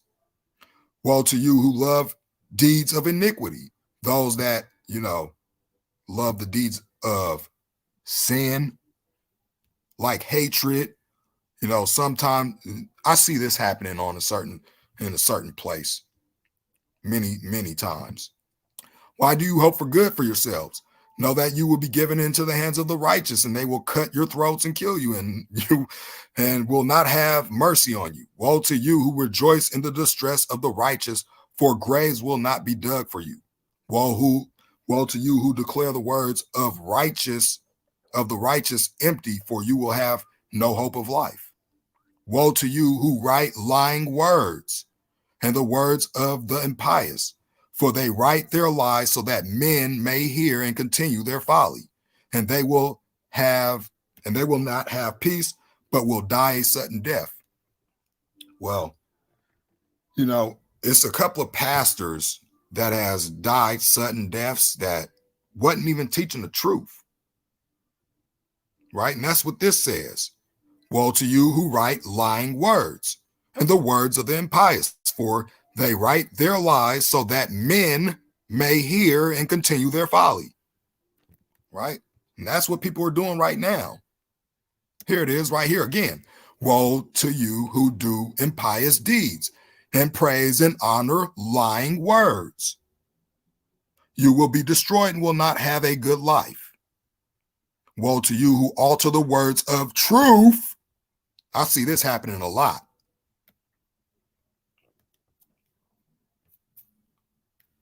When God created the heavens and the earth, he gave a complete description of how he did it and what he put. Woe to you who alter the words of truth, like this ball earth and all that stuff, right? They distort the eternal law and count themselves as being without sin. Kind of sounds like this guy, Perry. They will be trampled underfoot on the ground. In those days, make ready, you righteous, to rise up your prayers as a reminder and lay them as a testimony before the angels, that they may lay the sin of the sinners before the Most High as a reminder. In those days, the nations will be thrown into confusion, and the races of the nations will rise on the day of destruction. And in those days, those who are in need will go out, seize their children, and cast out their children. And their offspring will slip from them, and they will cast out their children while they are still sucklings. and they will not return to them, and will have no mercy on their beloved ones.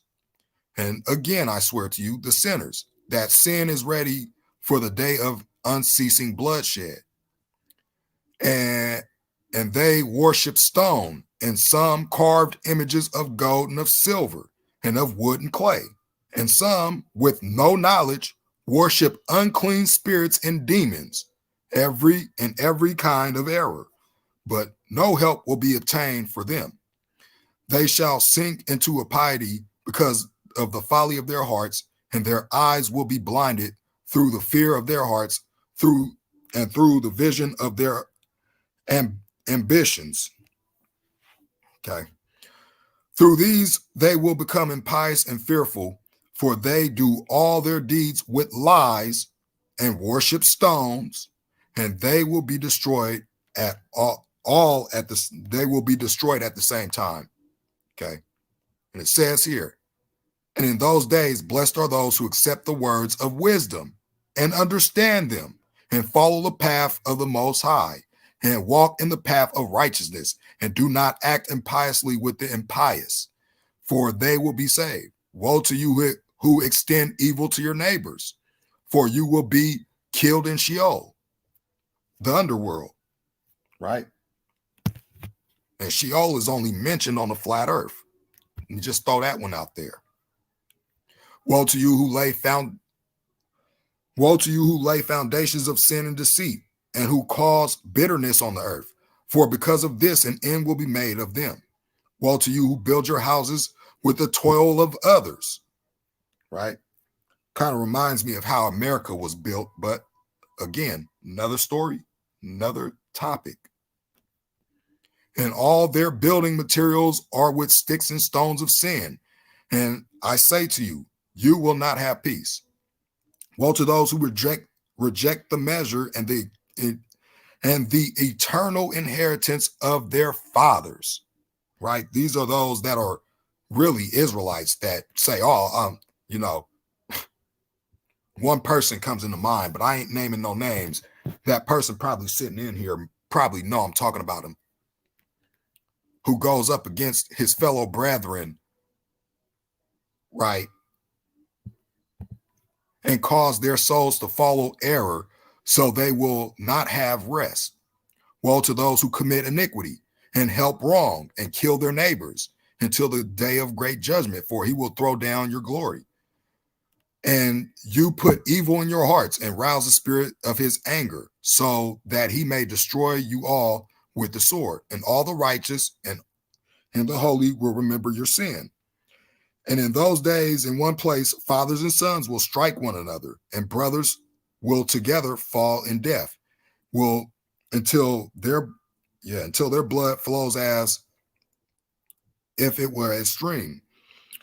For a man will not in mercy withhold his hand from his sons, nor his sons' sons, in order to kill them. And the sinners will not withhold his hand from his honored brother from dawn until sun sets, they will kill one another.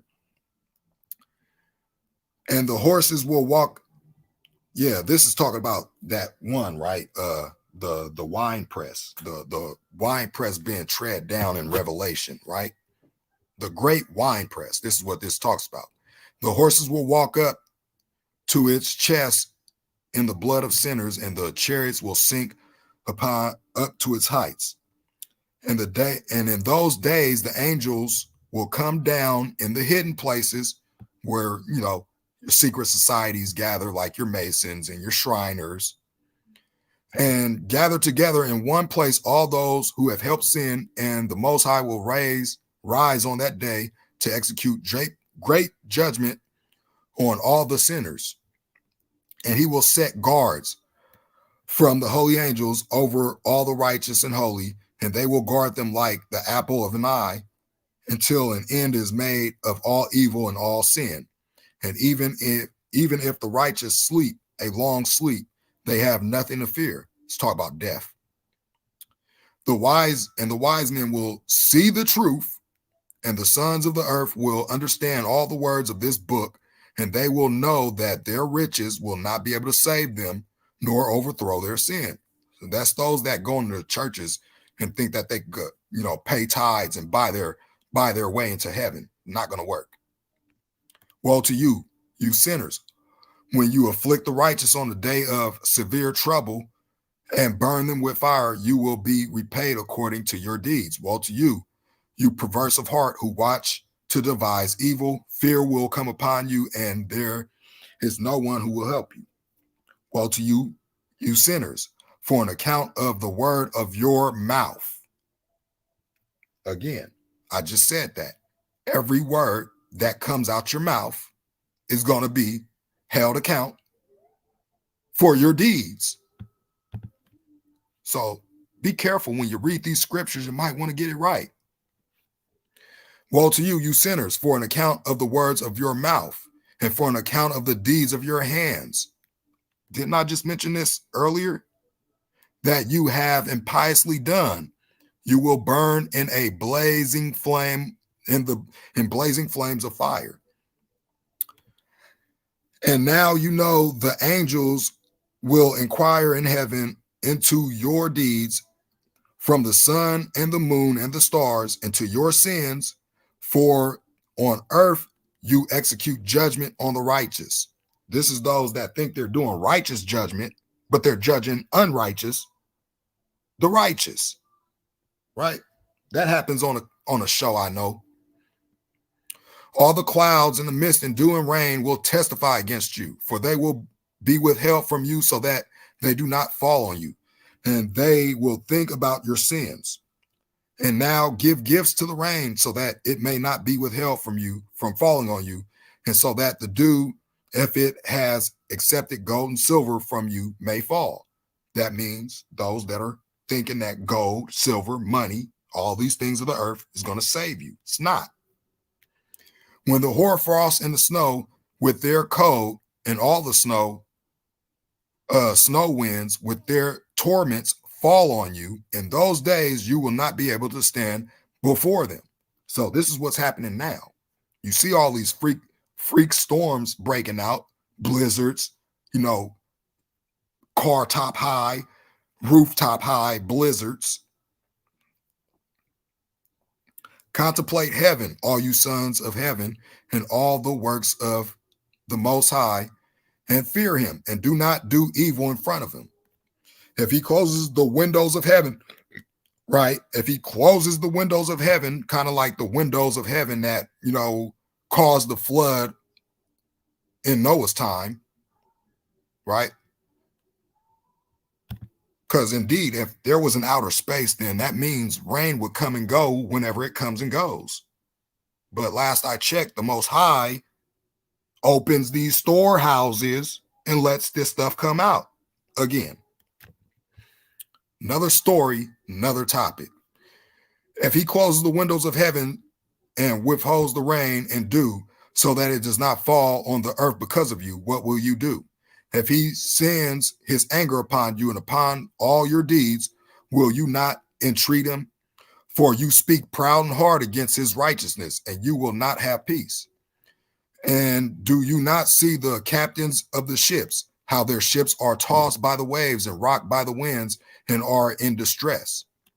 Because of this, they are afraid, for all their good possessions that go out in the sea with them, talking about, basically, let's talk about trading, right? All these captains of these ships trading, right? For all their good possessions, right? Don't these captains got good possessions that they go out and see with them, and they think nothing good in their hearts? Only that the sea will swallow them up and that they will be destroyed in it. Is not all the sea and all its waters and all its movements the work of the Most High? And did he not seal all its doings and bind it all with sand? And at his rebuke, it dries up and becomes afraid, and all its fish die. Kind of like we see this mass fish die off going on right now, right? Because we in these days. And everything in it. But you sinners who are on earth do not fear him. You see all the fish washing up. You see the droughts. You see the storms, you see the hurricanes, you feel the earthquakes, but you still don't fear him. And he's the one in control of it all. Oh, wait. God is love, right? He just loves us all. That's all it's about is love. We ain't got to do nothing that shows that we love him by keeping his commandments. No. We just live our lives and just, love. That's it. It's all about love, right? Yeah, okay. Did he not make heaven, earth, and everything that is in them? Right? He's the one who made it. He gave the blueprint of how he made it. He told us how he made it, but everybody thinks we live on a spinning ball. He says earth don't move, but yet we're on a spinning ball, right? Again, another topic, another story. Did he not make heaven, earth, and everything that is in them, and who gave knowledge and wisdom to all things that move on the ground and in the sea? And do not those captains of the ships fear the sea? Yet sinners do not fear the Most High. In those days, if he brings a fierce fire upon you, where will you flee and where will you be safe? And when he utters his voice against you, will you not be terrified and afraid? And all the lights will shake with great fear, and the whole earth will be terrified and will tremble and quail. And all the angels will carry out their commands and will seek to hide. Hide from one who is great in glory. The children of the earth will tremble and shake, and you sinners will be cursed forever and will not have peace. Okay, I think this one is kind of long. Let me see how long this is. Yeah, this is gonna be the last one. I'm gonna pick this up probably I've been on for since 10:30 and it's 3. All right.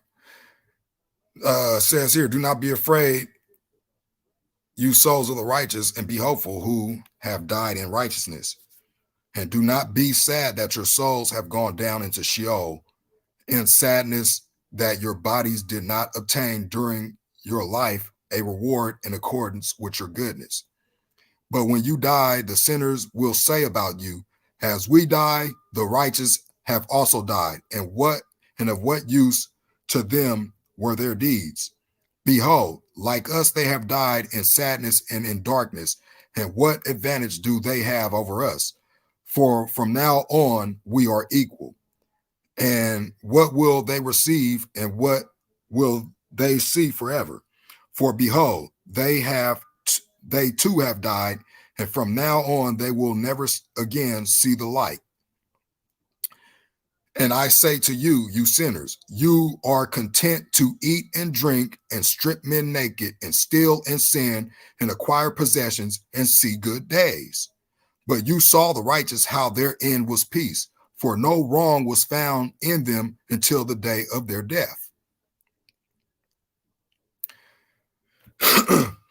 But they were destroyed and became as though they had not been, and their souls went down to Sheol in distress. And now I swear to you, the righteous, by his great glory and his honor and his magnificent sovereignty, and by his majesty, I swear to you that understand this mystery. I have read the tablets of heaven and seen the writing of the holy ones. And I found written and engraved in it concerning them that good and joy and honor have been made ready and written down for the spirits of those who die in righteousness. And much good will be given to you in recompense, for your toil and for your lot will be more excellent than the lot of the living. And the spirits of you who have died in righteousness will live, and your spirits will rejoice and be glad, and the memory of them will remain in front of the great one for all the generations of eternity. Therefore, do not fear their abuse. Woe to you, you sinners, when you die in your sin, and those who are like you say about you, blessed were the sinners, they saw their days. And now they have died in prosperity and in wealth, distress and slaughter, they did not see during their life, but they have died in glory, and judgment was not executed on them in their life. This is those that everybody, shows approval of. All those that are these prosperity preachers with all this wealth, right? Know that your souls will be made to go down into Sheol. They will be wretched, and their distress will be great. And in darkness and in chains and in burning flames, your spirits will come to the great judgment. And the great judgment will last for all generations forever. That means there's no rest from this. No rest. Woe to you. I mean, think about this. The reason why I say it would be, the reason why the Most High said won't be no rest, because from the day people are born up to the day people die, do they serve the Most High? Do they do everything he commands them to do? No. Okay, so again, those who do everything that is commanded, they will inherit. Those that don't, he made it clear. So this is what he says. In darkness and in chains and in burning flames, your spirits will come to the great judgment, and the great judgment will last for all generations forever. Woe to you, for you will not have peace. Do not say the righteous and the good who were alive in the days of our affliction, we toiled laboriously and saw every affliction and met many evils. We were spent and became few, and our spirits small. We were destroyed, and there was no one who helped us with words or with deeds. We were powerless and found nothing. We were tortured and destroyed and did not expect to see life from one day to the next. We hoped to become the head, but became the tail, right?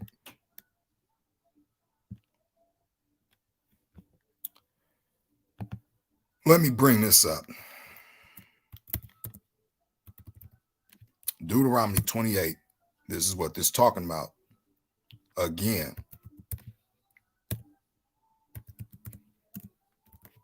I'm only giving reference to scripture when it applies. Okay. Remember this part. We hoped to become the head, but became the tail. Who became the tail? When you read scripture, this is who he's talking to. And it shall come to pass, if thou hearken diligently unto the voice of the Most High, to observe and to do all his commandments, which I command thee this day, the Most High will set thee on high above all nations of the earth. Right? Let's get this thing about being the head, not the tail, right?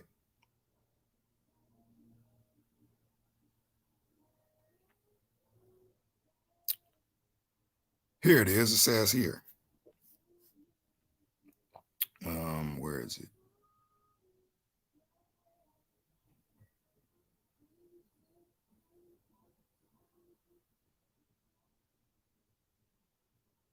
Here it is. Verse 13, Deuteronomy 28, verse 13, right? Says here, and the Most High shall make thee the head and not the tail.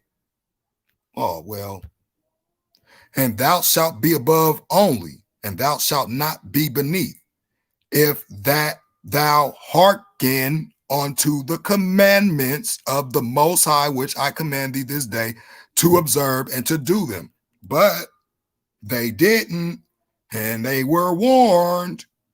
But it shall come to pass, if thou wilt not hearken unto the voice of the Most High, to observe and to do all his commandments and his statutes, which I command thee this day, which is what all the nations of the earth are doing now, right? But tell me if you guys experienced this in your life, or if your history tells you about this, right? Says here, all these curses shall come upon thee and overtake thee, right? Let's go down here. Go to this part, right?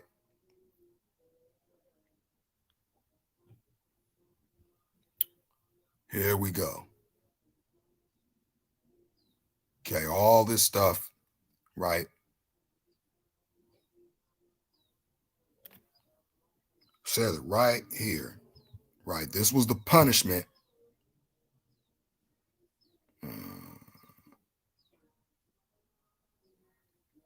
Where is it? Shall be.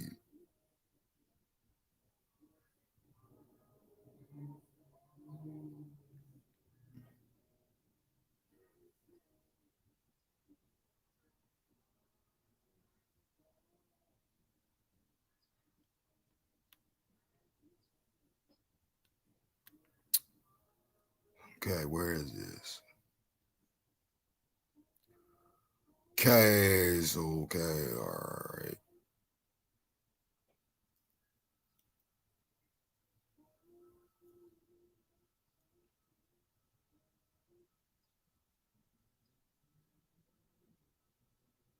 All right. Okay, so it says here.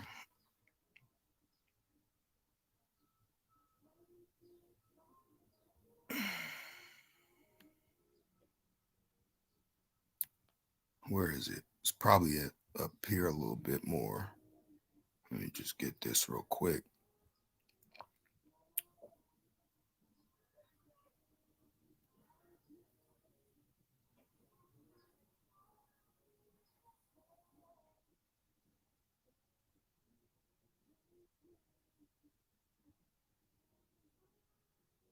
This also was mentioned in Enoch, right?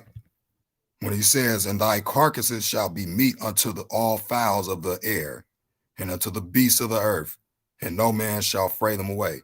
It's talking about that in the parable of the animals, right? But I want this part where it says that, okay, thou shalt be the tail and not the head. You guys go read Deuteronomy 28, right? Trying to get this done as quick as possible. It's already reached 5 hours. All right, so it says, "We toiled and labored, but we're not masters of the fruit of our toil. We became food for the sinners, and the lawless made their yoke heavy upon us. Those who hated us, those who goaded us, were masters of us. And those who hated us, we bowed our necks, but they did not have mercy on us. We sought to escape from them so that we might flee and be at rest, but we found no place where we might flee and be safe from them. We complained about them to the rulers in our distress and cried out against those who devour us, but they took no notice of our cries and did not wish to listen to our voice." Kind of sounds like, hello,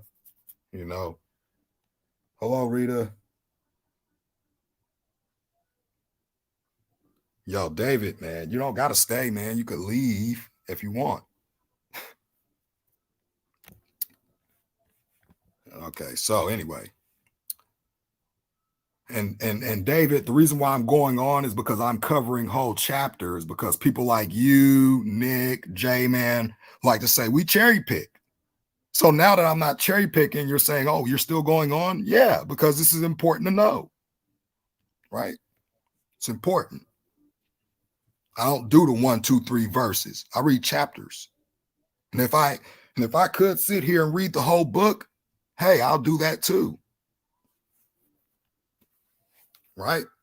I'll read the whole book if I could sit here and do a 36-hour live. Yeah, I sure would be going on. Anyway, and they who helped those who plundered us and devoured us, and those who made us few, and they concealed their wrongdoing and did not remove from us the yoke of those who devoured us and scattered us. Who was scattered? Right? Again. And killed us.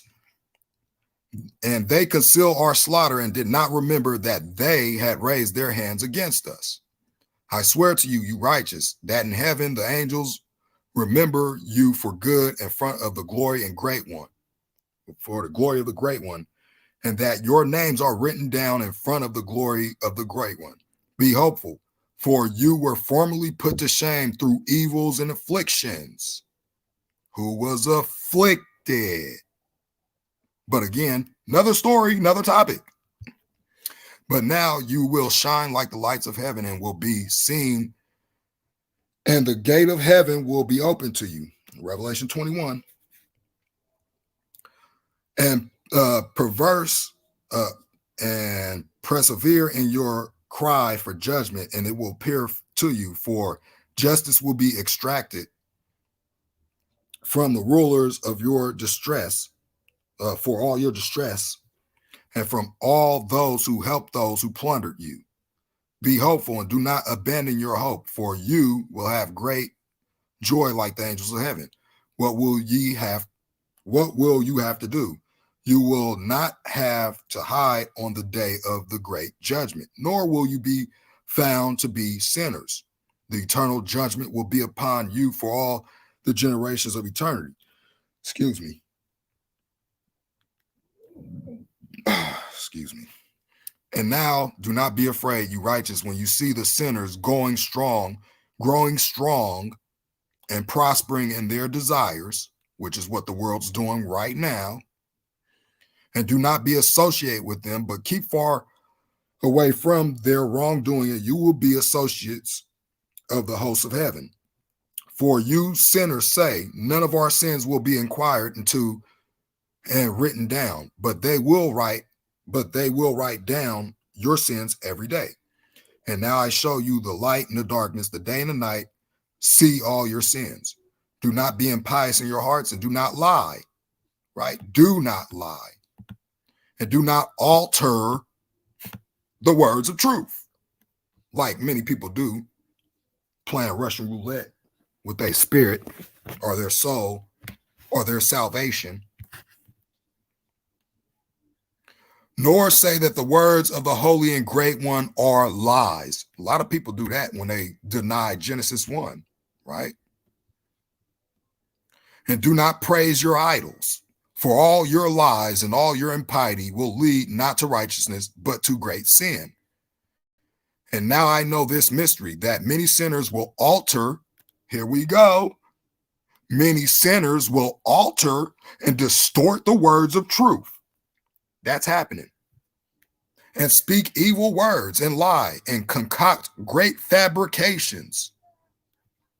Kind of like what was being done to the history of this world concerning, what the Bible states, right? Altering the words of truth. That includes your ball earth.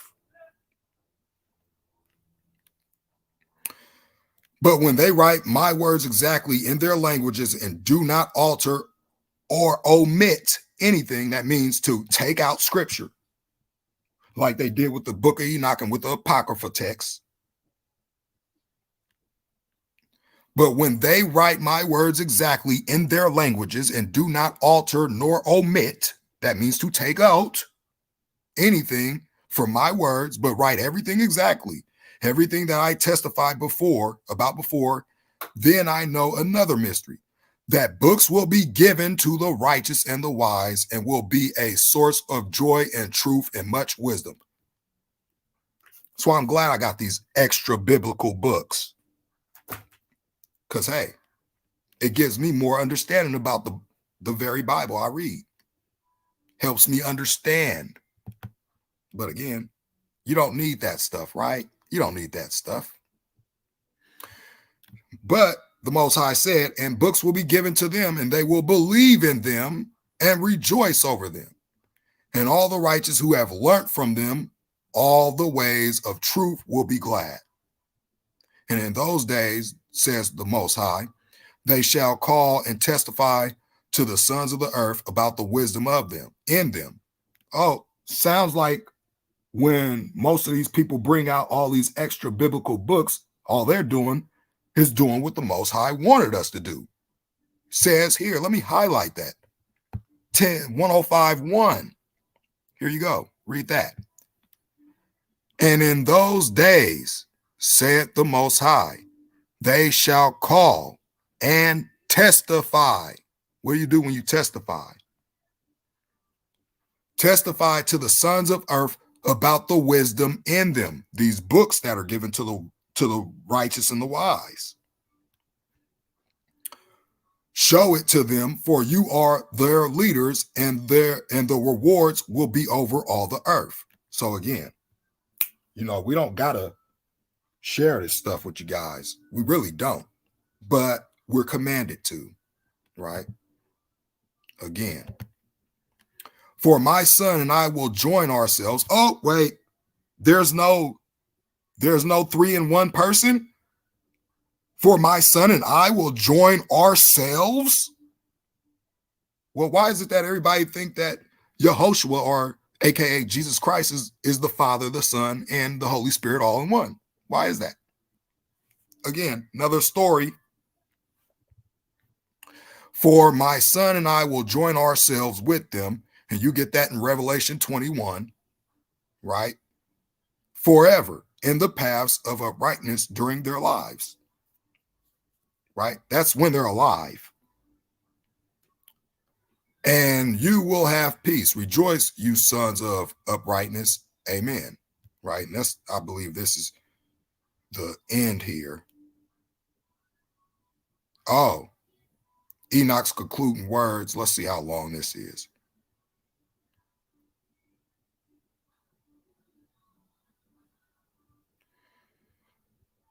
All right, this ain't too long, so let's just blast through this one here. This is the concluding words of Enoch. His last little message to those that dwell upon the earth. Let's hear it. He was giving this book to his son, Methuselah. And this is what he told Methuselah to do. Now, you'll notice this first one, 108-1, it talks about the last days, right? Let's read this. Let's see what this says here. Another book which Enoch wrote for his son Methuselah and for those who should come after him and keep the law. Oh, wait, keep the law in the last days? But wait, the law was done away with. How is that? How do we keep something that was done away with? Letting these people tell you guys lies, right? I would play it on the safe side and keep whatever's written in this book and not listen to another flawed man. Right? I listen to these scriptures. That's what I listen to. No theologians, no scholars, no pastors, and no YouTubers.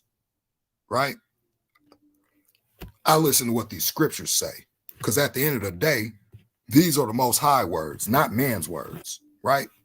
Now, let's read that again for you sinners who say that the laws of the Most High is done away with. This is what Enoch says. Another book which Enoch wrote for his son Methuselah and for those who should come after him and keep the law, that word everybody hate, in the last days. Oh, well, here we are in these last days. Who's doing it? Again, you who observe and are waiting in these days until an end shall be made of those who do evil, breaking his laws, and an end shall be made of the power of the wrongdoers. Oh, you might want to start practicing keeping these laws. Because again, I don't think the Most High is speaking metaphorically here. I think it's literal. I mean, you could think that the lake of fire is a metaphoric thing, or a poetic, or whatever you guys say, but I take it literally. This whole book needs to be taken literal, right? Stop letting people lie to you and read for yourself. Do indeed wait until sin shall pass away, for the names shall be erased from the book of the holy ones, and their offspring will be destroyed forever. And their spirits will be killed, and they will cry out and moan in a chaotic desert place, and will burn with fire, for there is no earth there. Ooh. Wait, are they going to outer space? Because there's no earth here where this fire is burning. No, I think the Most High set up chambers around this earth. Like he said, windows, doors, and bars. And each place is going to be a reserved place for sinners, for the righteous, for the impious, and for whoever fits the category. Right? So there's no earth there where they're going to be sent. Right? And there I saw nothing. There I saw something like a cloud, which could not be discerned because of its depth. I was not able to look into it. And the flames of the fire I saw burning brightly, and things like bright mountains revolved and shook from side to side. And I asked, wait, where am I? Oh, okay. And I asked one of the holy angels who were with me, and I said to him, what is this bright place? For there is no sky, but only flames of burning fire, and the sounds of crying and weeping and moaning and severe pain. Kind of like, remember when I talked about earlier to look into that Kola borehole in Russia when they drilled, when they drilled 8 miles into the center of the earth. And, they put a microphone down there and they said they heard, basically the souls being tormented in hell. And they recorded it. But go look that for yourself. That's what this right here is talking about. Right here. 108 verse 5. Okay. And then this is it. Almost at the end. And he said to me, this place which you see, here will be thrown the spirits of the sinners and of the blasphemers and of those who do evil and of those who alter everything that the Lord hath spoken through the mouth of the prophets about the things which shall be done. So again, you got a problem if you can't get this right. For there are books and records. What? Books and records about them in heaven above, so that the angels might read them and know what is about to come upon the sinners. The angels know. And it's in the same books we got. And upon the spirits of the humble, the people that are humble, that don't try and prop themselves up and act like they're know-it-alls and all this stuff, right? Humble. And of those who afflict their bodies and were recompensed by the Most High, and of those who were abused by evil men, those who love God, love the Most High, and did not love gold or silver or any possessions, but gave up their bodies to torment. Basically, what is that? The Day of Atonement? Or is that no. What is that one that they tried to get rid of? Supposed to be the day that you afflict your souls and you go on a fast and all that stuff. I'm gonna have to read that again so I can get the right feast day that is. I think it's the Day of Atonement though. Tu B'Shvat, I believe. Those who from the moment they existed did not desire earthly food, but counted themselves as a breath which passed away, and kept to this. And the Most High tested them much, and their spirits were found pure, so they might be blessed. They might bless his name. And all their blessings I have counted in the books, and he has assigned them their reward, for they were found to be such that they loved heaven more than their life in the world. Okay, a lot of people love their life right now, and they don't want to go up. They don't love.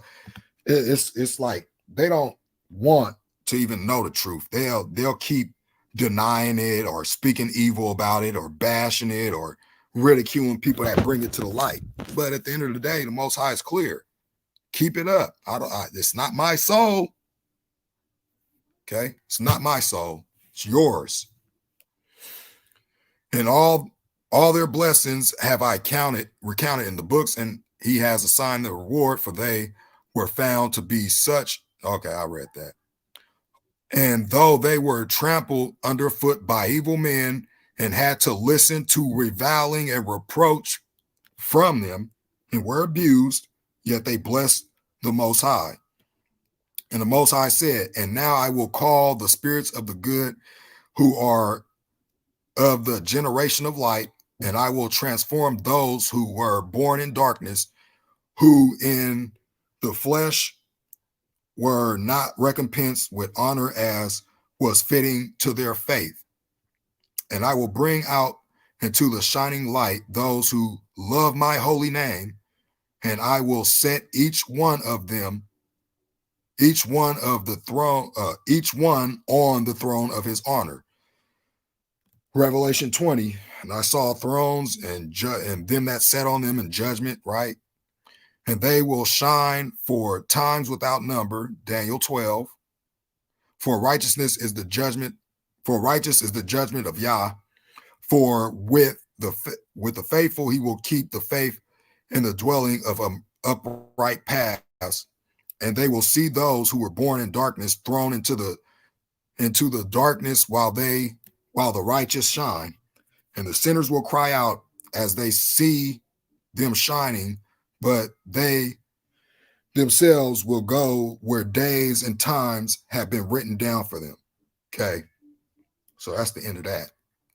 Okay. So it goes into this whole little thing there.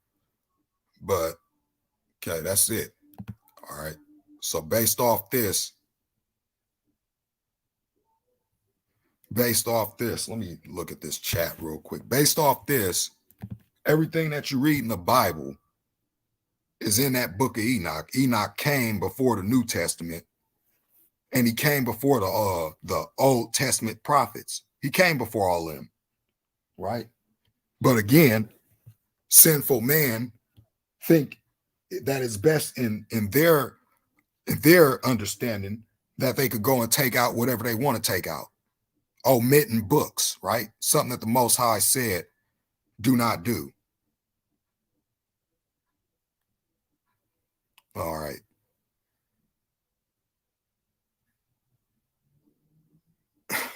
David, I don't cherry pick. When did you see me cherry pick? Huh? And I'm not even angry. I'm just asking. When did you see me cherry picking? All I'm doing is pointing out what's in the Bible and how the book of Enoch belongs in the Bible and what the book of Enoch say and how it corroborates the Bible. All right? That's all I'm doing. I ain't cherry picking. And if you say I cherry pick because I get to the point when you ask a question, right?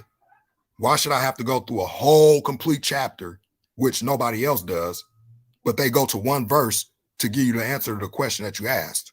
Okay. Don't take a whole chapter to get the answer. Okay. If you ask me a question, I'm going to go to the verse that's going to give you the answer. Okay. But I do read whole chapters, David. You go into all my studies and show me where am I cherry picking anything. Can't find it. All right. Seriously, you don't want David, I told you, man. I gave you my email, bro. You could have mailed me. You could have. Let me see something real quick. You could have mailed me. You could have came on the show, David.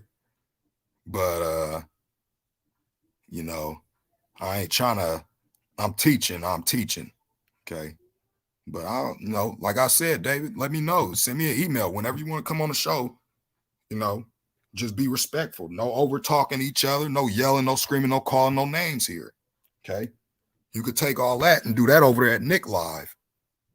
But on my live, we try to get to the bottom of things. We bring out truth from the scriptures. We don't bring out one passage. We don't bring out two passages. We go into whole chapters. Okay. That's what I do. Now, if you want to be on a nonsensical path, you could just, continue to go over there to Nick's Live and, go over there and be belligerent and curse and scream and yell all you want. Over talk people when they try to bring their points to the equation and all, but it's not going to happen here. No. Well, anyway, guys, about to call this a day.